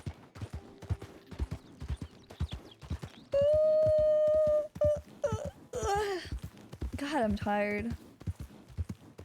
No, Platinum, y'all are good. Like, I appreciate it, but I can't think of anything else. Am I on horses?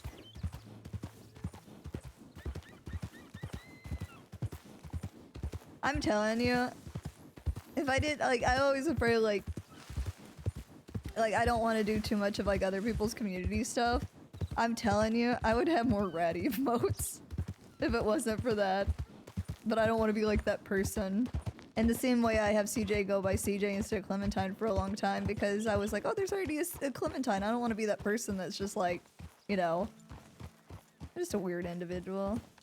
Need a golden pup emote? That'd be funny. Hank hates when CJ says golden pup.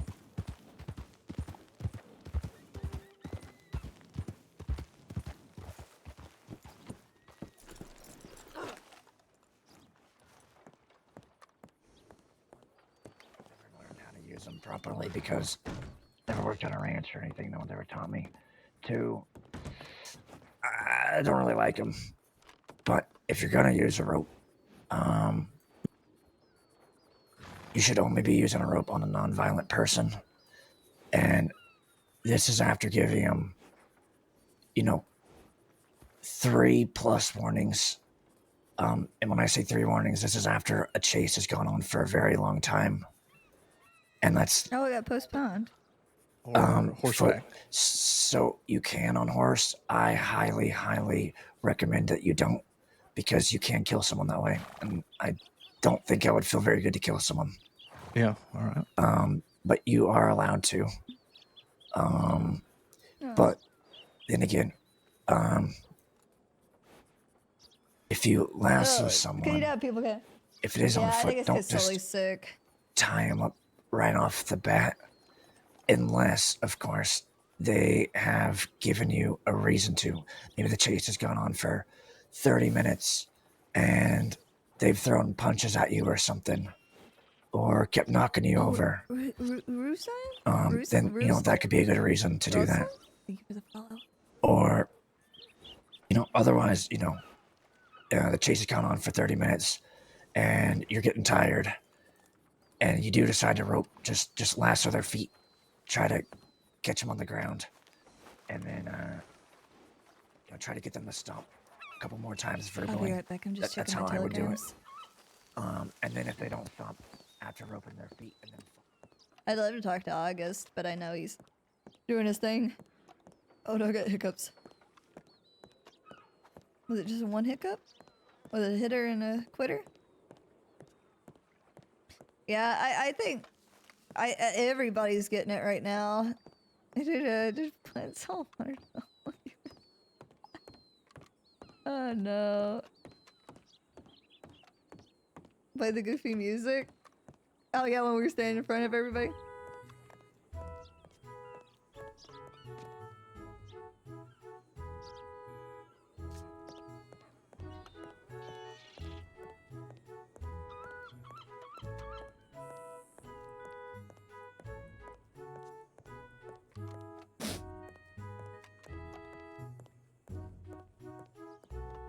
CJ's gotta keep her sense of humor somehow, guys.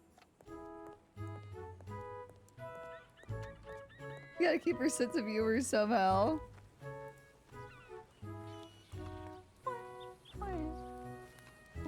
The copium? Yeah, it's her copium parasol. She coping. She's such a delicate little lady. Look at that stiff arm. That's the stiff arm of the law. She'll beat the fuck out of someone with that arm.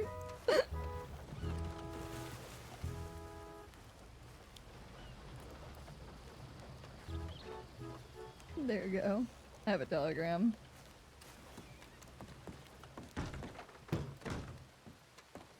Let's see. Sorry. Oh.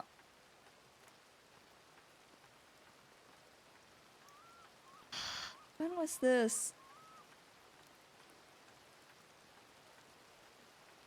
Sorry. CJ. I understand that you're lightly angry at me and I can't fault you for that. I have problems dealing with loss. People have died for my mistakes and Quinn was nearly one of them. She's in a coma, may not wake up. It's not for certain yet. And thought of losing you kills me inside. I couldn't bear the thought. I should not raise my voice to you and acted like it was your fault. It's not, it is theirs. I need you to understand that I love you dearly like a sister. I know we talk about it tongue-in-cheek, but it is real to me. Once we deal with Dead End Gang, I want to bring you to Mom and Pa at the Hammer Ranch. I want you to meet the rest of the family. I know they'll cherish you as much as I do. I wish I could have told you all of this in person, but I understand that duty calls. You're strong for getting right to it after the harrowing night you had. Stay strong. We need our lighthouse. I'll see you soon. For now, I'm gonna be with Quinn and pray she makes it out of the darkness. Love, Hank.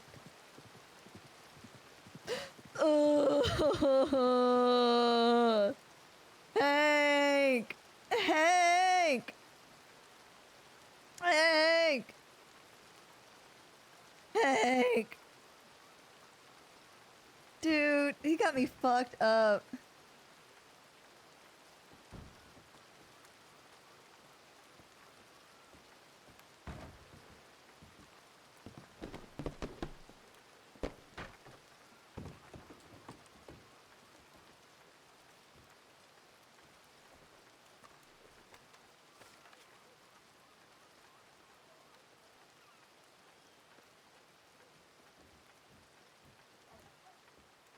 Good, I'm trying to think.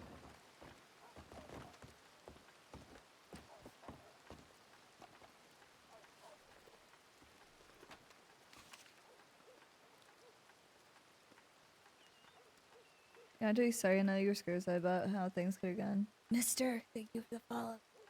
Could have gone last night. Right now. Feel like I shouldn't be alive. That man's laugh and his amusement has left it marked in more than one way. But I can't be weak. I need him to know that underestimating me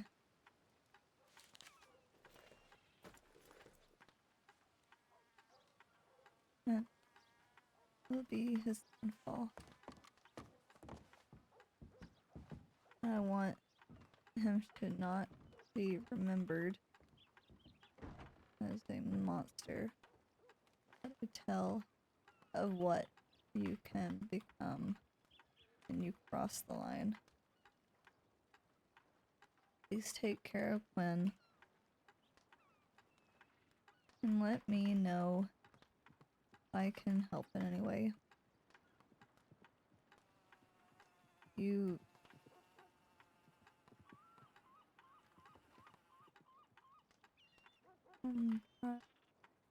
tribulations.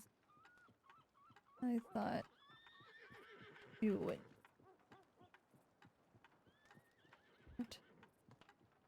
Coming home after everything with Noah and the talk of the duel was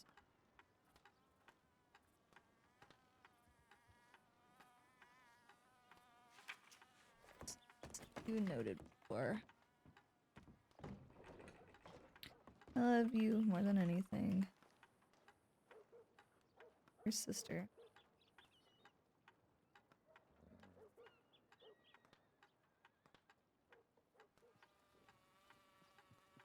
This is like their inside thing where he always calls her Dollar's Hammer. No. I love you. She said I love you more than anything, hanky panky. Fucking add hanky panky at the end.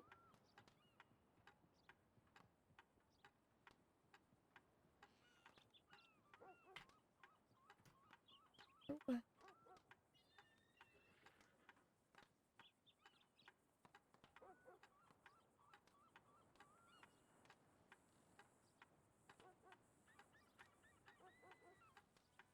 You don't have to worry. You don't have to be sorry. I know that you were as scared as I was about how things could have gone last night. Right now, I feel like I shouldn't be alive. That man's laugh and his amusement has left its mark. It is. It would be its. But it's ownership. It's ownership of the.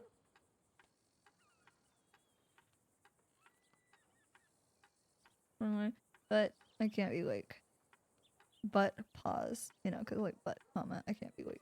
I need him to know that underestimating me and the department will be his downfall, and I want him to not be remembered as a monster, but a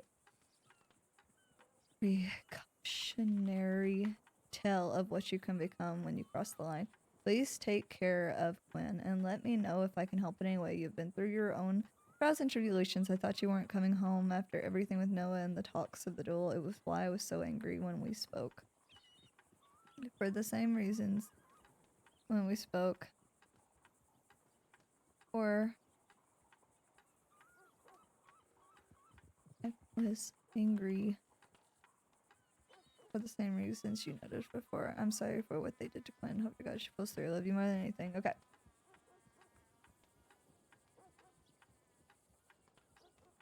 Oh, please take care of. Sorry. You ever like be so sure that you like have like your brain just fills in the fucking holes?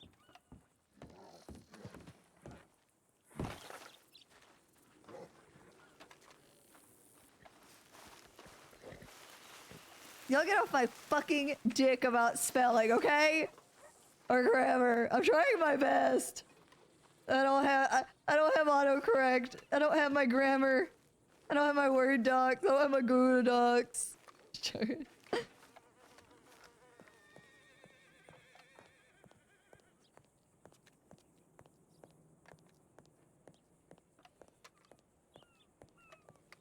Listen, I'm tired. Give me a pass.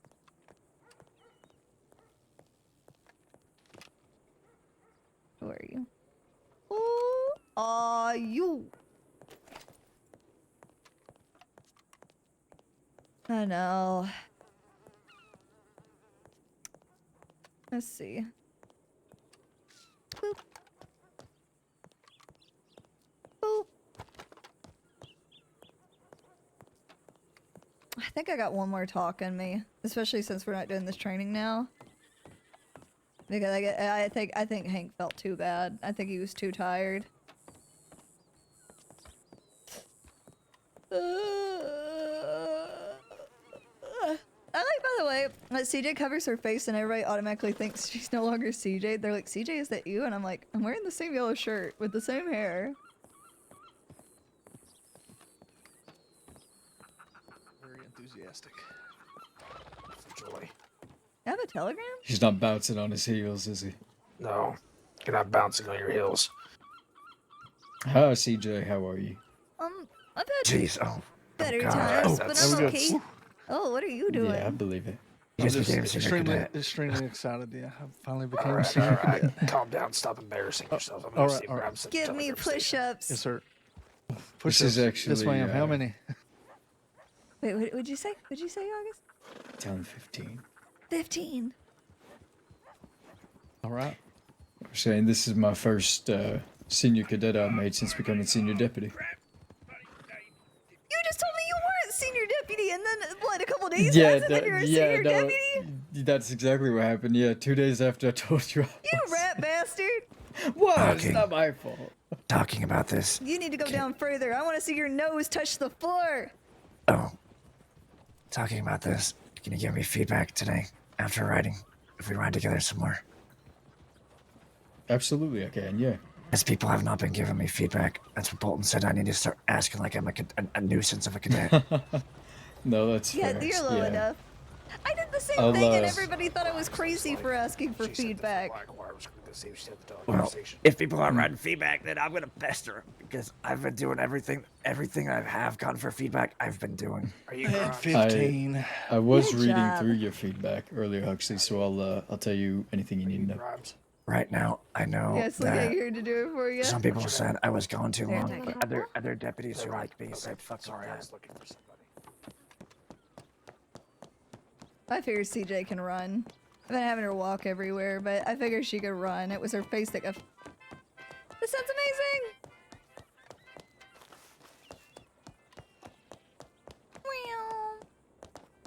Meow.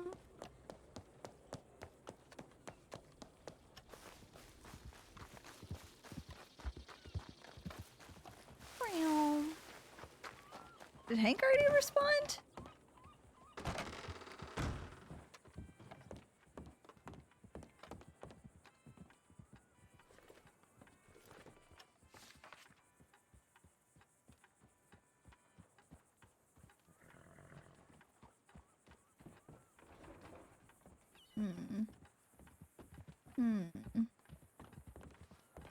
I need to get Alexio's telegram again.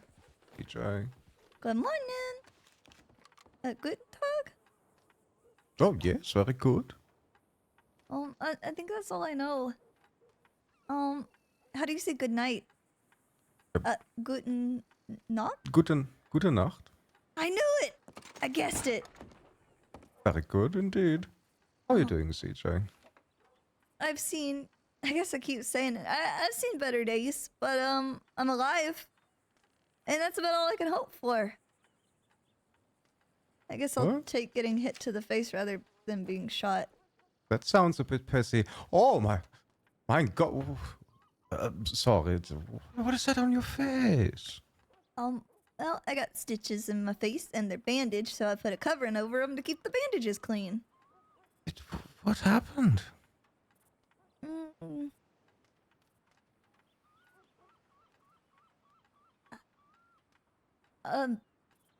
Have you heard of the rug store? No. Have you heard of Van Horn? Yes, most definitely. Well, they have this thing called the rug store, where they kill people. And I Wait, got what? and I got to see the inside of it. Oh, dear Lord. Are you all... I mean, this is a very stupid question, but are you all right beyond your face? I mean... I won't lie, I'm really not, but I'm pretending I'm A-okay until I am A-okay, because that's just the way things gotta be sometimes. Because I can either cry and be upset about it, or I can just put all of that in a box and just keep working, because it's not gonna change anything to be upset, right? I mean, it's not going to change anything just being upset. That is right. Yeah, but Where they killed have you talked to someone about this? Not exactly yet. There's still a lot to it. I'm getting telegrams out the wazoo today.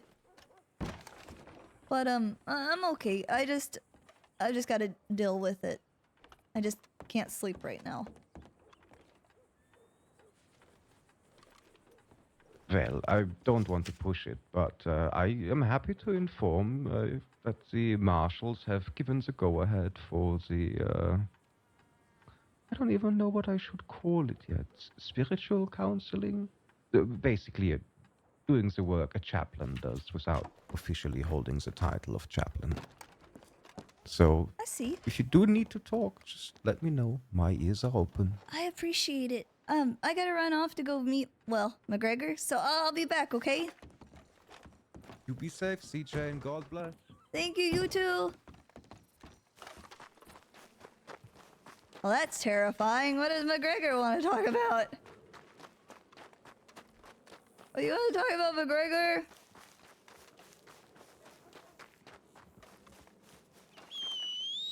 I hope my horse doesn't take somebody out. Well, that's terrifying. We're going! Woo! I just saw him, though. I just saw McGregor when I talked to Sand. So what's changed in the last 20 minutes? But she already told about the dumb thing.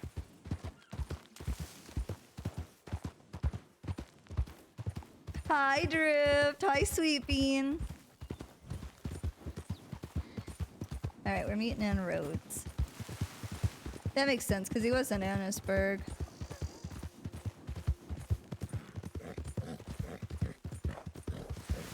Bum ba da dum ba da bum bum. Do do do do do do do do. Man, he was very serious though. Gregor was very intense. I'm like, what the fuck do you want to talk about? Thank you, Drew. Thank you, Sweet Beam. TJ, you're fired. No. I really need water. I'm gonna cross some water in a second. Also, I need to pee. I need to find somewhere to just sit for a second. so I can run to the restroom before, like, I have that long talk. I'm sure it's gonna be a long talk. Maybe I should relog for just a second. Maybe? I might relog for just a second so that I can run to the restroom, kind of collect myself before we have another long talk. 'Cause my butt cheeks are numb right now. I've been sitting too long.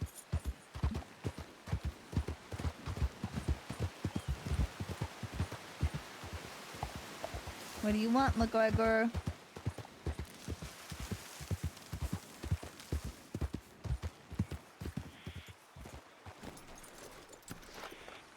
CJ's sitting over here like the girl that lived.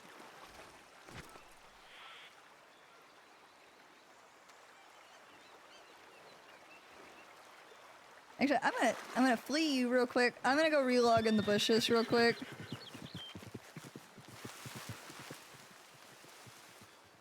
I don't know if I can get away with, like...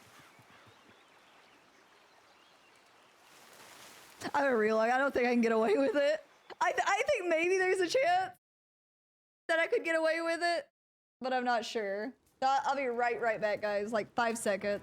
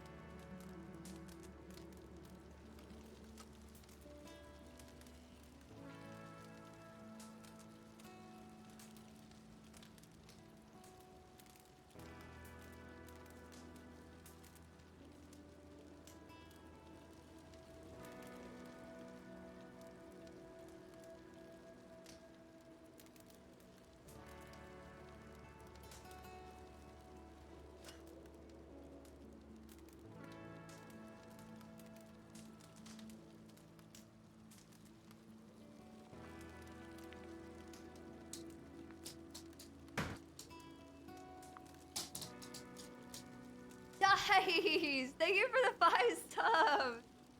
Thank you! Y'all are way too nice, y'all. Seriously. I don't even know what to say, just thank you. Echo. But I gotta get play with Echo when I get off stream. I've been streaming so much, I don't want Echo to feel neglected.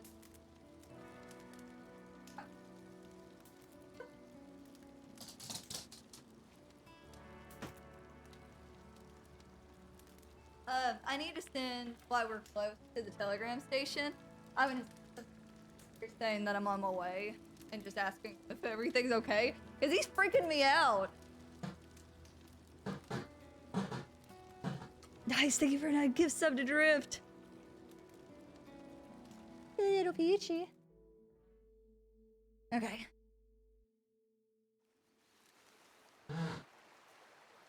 I'm settled. I'm comfortable. I no longer feel like I'm about to pee myself. So we're good to go. Yeah, I gotta give Echo the sweet pets because I've been streaming so much. I don't want her to feel neglected. Where am I right now? Yeah, it's right there. Actually, I know my way there. I don't need no stinking map.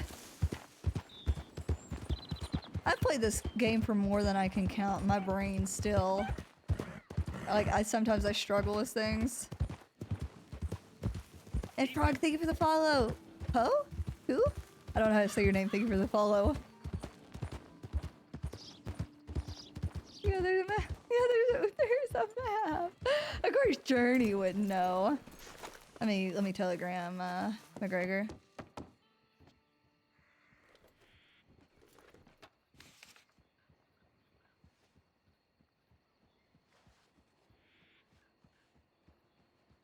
My way. I'm on my way. Is everything okay? You said it was official. $50. UL808. Okay. Off the roads! Let's go! With the way that fucking Thomas Woods rides a fucking horse, I would believe he doesn't have a map. Oh, Jesus.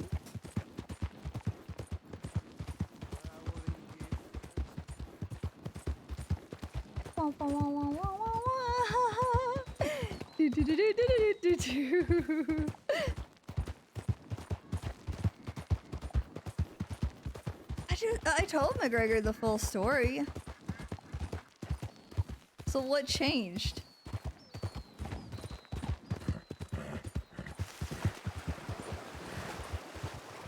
Journey touching street shots over here, yeah. Blip, thank you for the follow! I appreciate it! It's easy to know where you're going, it's just away from the law posse. Okay, alright. I can't argue with that. Official business. Well, that's what I'm thinking of, like, what else would they want to talk about to her? Dice, thanks for the gift sub to Journey!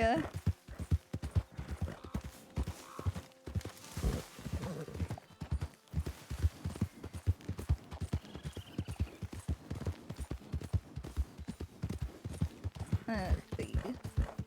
Why am I nervous? I feel nervous. Something doesn't feel right.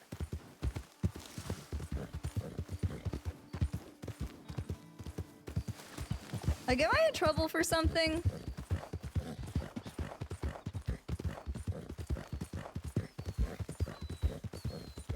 These are all rhetorical questions, by the way. Dice! You are way too nice! Thank you. Thank you for the gift sub to Blackberry. You think we need to do it? They did destroy it. I just keep, like, moving it up, like, by, like, 20 at a time, because I'm like, oh, yeah, there's no way we're gonna hit that. And then we do, and I'm like, what the fuck? Probably dehydration. Probably. I have such a bad headache right now. Like, my head is absolutely pounding right now. Yeah! Yeah, I know! They threw down so many fucking subs. This community has been so fucking good to me. Like, everybody's been so nice, and I don't know what to do with it.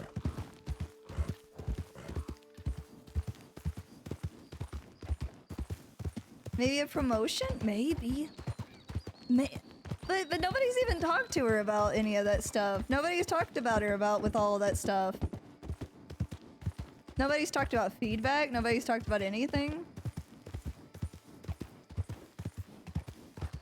Yeah, Valaby, me to balance it out.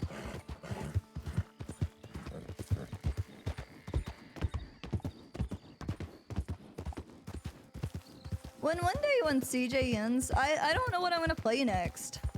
Will I always be a law character because I enjoy doing it? Will I do a criminal? How do I make another character that's so different from CJ when I enjoy playing nice characters? But should I always play nice characters? I never know what I want to do. Come make a criminal with you? Hell yeah. Anybody, Detective Dollars. I know, she's still gotta get her stuff.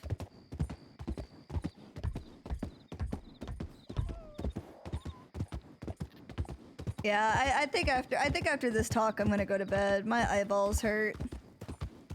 Also, I need to clean my house.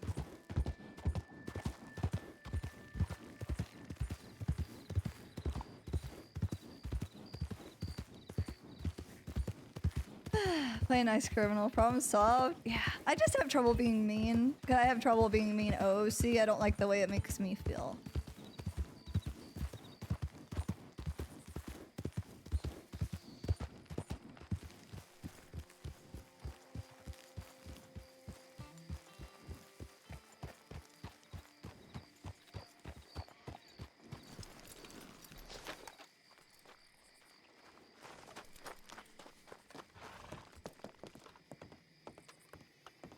You enjoyed it? Hell yeah.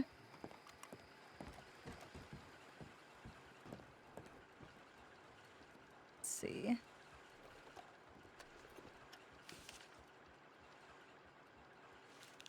That was from Annisburg. He was in Annisburg. Oh, excuse me. You're gonna make me be mean, just you wait. No!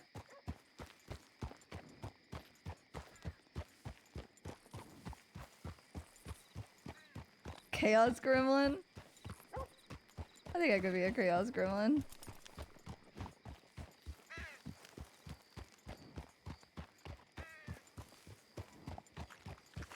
McGregor.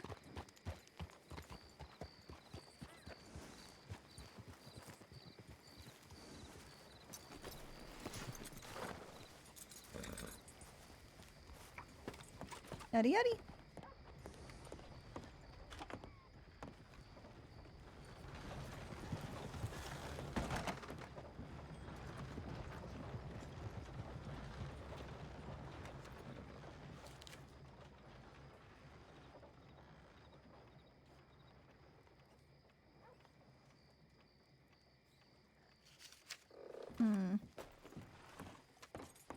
And I say, yeah, when I saw that, like, I rushed to get there. I was in a long talk, like, you know, a great RP talk, and I looked at the time and I was like, fuck. I was like, I need to get over there, and I got there and it was like, oh, postpone. I was like, thank God that I can do this later.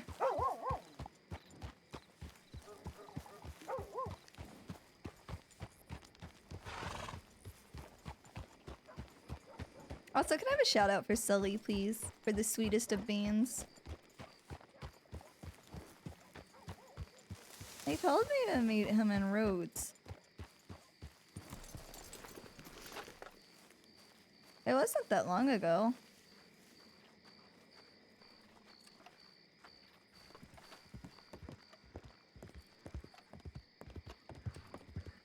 It was from Annisburg. I last saw him in Annisburg.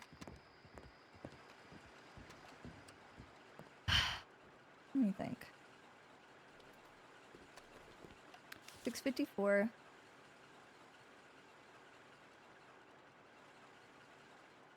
It was 16 minutes ago? 6 plus 12. Yeah, it was 18 minutes ago.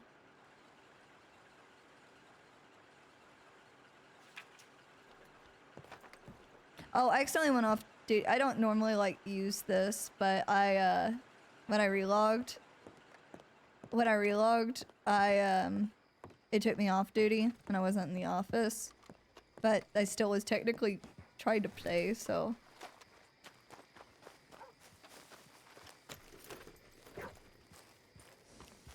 Let's see. To date with Dean? Yeah.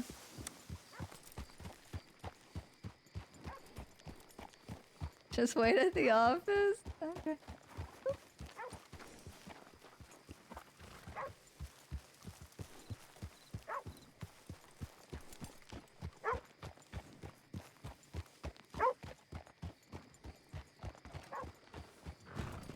Howdy. Hello. That's true. That's it. All that old chestnut. Alright, well, here's CJ for you. Oh, CJ, let's go up to the hanging platform. Okay. The gallows. Oh. Step one, you am I in wrong. trouble? No, you're not in trouble. Okay. I'm gonna come with, but I'm not gonna talk. Talked enough today. She's, don't mind her. She's gonna be stuffing toast into her mouth. Filling her gob. What's a gob? Her mouth. Oh. That thing that keeps flapping. She's gonna beat you up.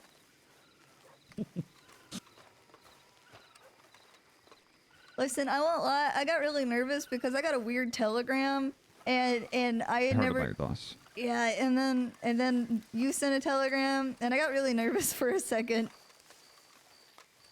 I will. Half the reason I'm coming here is so that you're not just you two up here, just in case.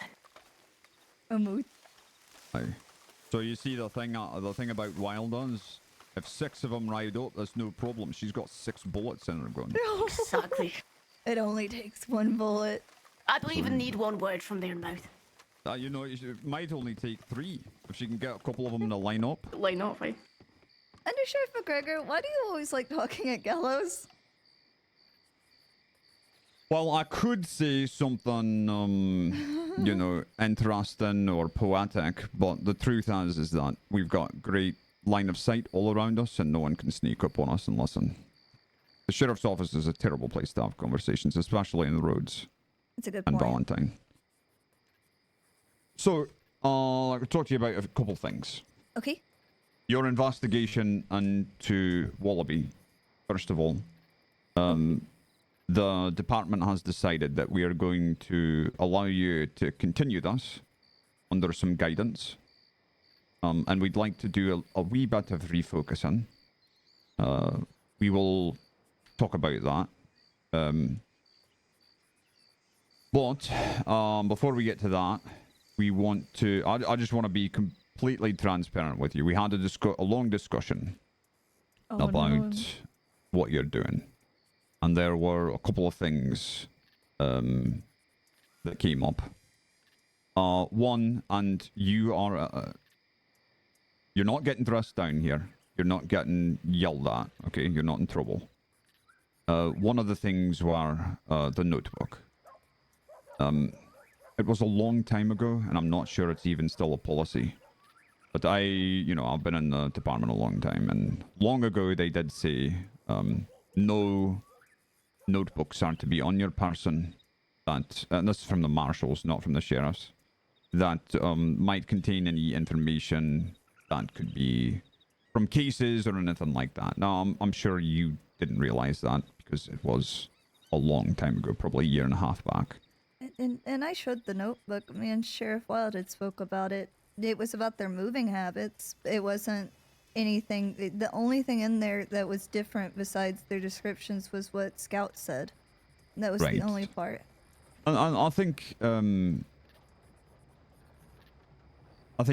the again, you're not in trouble, but we would like to limit information getting to the wrong people, and I do believe your life is probably at risk now. I do believe that there is probably going to be blowback from that notebook in particular. I think most likely from Scout, but that is something we will deal with as it comes. I would, my advice to you is to, if you see Scout and you're alone, make yourself scarce. Because I do believe that you might be in danger there. You got a telegram, didn't you? Yeah, it said, "What have you done?" But each line was spaced. Well, you may have unintentionally began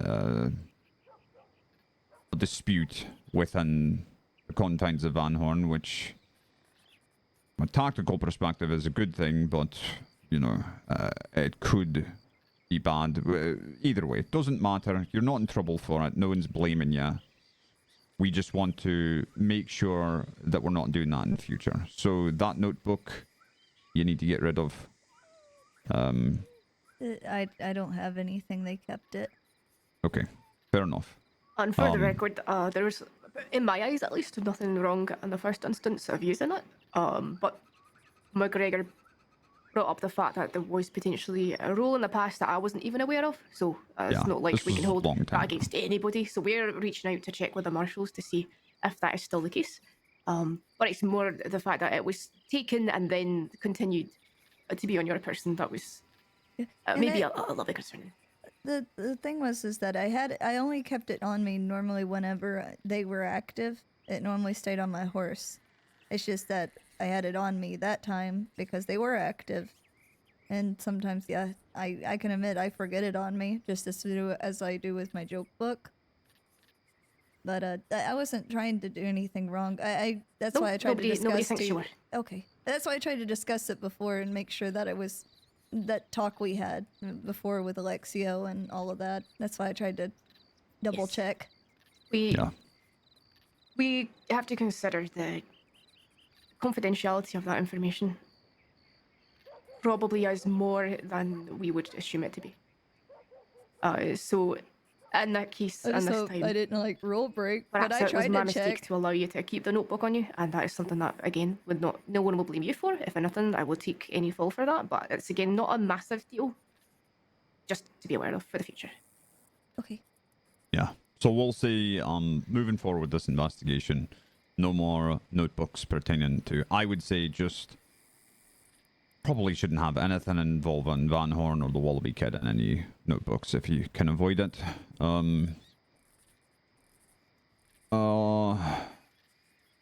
So as far as the investigation goes, how we're going to move forward as you will please make an archived file to keep last eyes on it. You can title it whatever you want, but probably Van Horn investigation or maybe Dadan Gang investigation. What we are most interested in, and I know that you are most interested in Wallaby himself, his motives, how he became who he is, and I am going to fill you in on everything I know here in a minute. But before we get to that, I want to just iron out how this investigation is going to proceed. We would like you to head it up with support from Glass, who we think is an excellent senior deputy and investigator. So if you have questions about anything regarding investigations, Glass can help you. And then I will be the undersheriff overseeing it. And so if you have any questions where you're not sure about policy, or maybe you found something big, you can talk to me. Obviously, if you need any resources from me at any time, you can speak to me. I'm always a telegram away. But pertaining to this investigation, I will be your point of contact to the sheriffs. Okay. Because, I guess two things. Is Hank still okay to work with me? Because he was the one helping me? I don't see any reason not to, as long as it is all officially notated every time. Yeah. Any of you work together on it. Okay. Yeah. You can... Here's gonna be the hardest thing for you, CJ. You can't be going around talking to everyone about it any longer. This is now an official investigation. Okay. And I know you like to discuss things with people and you like to have very open conversations with anyone who might have a different perspective. And that's good. That's not a bad thing. But with this one, we'd like to limit how many people are actively involved. In the department, you mean? I guess Yes. the reason I talked before, though, was because there's so many deputies, senior deputies, undersheriffs, sheriffs, and all this history searching, well, their names come up, and that's where I try to get some introspective. It's not something I've spoken to, say, with cadets or deputies that came after me. Just more of people that have been here way longer than I have. I was just asking so many questions because I thought maybe they would know something. Everybody had different perspectives on what happened in the past. Again, you've done nothing wrong. Nobody is coming down on you. We're trying to offer you guidance so that you can continue doing what you're doing in a way that will satisfy your curiosity but also benefit the department. Does that make sense?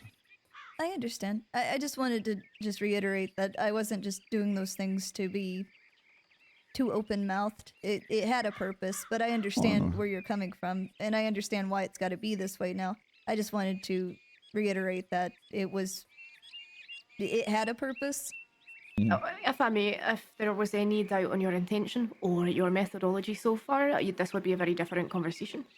It would be, if there was any thought that you were doing things deliberately under the rug or, you know, to sow discord, anything like that, of course, this would be a very different style of conversation. Yeah. So this is more, how can we shape what you're doing I hope and I'm help not in work trouble for the with notebook you to with, like, develop the skills the you clearly server, have and to because I did investigate try to people double check and with this to shape it in a way sheriffs that and is productive. everything. I mean, I did it, and then I got taken, and then I went so to much it, but you promise know. in you, CJ. Aw. So we just want to help, is what we're saying. I understand, and I really appreciate it. I'm excited that it's official, because now that I know if you're going to be the undersheriff on it, those things, I just felt like I should have died there, and I felt like anything of the past. Well, yeah, all of this got me in trouble, but thing is they were going to take me no matter what. They had no idea about the notebook. They had no idea of me looking into the history. And I should have died there. And the thing is that knowing things of the past saved me. And what I was saying before was with Hooper, the thing I started realizing is Hooper had a moment where he only survived because he brought up something of the past. And it just got me thinking that the past is the weakness. That's the weak link. Whether it was Rose becoming Van Horn, whether it was Peaches, him saying, "Oh, I cut love out of my life because it's a weakness." He's lying to himself. Everything's just a corruption of what it used to originally be. And he's so unpredictable, but that's the one thing that makes him predictable. I have all these thoughts and theories, and yesterday was the first time it ever had to be put in action. I didn't think it was going to have to be like that. But even enough to get in his mindset to know he was about to ambush us, to come up on a situation that I wasn't a part of and realize I know enough about him to know he must have ambushed them and why he did it. I think it's going to have something to do. I think it's going to be important. Well, in that case, let's consider there are many deputies out there that are targeted by the Dead End Gang. In fact, almost every deputy probably at some point has been. And therefore, using that knowledge that you've gained to help them if they get into a similar situation might save their lives as well.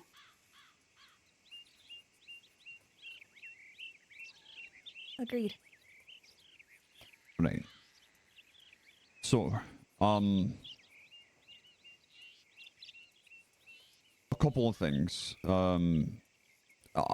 Here's a small piece of advice. I noticed you said you didn't think that they knew. But you don't know, right? You didn't think they knew you were looking into them, but you can't know that. So don't... My advice as someone who has many years experience investigating, don't lock that piece of information into your brain that they didn't already know. Keep an open mind about that. Okay. I guess that's right.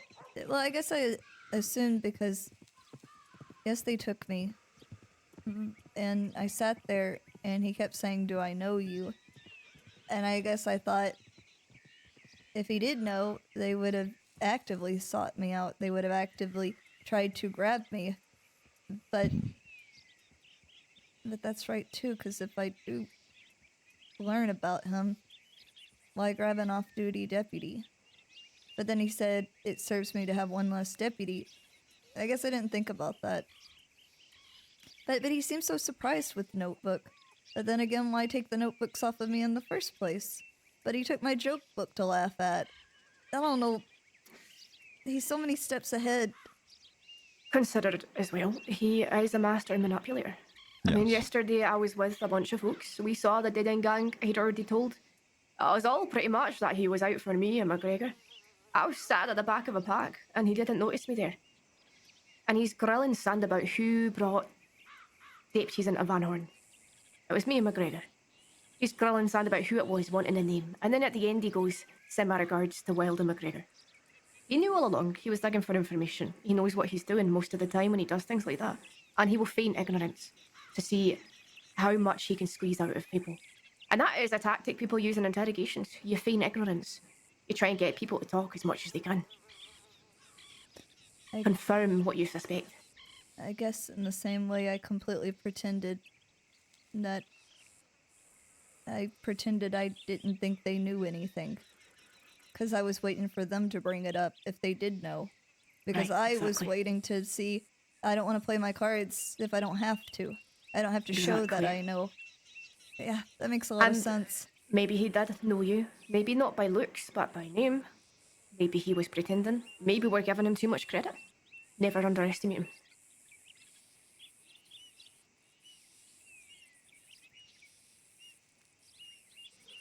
Right. So the investigation. I think we discussed possibly redirecting at least part of it, if not most of it, towards why he has the relationships he has with the people around him. That's the biggest mystery, I think, for the department. Why do people follow him? Why do people spy for him and send telegrams for him? What is going on? He's not a particularly charismatic person, as far as I have observed. At least not any longer. I had a conversation with Wesley. When Wesley kidnapped me, and he stuck me in that cellar, he sat down next to me and just kept talking about Van Horn. How he loved that place, how it was his home. And it was the one place that he felt like he belonged. Right. So maybe something about that. Now, we don't need answers here and now. This is why we need an official investigation. Because that is valuable insight. And you're good at digging it up. You've been doing it all along. So we would like you to picket that and put it in your report. Okay. All right, everything I know, everything, the relation. I have so many thoughts. I was even trying to narrow down who the Eli was that brought Missy to Rhodes. And the problem is, all of this is inside your head only. I know, because I just have so many thoughts. I have so many thoughts. Okay, I'm gonna go write them down right now. Okay, just hold on. bear in mind that, of course, this is still risky, and in fact, maybe even riskier. And of course, as sheriffs, we've all discussed the fact that doing an investigation like this puts your, puts you in great danger. It puts the target on your back, that's for sure. And it's not going to change. In fact, this is worse for putting a target on your back, asking questions about specific people in that gang, not just Eastwick. So please bear in mind, we are aware of how dangerous this is, but also you're a deputy of the crossing. And everybody's in danger at all times from dangerous people. Yeah. So just keep it in mind. It's why we want Glass to work with you on a higher level, so he can maybe help advise. He's very good at undercover work. We want you to be safe, but we also want you to be able to do what you're doing. Hey. So yeah. Let's actually figure out exactly where we're keeping this investigation. I would say, if there were already people working on it with you closely, it's all right to include them. You are heading this investigation, and Glass is going to be your, for lack of a better term, direct supervisor, I guess? Or the second on the investigation, perhaps? If other people want to participate, that's fine. Just put it all in the paperwork. However, I would ask that you not include anyone else without talking to me first. Okay. Okay? Okay. I think the only people I've spoken mostly to it besides just questions, but besides just leads was me, Hank. I've spoken to Sand and Hugh because of us talking about the past. A lot of discussions around it, but Hank's been the main one working with me on it. Alright. Yeah, I don't want to cut Hank out of any hard work he's already done, so he is welcome to participate with you, as long as we're clear that, you know, we don't want to extend that to Iron Horse, I was anyone thinking else about without that. getting approval first. And as long as you're heading it up, and you involve Glass, and then you check in with me every once in a while. Okay. Alright?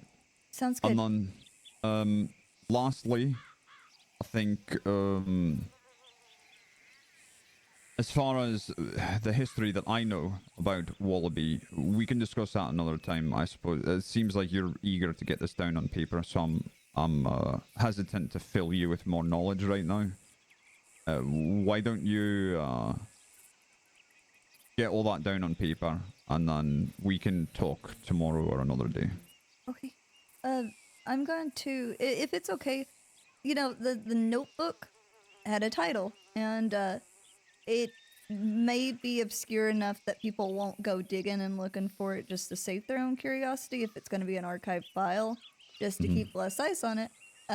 Instead of titling it someone with Dead End Gang or something like that, especially if it's archived, could I just call it, I don't know, I called it the Lighthouse, or Lighthouse, just because, well, it means something to me, but it also is the most, well, there's a big blinking lighthouse there. It's kind of what Van Horn's known for. Aye, if you want to call it whatever you think best. Aye. Okay. I'm gonna go talk to Glass about this to make sure he's up to date with it. And please, if you bear in mind, I know Hank knows the risks, it's just, and I know you know the risks because you've had this conversation a billion and fucking one times and you're sick of hearing it. But, you know, it's always important to bear in mind that Hank's obviously going to be in danger as well. Anybody poking their nose in at any of these people, you say the wrong thing to the wrong person. You know what they're like. Any threat to Van Horn. Hell, they brought up Matt. And when I was down there, I brought up the point that's what made Wallaby look curious. I'm remembering it was I told him, I said, Van Horn's like a big plant, like a tree, and if you have a rotting limb, what do? You cut it off before it infects the rest of the tree. And he seems so amused by it. But it's true. Matt, anything, Ducky, informants, anything that's a risk to the entire tree, that you get rid of. Did they mention Matt properly at all? They asked me about him, where he was. I said he was most likely in Sisika. That was about it. Shame. But, thank y'all for everything, and thank you for letting me continue it. I just, like I said before, I didn't want it to change anything. It's just, there's a lot to think about. One thing I need to work on more than anything is showing, archived case numbers and where certain bits of information are coming from, so if anybody ever needs to recheck me or see where I'm starting to connect the dots. I feel like I should have a big board of papers on a wall with a bunch of strings connecting them. I think you need it. Need to take over an entire fucking barn to do all this. God. I mean, I wish McGregor would tell you some stories right now, because that's partially what I came here for, to hear them. I want to hear them. I'm more than happy to hear them. Papa McGregor, can we hear some stories? Yeah, Papa McGregor. Okay. Sure. So, Wallaby called himself Wallaby Kid when he first came here, and it was pretty clear that he was eager to make a name for himself. That was his purpose. I think also he enjoyed it, and he was having fun robbing banks and doing little petty crimes here and there. He wasn't particularly violent, and I do think he worked mostly alone when he first came about.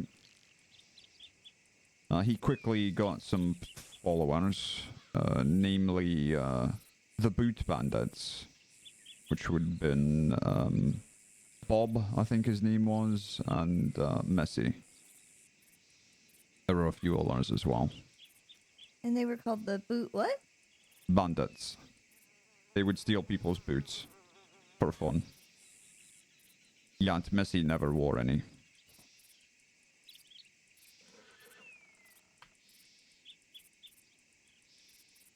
CJ feels bad about Missy.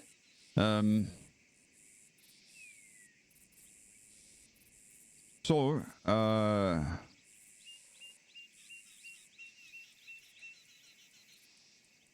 they, you know, would rob banks here and there and such like that, and, they were kids. They would try to trip people in cities and pull their pants down and stupid shit like that. They never really got too violent, but, I'll also say that Missy got fairly close with myself and some other people that lived here on the roads. The kid himself was going, we got a name out of him, and I can't even remember the actual name for the life of me. I want to say it was like Jacob. That's the name he might have been going by. Jacob. Anyways, the kid, eventually, Jacob? things took a turn. It was all fun and games, and they were all having a good time. And I was so soft on them, CJ. I tried my hardest never to shoot at them. I tried my best not to hurt them and to try to shake some sense into them, and so did other people. Peaches started getting involved, and I was quite close with Peaches. I tried to guide her away from that sort of life, tried to help her, you know, stay legal, and I warned her to stay away from those fucking kids, and she couldn't help herself. She said, it's boring here. That's a terrible reason, but I eventually had to cut ties with her. Because there was a bank robbery, and Bob died. The boot bandit fella.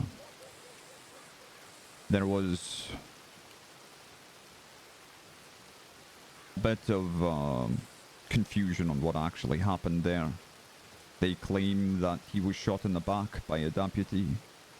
Deputies claim that he shot first. I don't think either deputy is an active member of the department any longer. But Bob did die that day.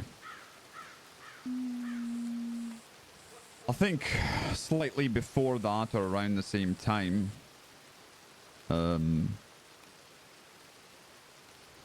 Wallaby was walking down the street and roads, and he was quite wanted. I remember that.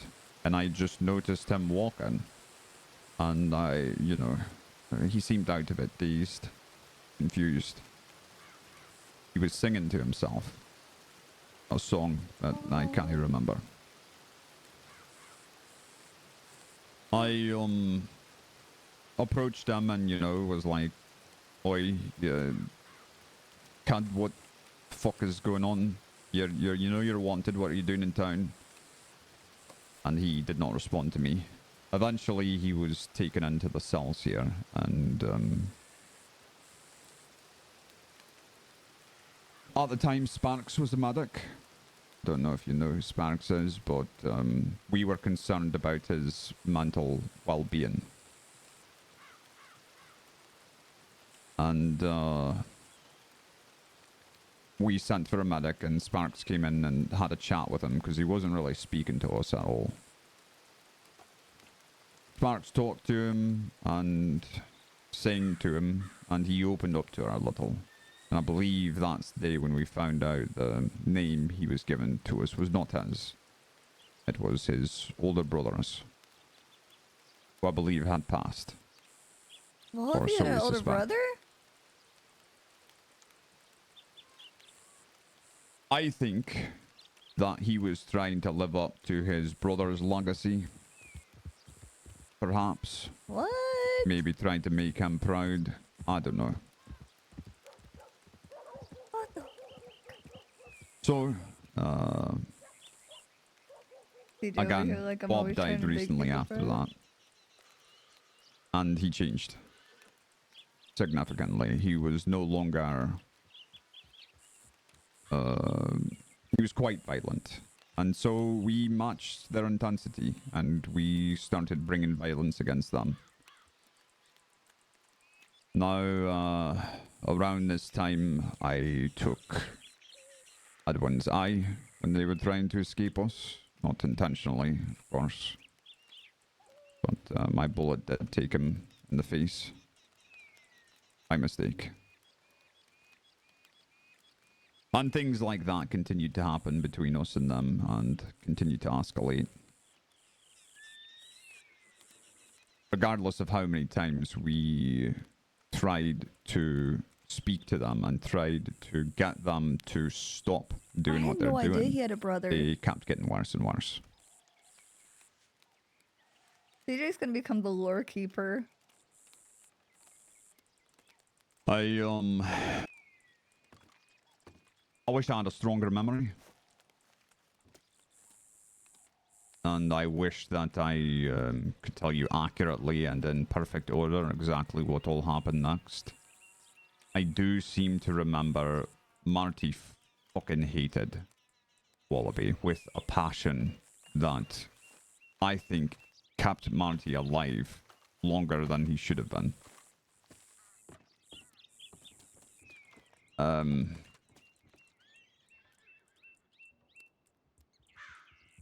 And you said Marty? Marty Malone, Sheriff Malone. Aye, Sheriff Malone and I came up as cadets together.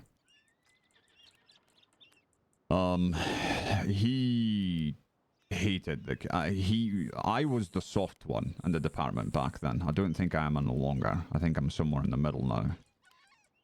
But back then it was a harsher He department. was a soft one? What the hell? And Marty was certainly always on the other end of the spectrum of me, and we didn't agree on everything. But Marty fucking hated the Wallaby Kid, and every chance Marty got, he would bring all the wrath down upon him, and all their deputies did as well. And look, I had the notebook, but I realized even though here's I'm the not writing thing it down in a about notebook, Wallaby. like an icy notebook, I didn't want him to be like, I just told He you not to write wants a notebook. that, and he has wanted that for a while. He wants the excuse to be justified in being violent. That's what I think. Does he want his friends to die? No, of course not. I don't think he wanted Bob to die. I'm not saying that. I'm saying after that, when he made the decision to change, to become violent, to change what he's doing here. It's not just fun for him anymore. It's just not just him making a name. It's him wanting blood. When he made that change, he welcomed Monty. He egged him on. He wanted him to come at him with everything he had. I wonder if you can... I used to always say, I don't want to get angry, because if you get angry, it just means that somebody has control over you. I wonder if he started realizing that about Marty. And that he could manipulate him by emotion, egging him on. That it would make him predictable in the way he was going to act towards them. Yeah. Yeah. He is a manipulator. They're agreeing! So he probably did use Marty in a way. I think Marty welcomed it because he really did hate that kid, and he had good reason to. I'm not saying that he was wrong. I'm just saying his methods I would not have done myself. But it continued to escalate. I don't know anything about I've never beat this game. what happened to Missy. I wasn't around then. I am sad to hear that she has gone. Mostly sad about what she used to be and what she could have been. From what I read with Missy, you know, I think Bob was the beginning, and Missy was way worse. I think, at least from the reading and the stories I keep hearing with Bob, you know, it was the escalation of becoming a different kind of criminal. It was Missy, I think it was heart-shattering. At that point, he cared so much, WildRP did at least, that he turned himself in willingly, made the deal that if you just let me bury her, I'll come back. If you let me put her to peace, I will be back. And he turned himself in. Hell, even my parents don't turn themselves in. For nothing. He must have really cared about her. To make a deal and truly keep it. Even after everything. Oh, I don't doubt that he had some love for some of his past members. I doubt that he has any now. I think maybe Peaches was the last one. It was the last one, at least from what he said. What he said to me, that the ones there, the people at that incident, he said he should thank them for the free lesson that they taught him that love is a weakness, that it was his weakness. So he cut it out. Right. And then he said that's when Van Horn started. That's when everything changed.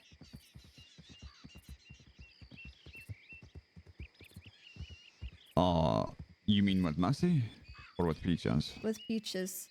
In Sisika. In Sisika. So, they're saying that he cut ties with Peaches when she broke down and gave information? He said that, well, they brought someone he loved to torture in front of him. To use against him to get what they wanted, and I know what they wanted. They just wanted to save Hart. I've heard the stories. But they still willingly, in lesser words, preyed on the fact that he did love her so much to get what they wanted. And it showed him that that was a weakness. Sure. Yeah. CJ's the WildRP lore keeper at this point. There's so much brain knowledge. Are you saying you reckon that he killed Peaches because she was a weakness? Or do you think he killed her because she was talking to her? I think both. I got a bit confused when he talked about Hart and Peaches. Because he made it sound like Peaches wasn't Hart's, but they were together. I don't know, it was a bit confusing, and I was so scared for my life. I wasn't thinking the clearest about it, wasn't listening the hardest in that moment. Right. So, here's what I think. I think he is a broken man. Not only in his heart and soul, but in his mind. Do you remember? This was years ago. When I told you he was walking through the streets of Rhodes, mumbling, singing a song. Didn't even know he was being arrested. Oh, That was 2 years ago. I wish I could have met that WildRP and just held his little Going through everything hand. he's been through since. Think of all the terrible shite he's done. He's seen. This man is not... He is not sane. Not completely.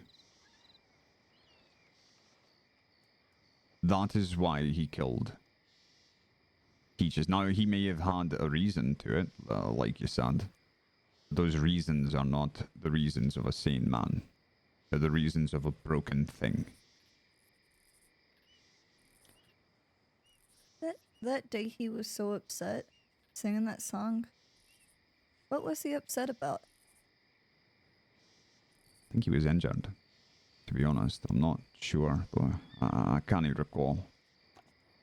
He became upset after he was in the cell.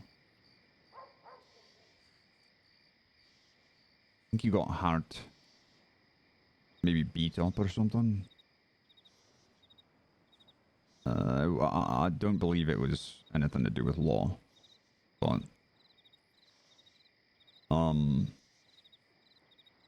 he was arrested because he was delirious walking through town and very wanted for bank robberies and whatever else he was up to. Brought into the cell, and when he was in the cell, he broke down.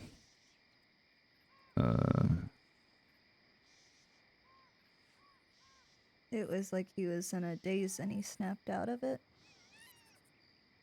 He was in a daze, and it took him a while to realize where he was. And Sparks sort of helped him come back to himself. And I think a friendship kindled between them, actually. And I had hopes that maybe we could get through to him. I'm curious. The person that, which I've tried not to write their name down, any mention of their name. The only time I've ever spoke about their name was in, well, an interrogation room with Sand, Hank, and Hugh. And I'll say it here, but they were able to shed so much light on things I didn't understand. Give me more puzzle pieces and give me the mindset to put them together. This Sparks, would they be willing to talk? Am I able to ask questions? Because before I asked Flood. Flood was the one that told me everything. He was what started it all for me, even knowing where to look. So, does any information that I just gave you actually new to you? The more nuances, I know the names, I know some of them. There's a lot of things, but hearing you, the reason why it's important is that there's things on Law's side that fill in more gaps.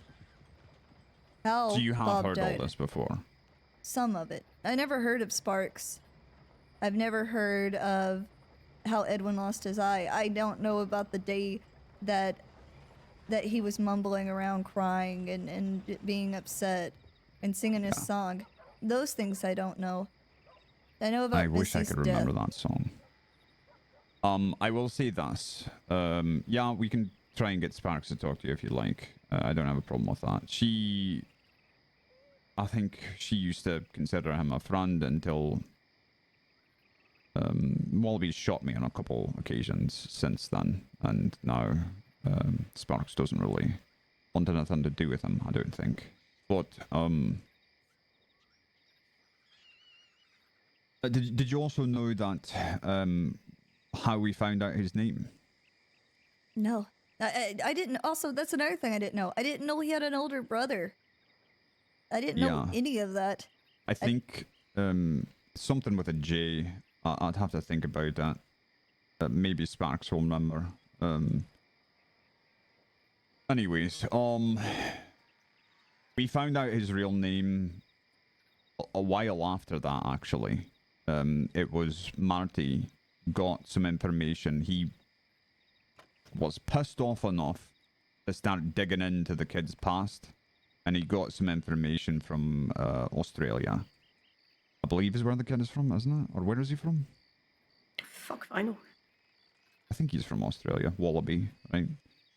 Anyways, he got like official police reports about his criminal history, his full name, all that, from a police department. So that's how we got his name. He never actually gave us a name. That was one thing, is when he first came around, he would give everyone a different name. He actually even would come up to me and chat with me. I can't remember. Yeah, he gave us the fake. He gave me a fake name.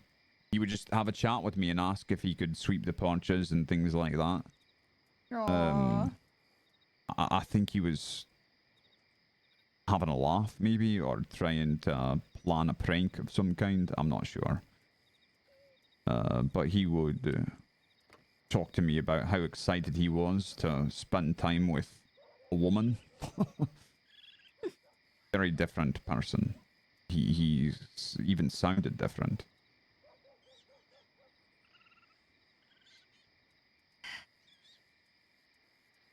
But he turned violent, and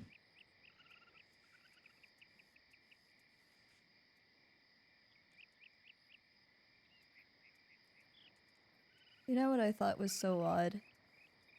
Before he was about to kill me? With him just telling me, I just need you to know this is nothing personal. Like he was reassuring me. What, that it wasn't my fault that I was dying, he just needed to get rid of me. And I found that so odd. Say something like that. To be so violent, to be so cruel. But to try to reassure that I need you to know this is nothing personal, I just can't have a smart deputy running around.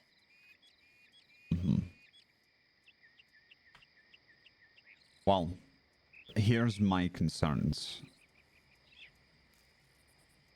He is very smart and very manipulative.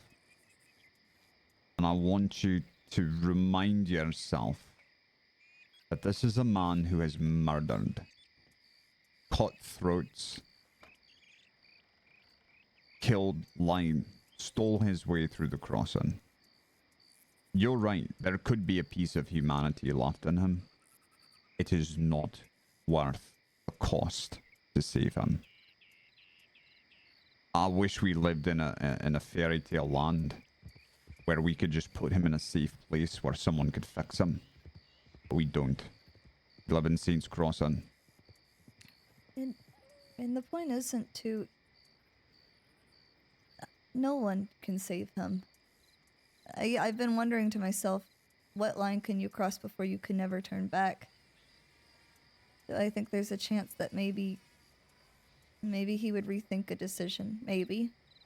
But to fully change, I don't think so. I'd like to hope, but that's not the main point of doing all this. It's not the main point of learning his history or learning about him. It's that you're right about the people that follow him. What is it that makes these people so loyal, so dangerous? All of this is hopefully going to lead to giving us the tools to know what he may do next, to maybe stop the hurt before it happens.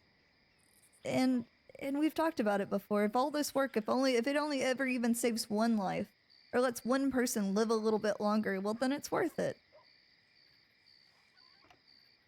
I don't know. I just keep racking my brain of why am I alive? And I know a lot of people think that after they've gone through something, but I keep thinking, why let me live when you were so sure you wanted me dead? How does it serve you? What do you want? Because I can't believe that he did it out of the goodness of his heart. As badly... Perhaps that's why he does it. To plant those seeds of doubt in your mind. To make you think maybe there is something there. Something that I can make him hesitate with next time as well. To make you slacken, make you loosen.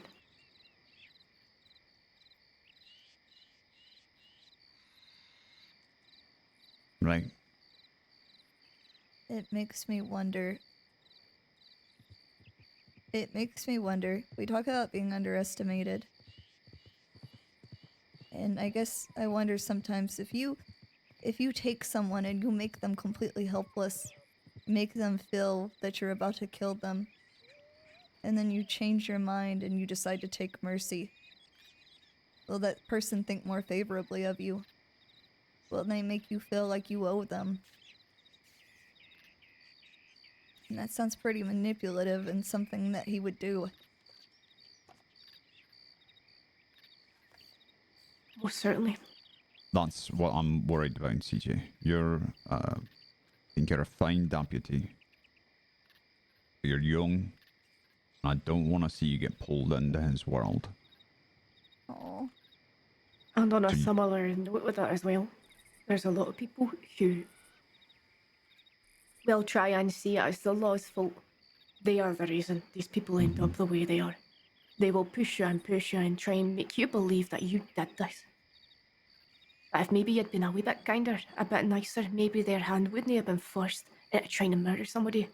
And every single person who tells you that is full of shit. Just know that. Because they've made choices. And if they're too weak to step aside from a choice because they might not have a favourable outcome, they're weak. Aye.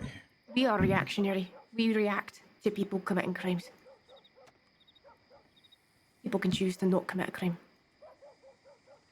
That's exactly right. And we tried talking to him so many times. People as kind as I am and kinder.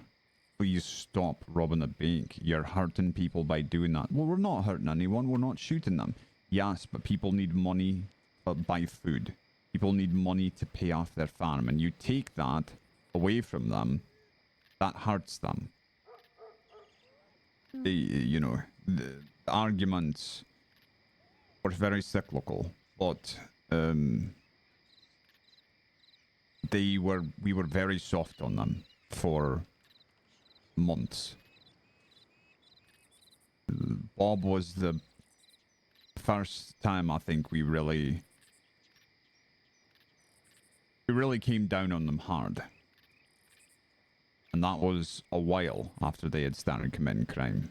So don't let them convince you, or don't let them tell you that, you know, they were created by the Saints Crossing Sheriff's Department. No, no, no. They made their choices. What are we supposed to do? Let them steal everyone's money? No.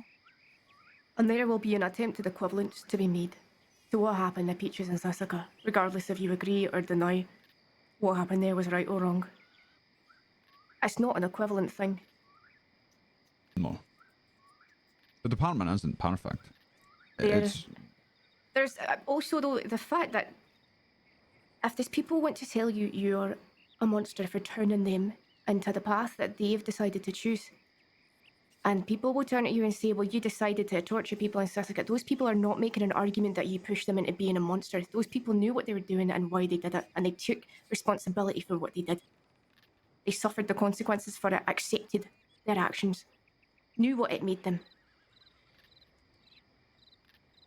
You know, there's a reason in my oath I ask people to take responsibility for their actions and mistakes.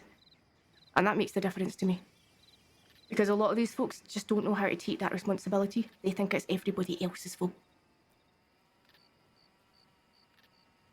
You know, what worries me a bit is Wallaby is so different than any other criminal I've dealt with. The ones out west, the ones here. And he's so much smarter. And so many times I hear people go, well, XYZ happened to me, so this is what I am. This is, you made me this. But in all my reports, everything I read, everybody I hear from, he hasn't used it. He could have ran anywhere and said, you made me this. He told me about Peaches because I brought it up. But it's things, something like that, him saying that, I've never read it anywhere. I've never heard it from anyone. I might be misremembering, but I'm pretty sure he said something along those lines to Sand a couple of days ago when we came against him. But even if I am misremembering, which is very possible. No, I agree. It's a whole nother beast. And I keep thinking what makes him so different. And that's why, like I said, with the past, it's what made him him. And why is he so dangerous? Why has he lasted longer?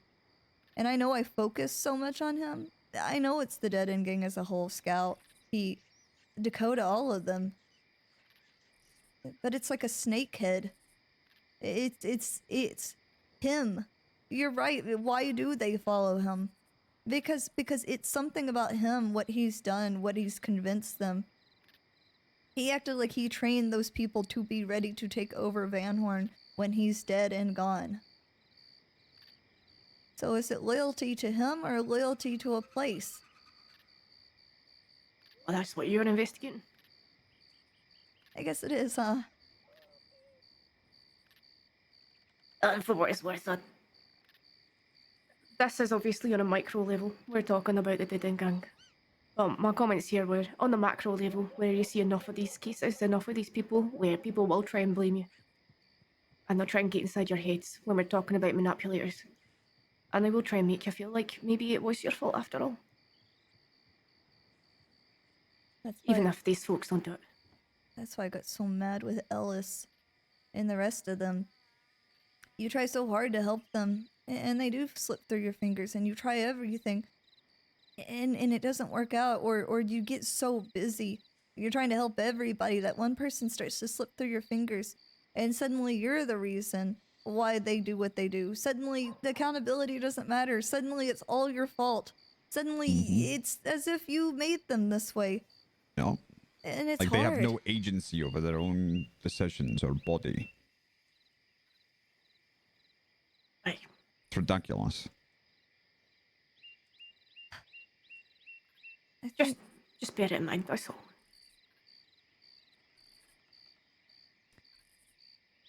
It's easy. That's what I always say. They take the easy path. It's hard for us. You know, when I see the terrible things that people do around here, there's a part of me that wants to just beat the shite out of them.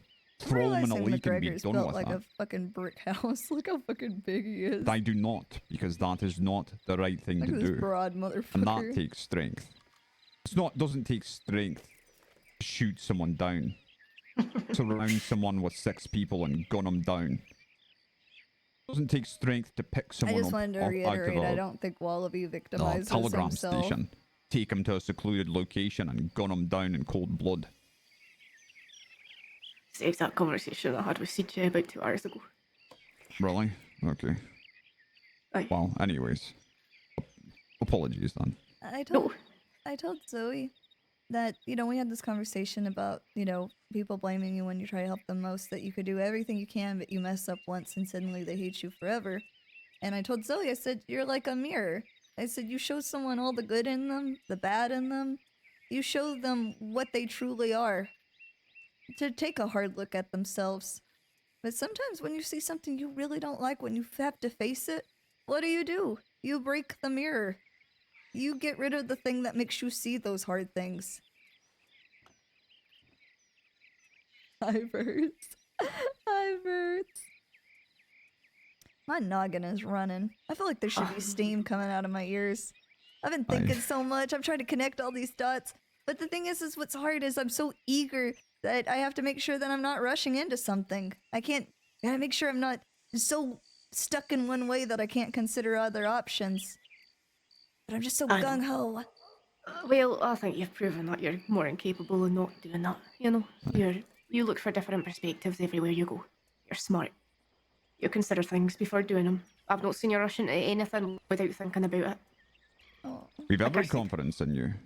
Exactly. Otherwise, we wouldn't be saying, please leave Yeah, us. we would tell you to shut it down and Aw, never speak of it again. So let's cease prattling to each other, and I'll let you get to writing. If you need anything from me, just a telegram away, and Wild will reach out to Glass and get you two connected. I appreciate it. And I'm gonna... Okay, let me think. Can you do me a favor, McGregor? And you know this Sparks person, right? I do. Would you be willing to reach out to them? See if we could have a conversation? I'll reach out to Sparks. Okay. And I'm trying to think of how to do the paperwork. Best way to organize it. I may add different sections for each case file. I'll go down the line maybe. Well, maybe I should make the summary a rough draft of the timeline that I have laid out so far, and then each I'll put like 1, 2, 3, 4, 5, and then they can relate that to each additional note and give a full explanation for each like bullet point and the case Right. files and all that good stuff. And Glass can help with that as well. I can glance Thank you over for it. the I've done shout-out quite to a lot Birds. of long, big investigations like that before, so if you need some help formatting it, I can help. That would be amazing. I've never taken on something like this before. I can take all the help I can get. Alright. I'm Well, looking let's forward to get to it seeing then. how you do it, aye. Thank you Oh, for that's a fucking omen. Oh! Keep up the good Listen, work, I CJ. keep getting. Thank you. I keep getting attacked by wolves and animals, and I keep thinking, is Wallaby sending this shit after me? And now it's like the sun's shining, but there's lightning striking. Because I'm He really. knows the limit of his powers. He's a fucking scary man. I don't doubt he's got some. He sold his soul something. Some for voodoo man. Oh, I double on the crossroads or something. Devil at the garage Oh, door. look, it's a cabbage patch discussion. Oh, my favourite. Who's that man? That looks like Sheriff Cameron. Would you believe it? Sage Cross and Daddy Division reporting for duty. Daddy? Son. All right, I'm gonna head off the scene. It was nice chatting, No chatting response with to you, that, Cameron. I'm gonna leave before I get stuck in roads. Yep, Y'all have go, a good go. one. Okay. Yeah. McGregor, I need to speak with you. Do Oh, you need to eat or something? I know you've been chatting for a while there. No, I'm good. I'm alright. Oh, I don't even know where to begin. Where do I even begin with all of this? Oh my god, I have so many thoughts. I don't even know where to begin. I'm just gonna at least make the file. Oh, the Gorda's so vertical. I appreciate. Okay, I'll at least make At the end of your shift, and you're only allowed to bring any of these. Questions. What kind of quick question you got? I was about to pull out a train from Ansbrook. Anything I should be worried about particularly today? I haven't heard anything about today. Yesterday, different story. Today? Yeah, yesterday was a everything. fucking shit show. Yeah, yesterday was a fucking shit show. But yeah, besides that, I haven't heard anything. Actually, have y'all heard anything? Is Annisburg been safe? I don't know. Check the paperwork. We, on our way, I'm bringing out of the senior cadets to St. Denis. Alright, let's mount up. Was wondering, has Kindly, CJ, I'll Annisburg be making my been way up to safe? Ansbrook if you folks need me at all. Has Annisburg been safe? Yeah, today. There is a So, tip. You should read on the tip line. It's nothing worrying, but it still regards Ansburg. It's recent too. Okay, Okay. let's see. I need to go see How did I throw myself into this?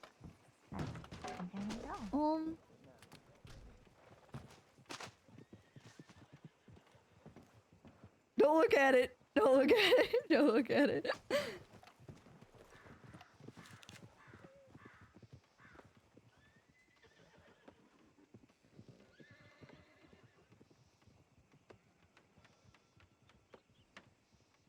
I don't see anything out in Ashford.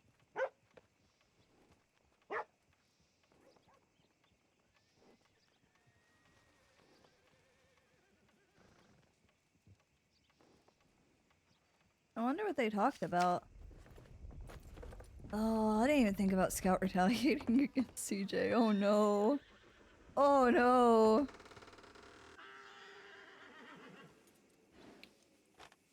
It was just that Scout and a bunch of them, Scout and Co were in Annisburg at some point. But there's a bunch of law there right now, so I think it should be fine. Okie dokie, thank you kindly. I'm gonna go pull at a train. I'm already late for mine today. I might actually go to Annisburg and meet up with them. So I want to know what Scout and all of them talk to Sand about.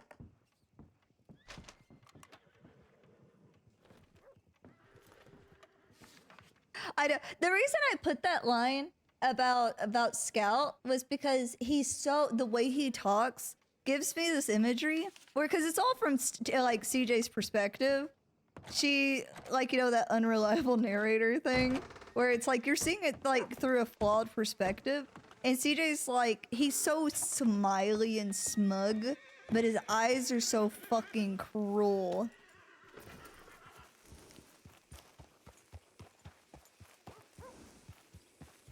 You're of the opinion that you don't think we should be, when we're off duty, we shouldn't even really feel the need to. Yeah, CJ, what can I do for you? I was just gonna say real quick. Oh, can you hear me okay? Yep. So there was a tip. The thing that we discussed earlier. I'd like to talk to Sheriff Sand about what was discussed with him by a certain individual that might wish me harm. But he's in Annisburg, and that person was seen in Annisburg, and I'd like to talk to Sheriff Sand. Sand is in Annesburg. I can ride up there with you in a bit. Okay, sounds good. Right.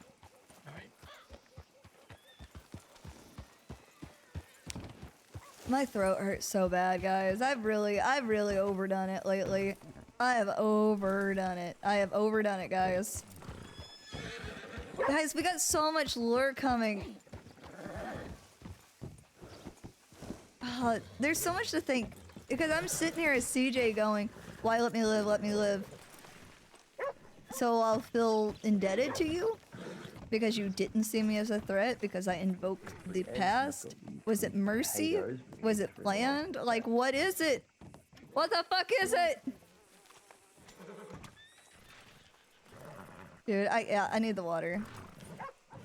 Okay, while they're talking, I'll at least start the paperwork. But I've got a lot of this is so much in my head of things that I've like learned.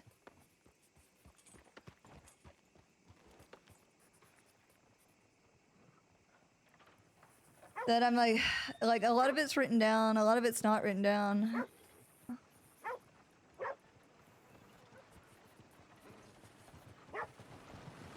Good morning there, sweetheart. Who FAO'd me on this?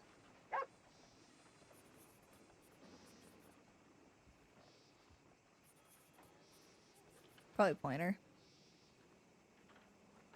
But I gotta think, can I archive it here? Maybe Sheriff Wild's here.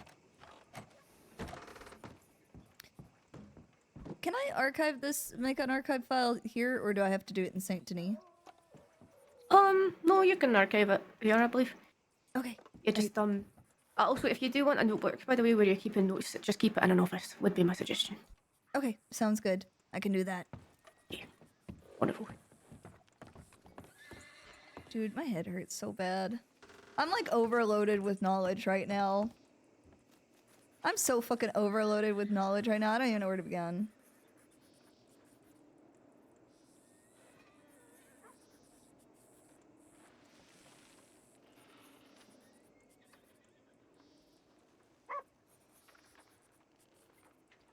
Morning. I hope everybody's having fun. Why don't I just control V?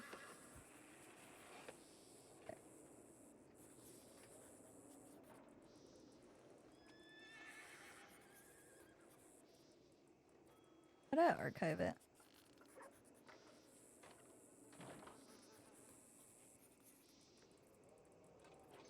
There we go. So it's at least made. I can't really add things in it right now anyways. And I can't, unless I can RP that, yeah, I have archived it, but I've set it away to be like, grabbed later. Because you're only supposed to grab archive files out of Saint Denis. It's just because the RP. Hi, puppy. Hi, sweet buddy.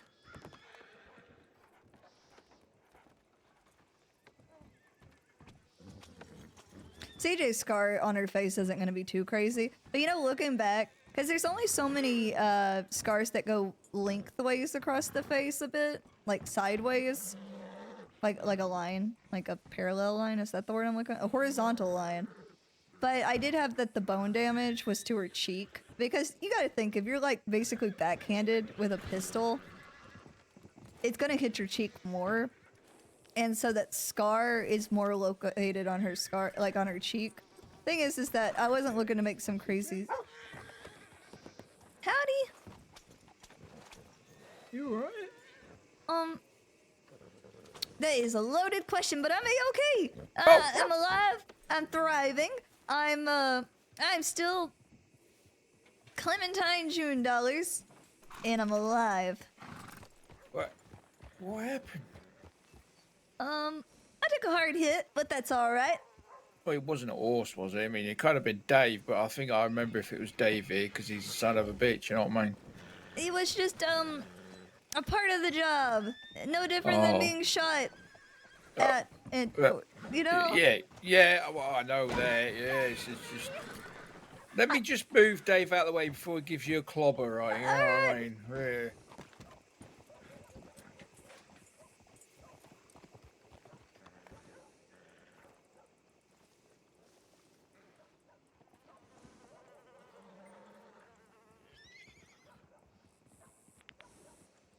My head hurt. I'm so tired. I gotta. Ugh. I've talked so much today. It's all been fucking fire RP.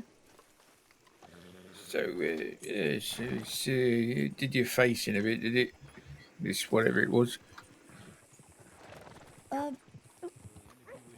But I didn't know exactly what he was looking to do. Is that why you're wearing the bandana thingy? Yeah, well, see, my face is all wrapped up because I got stitches across my face, and I thought, how do you keep the bandages clean? You put a wrap over them because, like, you know, it's so dusty in roads. Well, yeah, do it. You keep the dust down and everything, but make sure you gotta let the air get to it, like, you know what I mean? Because the bit of air in there will do wonders for it, you know? That's what I was thinking about it. And you know, sometimes I've learned that whenever I'm really nervous or I'm talking about something that's a bit uncomfortable, I start kind of rambling and I start talking really, really fast. And the only reason I start talking that fast is because I don't know what else to say. So I start just talking and talking and talking and hoping for the best. And I really thank God that I didn't do it to the person that did this to my face, because maybe they really would have killed me. And that's not really the point, but it's just a part of the job to get hurt. But I don't like it when it happens, but it's just kind of what it happened. Yeah, I know how you feel, because sometimes, you know, I tend to go on about things, you know, it's like Dave over there, where's he gone now? And, you know, he could be buying lots of things. Well, he'd like to buy lots of things, but, you know, I bought him some apples earlier and he ate the bloody lot. Can you believe such a thing? You know what I mean? It's unbelievable. He's a greedy bastard, you know what I mean? Oh, sorry about the language, I don't usually swear, but I'm kind of had a lot of sugar cubes myself, like, you know, running around doing all that hunting, and to be honest, I'm kind of bored of it, you know what I mean? You know, I was thinking if I was a horse, I would probably try to eat all the apples that I could, but I'd probably get a sick stomach, because you ever eaten an apple that's too green and it starts hurting your stomach because it's a bit too sour and you keep, but it's so delicious, but even though it's sour, it hurts your tummy, but you just have to deal with it? Oh yeah, plenty of apples like that, you know, which you kind of growing back home and everything. Sometimes in my nicking from the orchards down the local farmer, you know, you did a gun go off and you know, mum would come out and give you a clap round the head. And we'd have a couple of bags of apples and everything, you know. Sometimes we'd start eating them, and the problem is they were cocking apples, you know, and they're not good for you, really. And then we'd end up just throwing up in all the buckets and everything, you know. You know what? How I like to eat green apples, and some people think it's funny because of like what I enjoy on fruits. But you know, some people like to sprinkle sugar on fruit, right? Not with me. With apples and oranges, especially green apples, I like to put salt on them. It's like the perfect, tangy, sweet little treat. And gosh darn it, do I love my sweet little treats. Well, I never thought about putting salt on it. You know, my granddad used to put pepper on a lot of things, and then he used to sneeze everywhere. One time he sneezed in my bloody porridge. Couldn't believe such a thing. And then you just going on about bloody pigs and everything, because he was I a love pig farmer salting and my everything. fruit. And then he used to go and give it to pigs, and the pigs used to start sneezing and everything. Then they'd start eating up what they sneezed up. It was just bloody disgusting, you know. Yeah, I couldn't imagine. You know, my dad was always the type that when we had dinner or breakfast, he would like to mess with me, and I'd just be eating, and he'd just reach over slowly, and he'd steal my bacon. He would call it the dad tax. Can you believe that? Dad tax? Dad tax. Yeah, I used to do that a lot. You know, my boys. Johnny's goofy. Yeah, plenty of plate up, you know, breakfast and everything, apples, pears, a couple of baked beans and sausages and, you know, bacon and all that. Then I'd have to take a bit, and then she'd give me a clap round the head, and then the kids would give me a quick kick to the tenders, you know? Yeah, I agree. I talked myself out. Thank you for doing that with me. Oh, well, it's just all right. I feel lighter. I feel like all those words that were saved up in my body are gone. Well, you gotta do that now and then, just have a bit of a ramble and everything, you know, because, yeah, it's all staring at me over there, you know, by the post. Just give me an evil eye or something. Are we talking about the horse? Yeah. That's one mean-ass looking horse. Listen, I gotta check my tips real quick, but I'm really happy I got to see you. Oh, yeah, it's lovely and everything. I mean, I hope that the sheriffs and everything might speed up a bit and maybe get me a marketed program, but, you know, it is what it is, I suppose. I'll tell them that you've been on the straight and narrow and that you're always well behaved, and I think you're going to be an amazing cadet. Actually, I'll be right back. I'm going to go talk to 2 sheriffs that are in the back right now. Oh, God.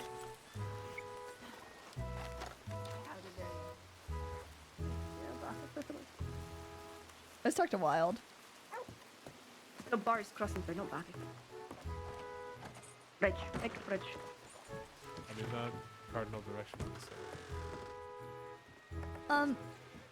If somebody has had a life of crime and they are slowly having to prove themselves that they are able to become a cadet, what is the best way to put in a good word for them to say that they have been, that I'm willing to vouch for them? Are these under sheriff reports or sheriff reports? That'll be the first thing. Let me double check. How you feeling today, CJ? I feel better than I did yesterday. It was just more of the emotional side of it, but I've done all my crying and whining and everything else. I'm okay. You can speak to an undersheriff or a sheriff, and they have a file for feedback, and they can, on your, pass on a good word, shall we say. Maybe telegram in the mood best. Okay, because, well, Dell is outside. Dell Fowler and Darcy. I really think the world of them, and I'd like to give all the words I can for them and all the good things I've seen, all the things they're willing to do, and that they're on the straight and narrow of being a lawful individual. Alright, well, pick an undersheriff, dealer's choice, and put in your good word. Sounds good. I need to go to Annisburg, but I'm so tired. I've taught so much today. Oh, and you're still recovering. I'm waiting to go to find Sheriff Sand in Annisburg. Are you teaching triage? No, the triage thing got cancelled. Oh. It happened yesterday, and I was supposed to go yesterday, but then the thing happened, and I did not make it. Right.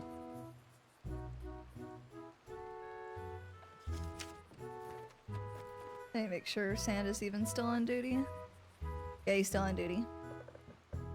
I always feel bad because I don't want to like rush the conversation or anything, but I'm also like, I got these little legs that just don't stop moving. I'm always like, I gotta go, because I always feel like I'm gonna die, and I feel like I don't want to die before like doing all the things that I need to do, and so then I start just kind of nervously walking around and hoping for the best.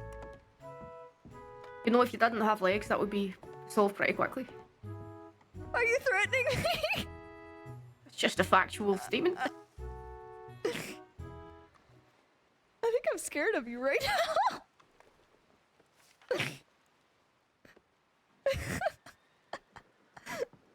I like my little legs. I'm gonna keep them. Aye, we'll see about that.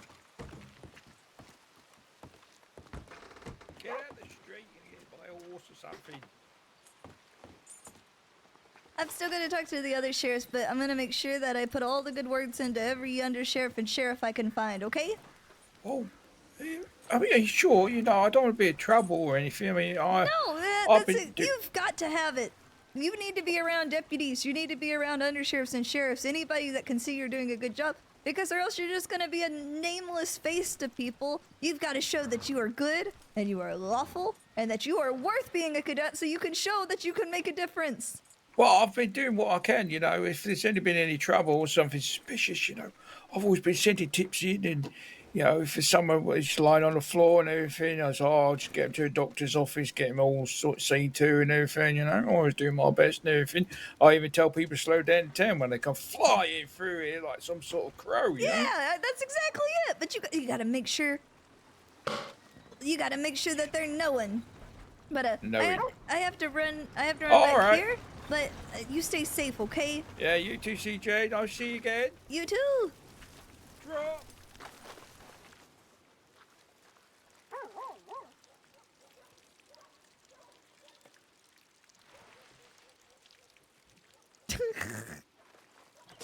CJ's like, please. I just imagine she's pulling down her mask a little bit. Why are we taking the stitches out of her face? How many days should we give it?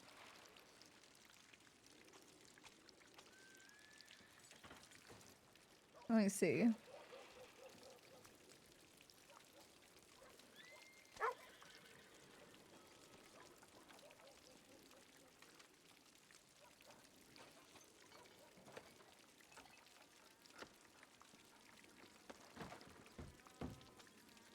I just kind of like her wearing the thing over her face.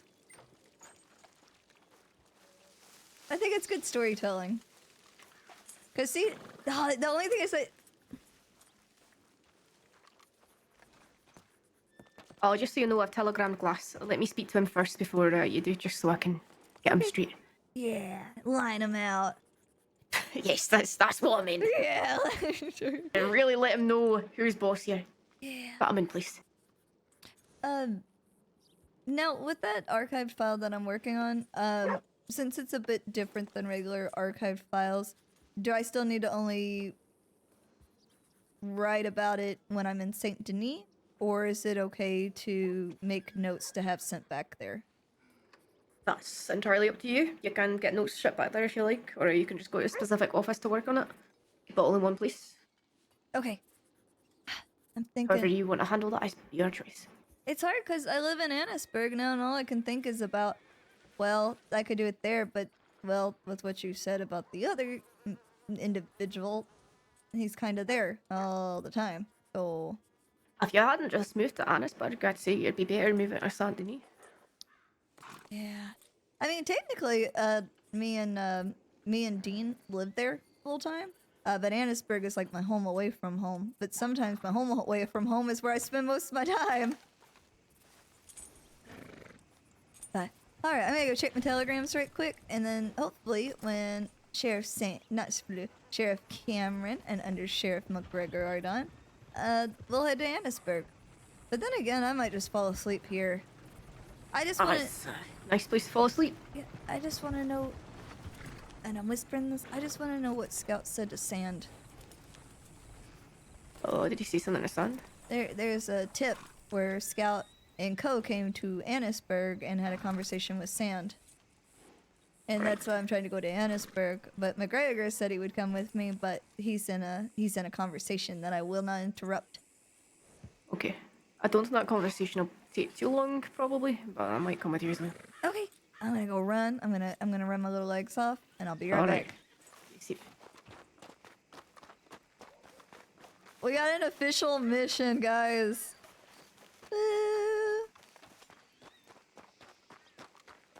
I'm glad they continued to like let her do the investigation, because like, and this isn't like a threat, by the way. This is not a threat. This is not anything of the sort. But imagine if they told CJ that the thing you've been working on was too dangerous. We're taking you off of it. You're not allowed to continue doing this anymore. And also, by the way, let me reiterate, like for like any storylines and everything.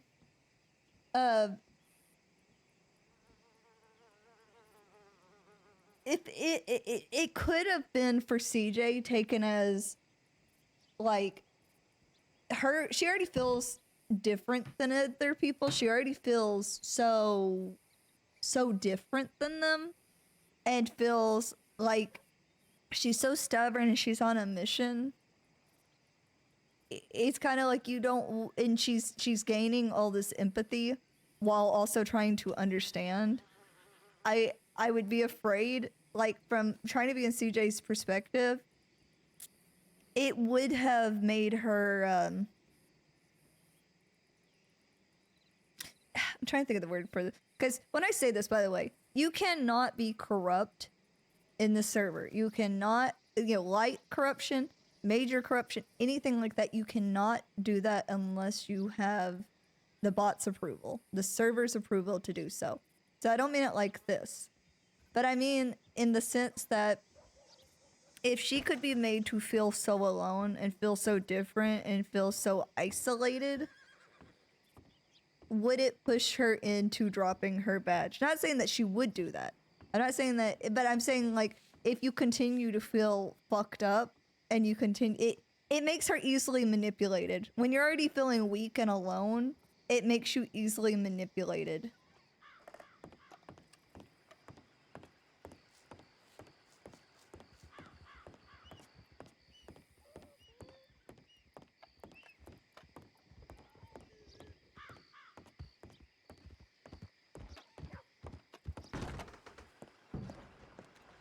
Who's here? Sorry. I've always bark at people. Drop the badge at the Doherty gang. You little motherfuckers. But it's also like the long part of the story. Like it's always like this is where I'm always torn. It's about telling a story, right? Telling a beautiful story. And you shouldn't manipulate the story on your fear of the future. But imagine she went through all this, did all these things, everything happened. I'm trying to think of the best way to say it. Things I've been hurt on in the past is I always get so excited to do something. Like I'll be excited to be a part of a storyline and do something. And it... Howdy howdy. I've just had too many times where I go to do something and I go on a new path just for everybody to, and I don't say this is the case, but everybody permas or quits playing. And then all that character growth, all that development to get to a certain point is just gone. And that always scares me. It won't affect, like, if CJ's pushed to something, or I think it makes a lot of sense in character, if it's a character growth moment. But it always, like, I don't know. I'm always careful with the decisions I make to make sure that they really make sense.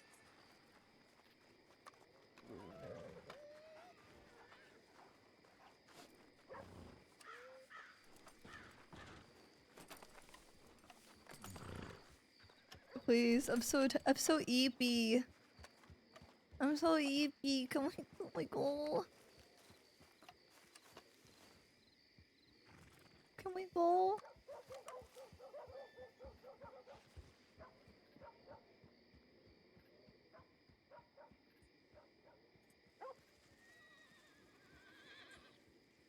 Mo problems. Oh my god, I'm so hungry. I'm so hungry. I haven't eaten today. I've not had a single bite of food and it's nearly 8 p.m. at night.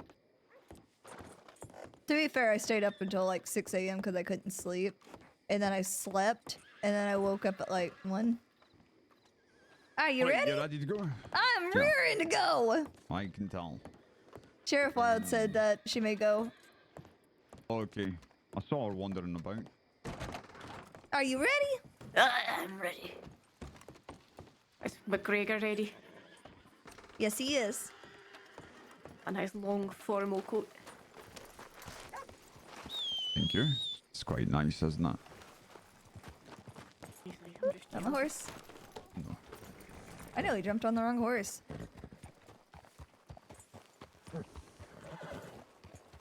Is Sheriff Cameron coming with us, or is he taking an apparoni? I don't think he's coming. Okay.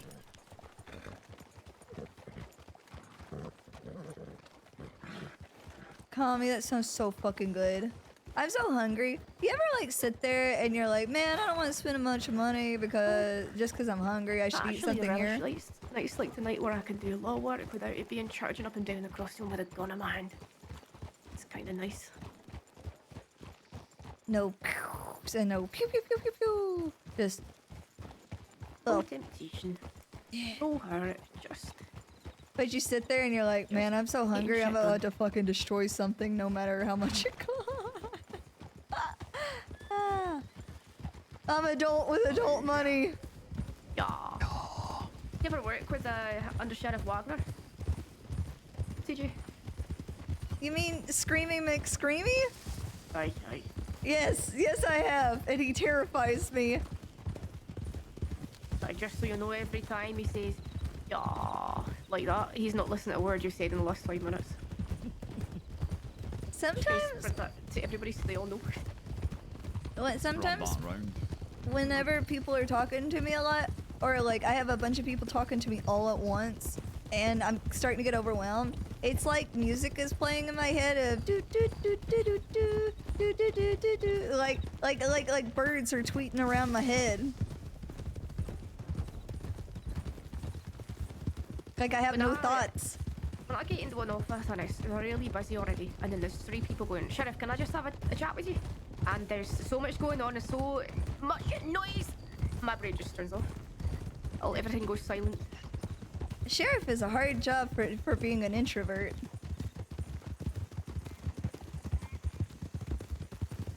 I think the thing with being a sheriff is you have to force yourself to be an extrovert. Is that so? What does that mean? Is an extrovert just like an innie outie kind of belly button? I've never heard the question posed in such a way. Well... Alright, CJ, here's a question for you. Alright. Hypothetically speaking, if consuming a human eyeball made your eyes better, like really, really good better, would you consume an eyeball?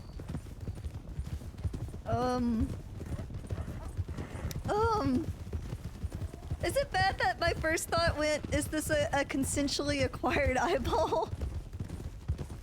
Let's say an eyeball freely given for this thought experiment. I don't think my stomach could handle it. I would have a lot of questions of morality about it, whether it's okay to eat another person or not.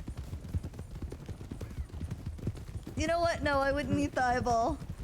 Okay, good to know. I'll file that away. Okay. I feel like I just got tested.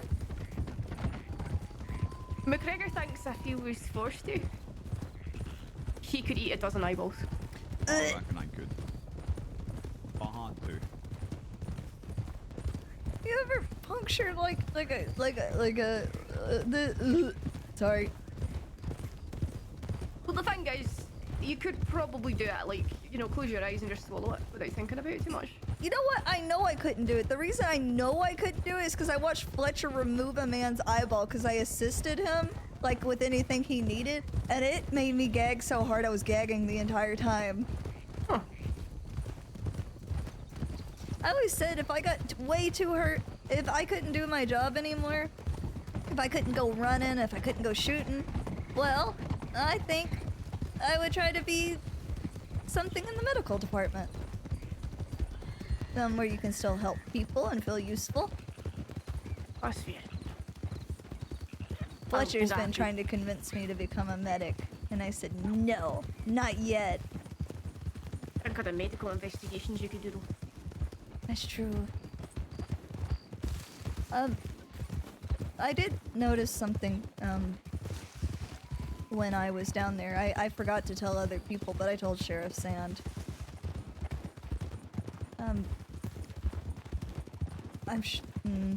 I think it's okay to say that, just because as long as I don't say the person's name. He was leaking blood from his, the bandage on his face. From his eye. It just started dripping down when talking to me. Did this person do anything exertive? Is that a word? Did they exert themselves for that to happen, or? It was when we were talking when I was, I'm trying to make it a bit obscure. When I was in the small place. And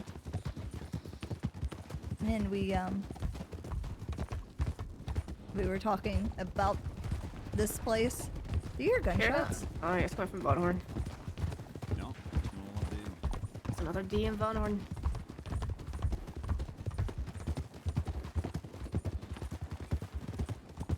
Hope there's no party of deputies in there. I'm pretty sure there isn't. I think there'd be more gunshots. There's only, what, 5 or 6? What do you think you call somebody from Van Horn? Because I called them Van Hornians and people looked at me funny.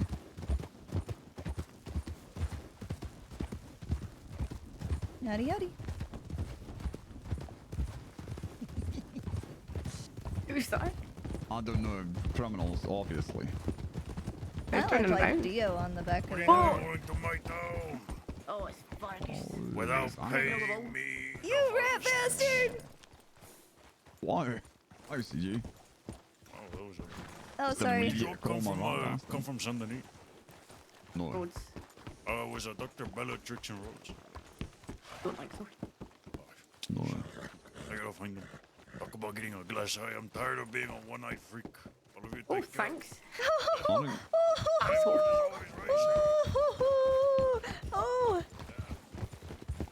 Well, that ain't good. Oh, you're like, you gotta help me here. I need to pretend to hold that against him for a long time. Okay, I'll say that you've really hurt your feelings. Yes, if I forget to be indignant about it, please remind me to. Okay. Oh, so if are they Van Hornians or Van Hornies? Or like, what would you call them? Van Hornites? I don't think you're for the I just call raid. them Van Hornians, eh? Don't think I'm too inventive with it, sorry. Van Hornians. Van Hornites. I don't know. I gotta think about this. I'd call them misguided. Prax. We just call them Prax. Oh, they're a bit Gregor. Sure, there's some nice people in there. The Wallies. Okay, sure, that sure sounds horse. Give a shout out to Autumn Raven. If we lose the criminals and then encounter them later in the night, by all means, if you have the capacity to get 10 after them, do it. But bank robberies, we stick to 6, chasing after them at the most.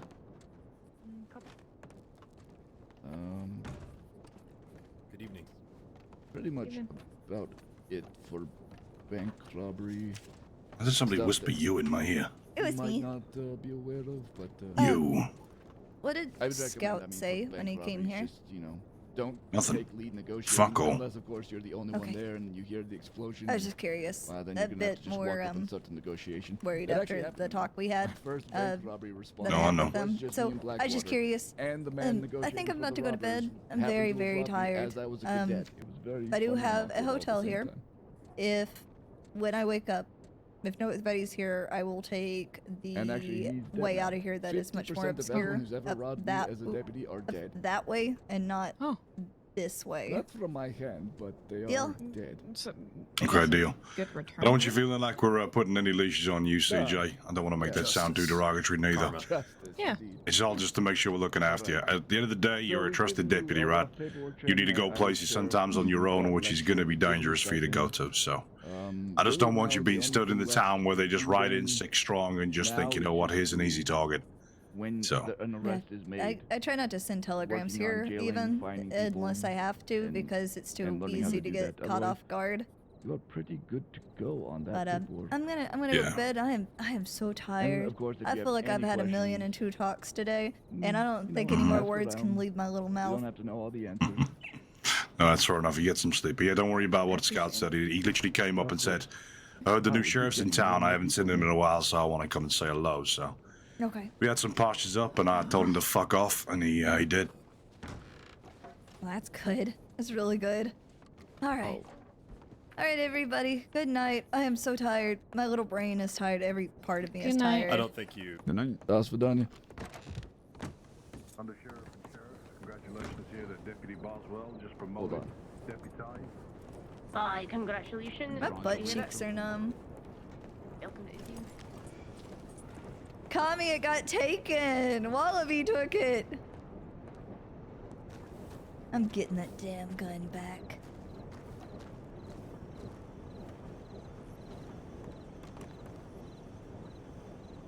I'm gonna get that gun back. Oh my god, I am ordering Domino's. I am not gonna talk to anyone. No, I'm just joking. I'm probably gonna talk to somebody, but through messages. Look at this little baby. She's so fucking tired. Ooh, I'm tired. God, I'm tired. Okay, let me get out of the Discord for law stuff. And guys, we're gonna raid somebody, so stick around with me a little bit more. I'm gonna try to get that thing. Oh. Before I forget.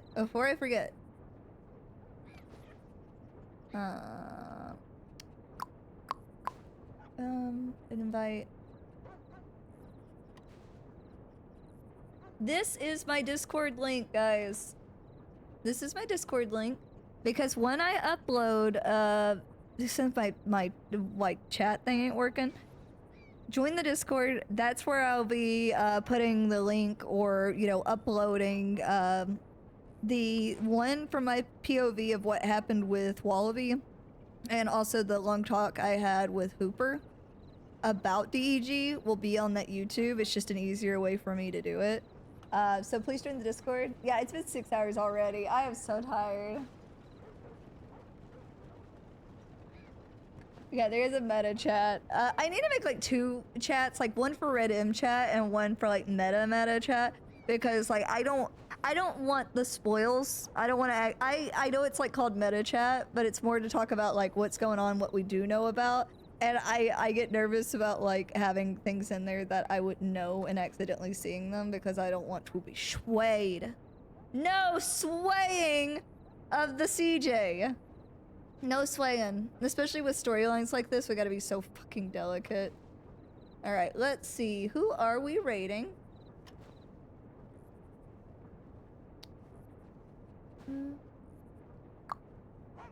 I'm looking.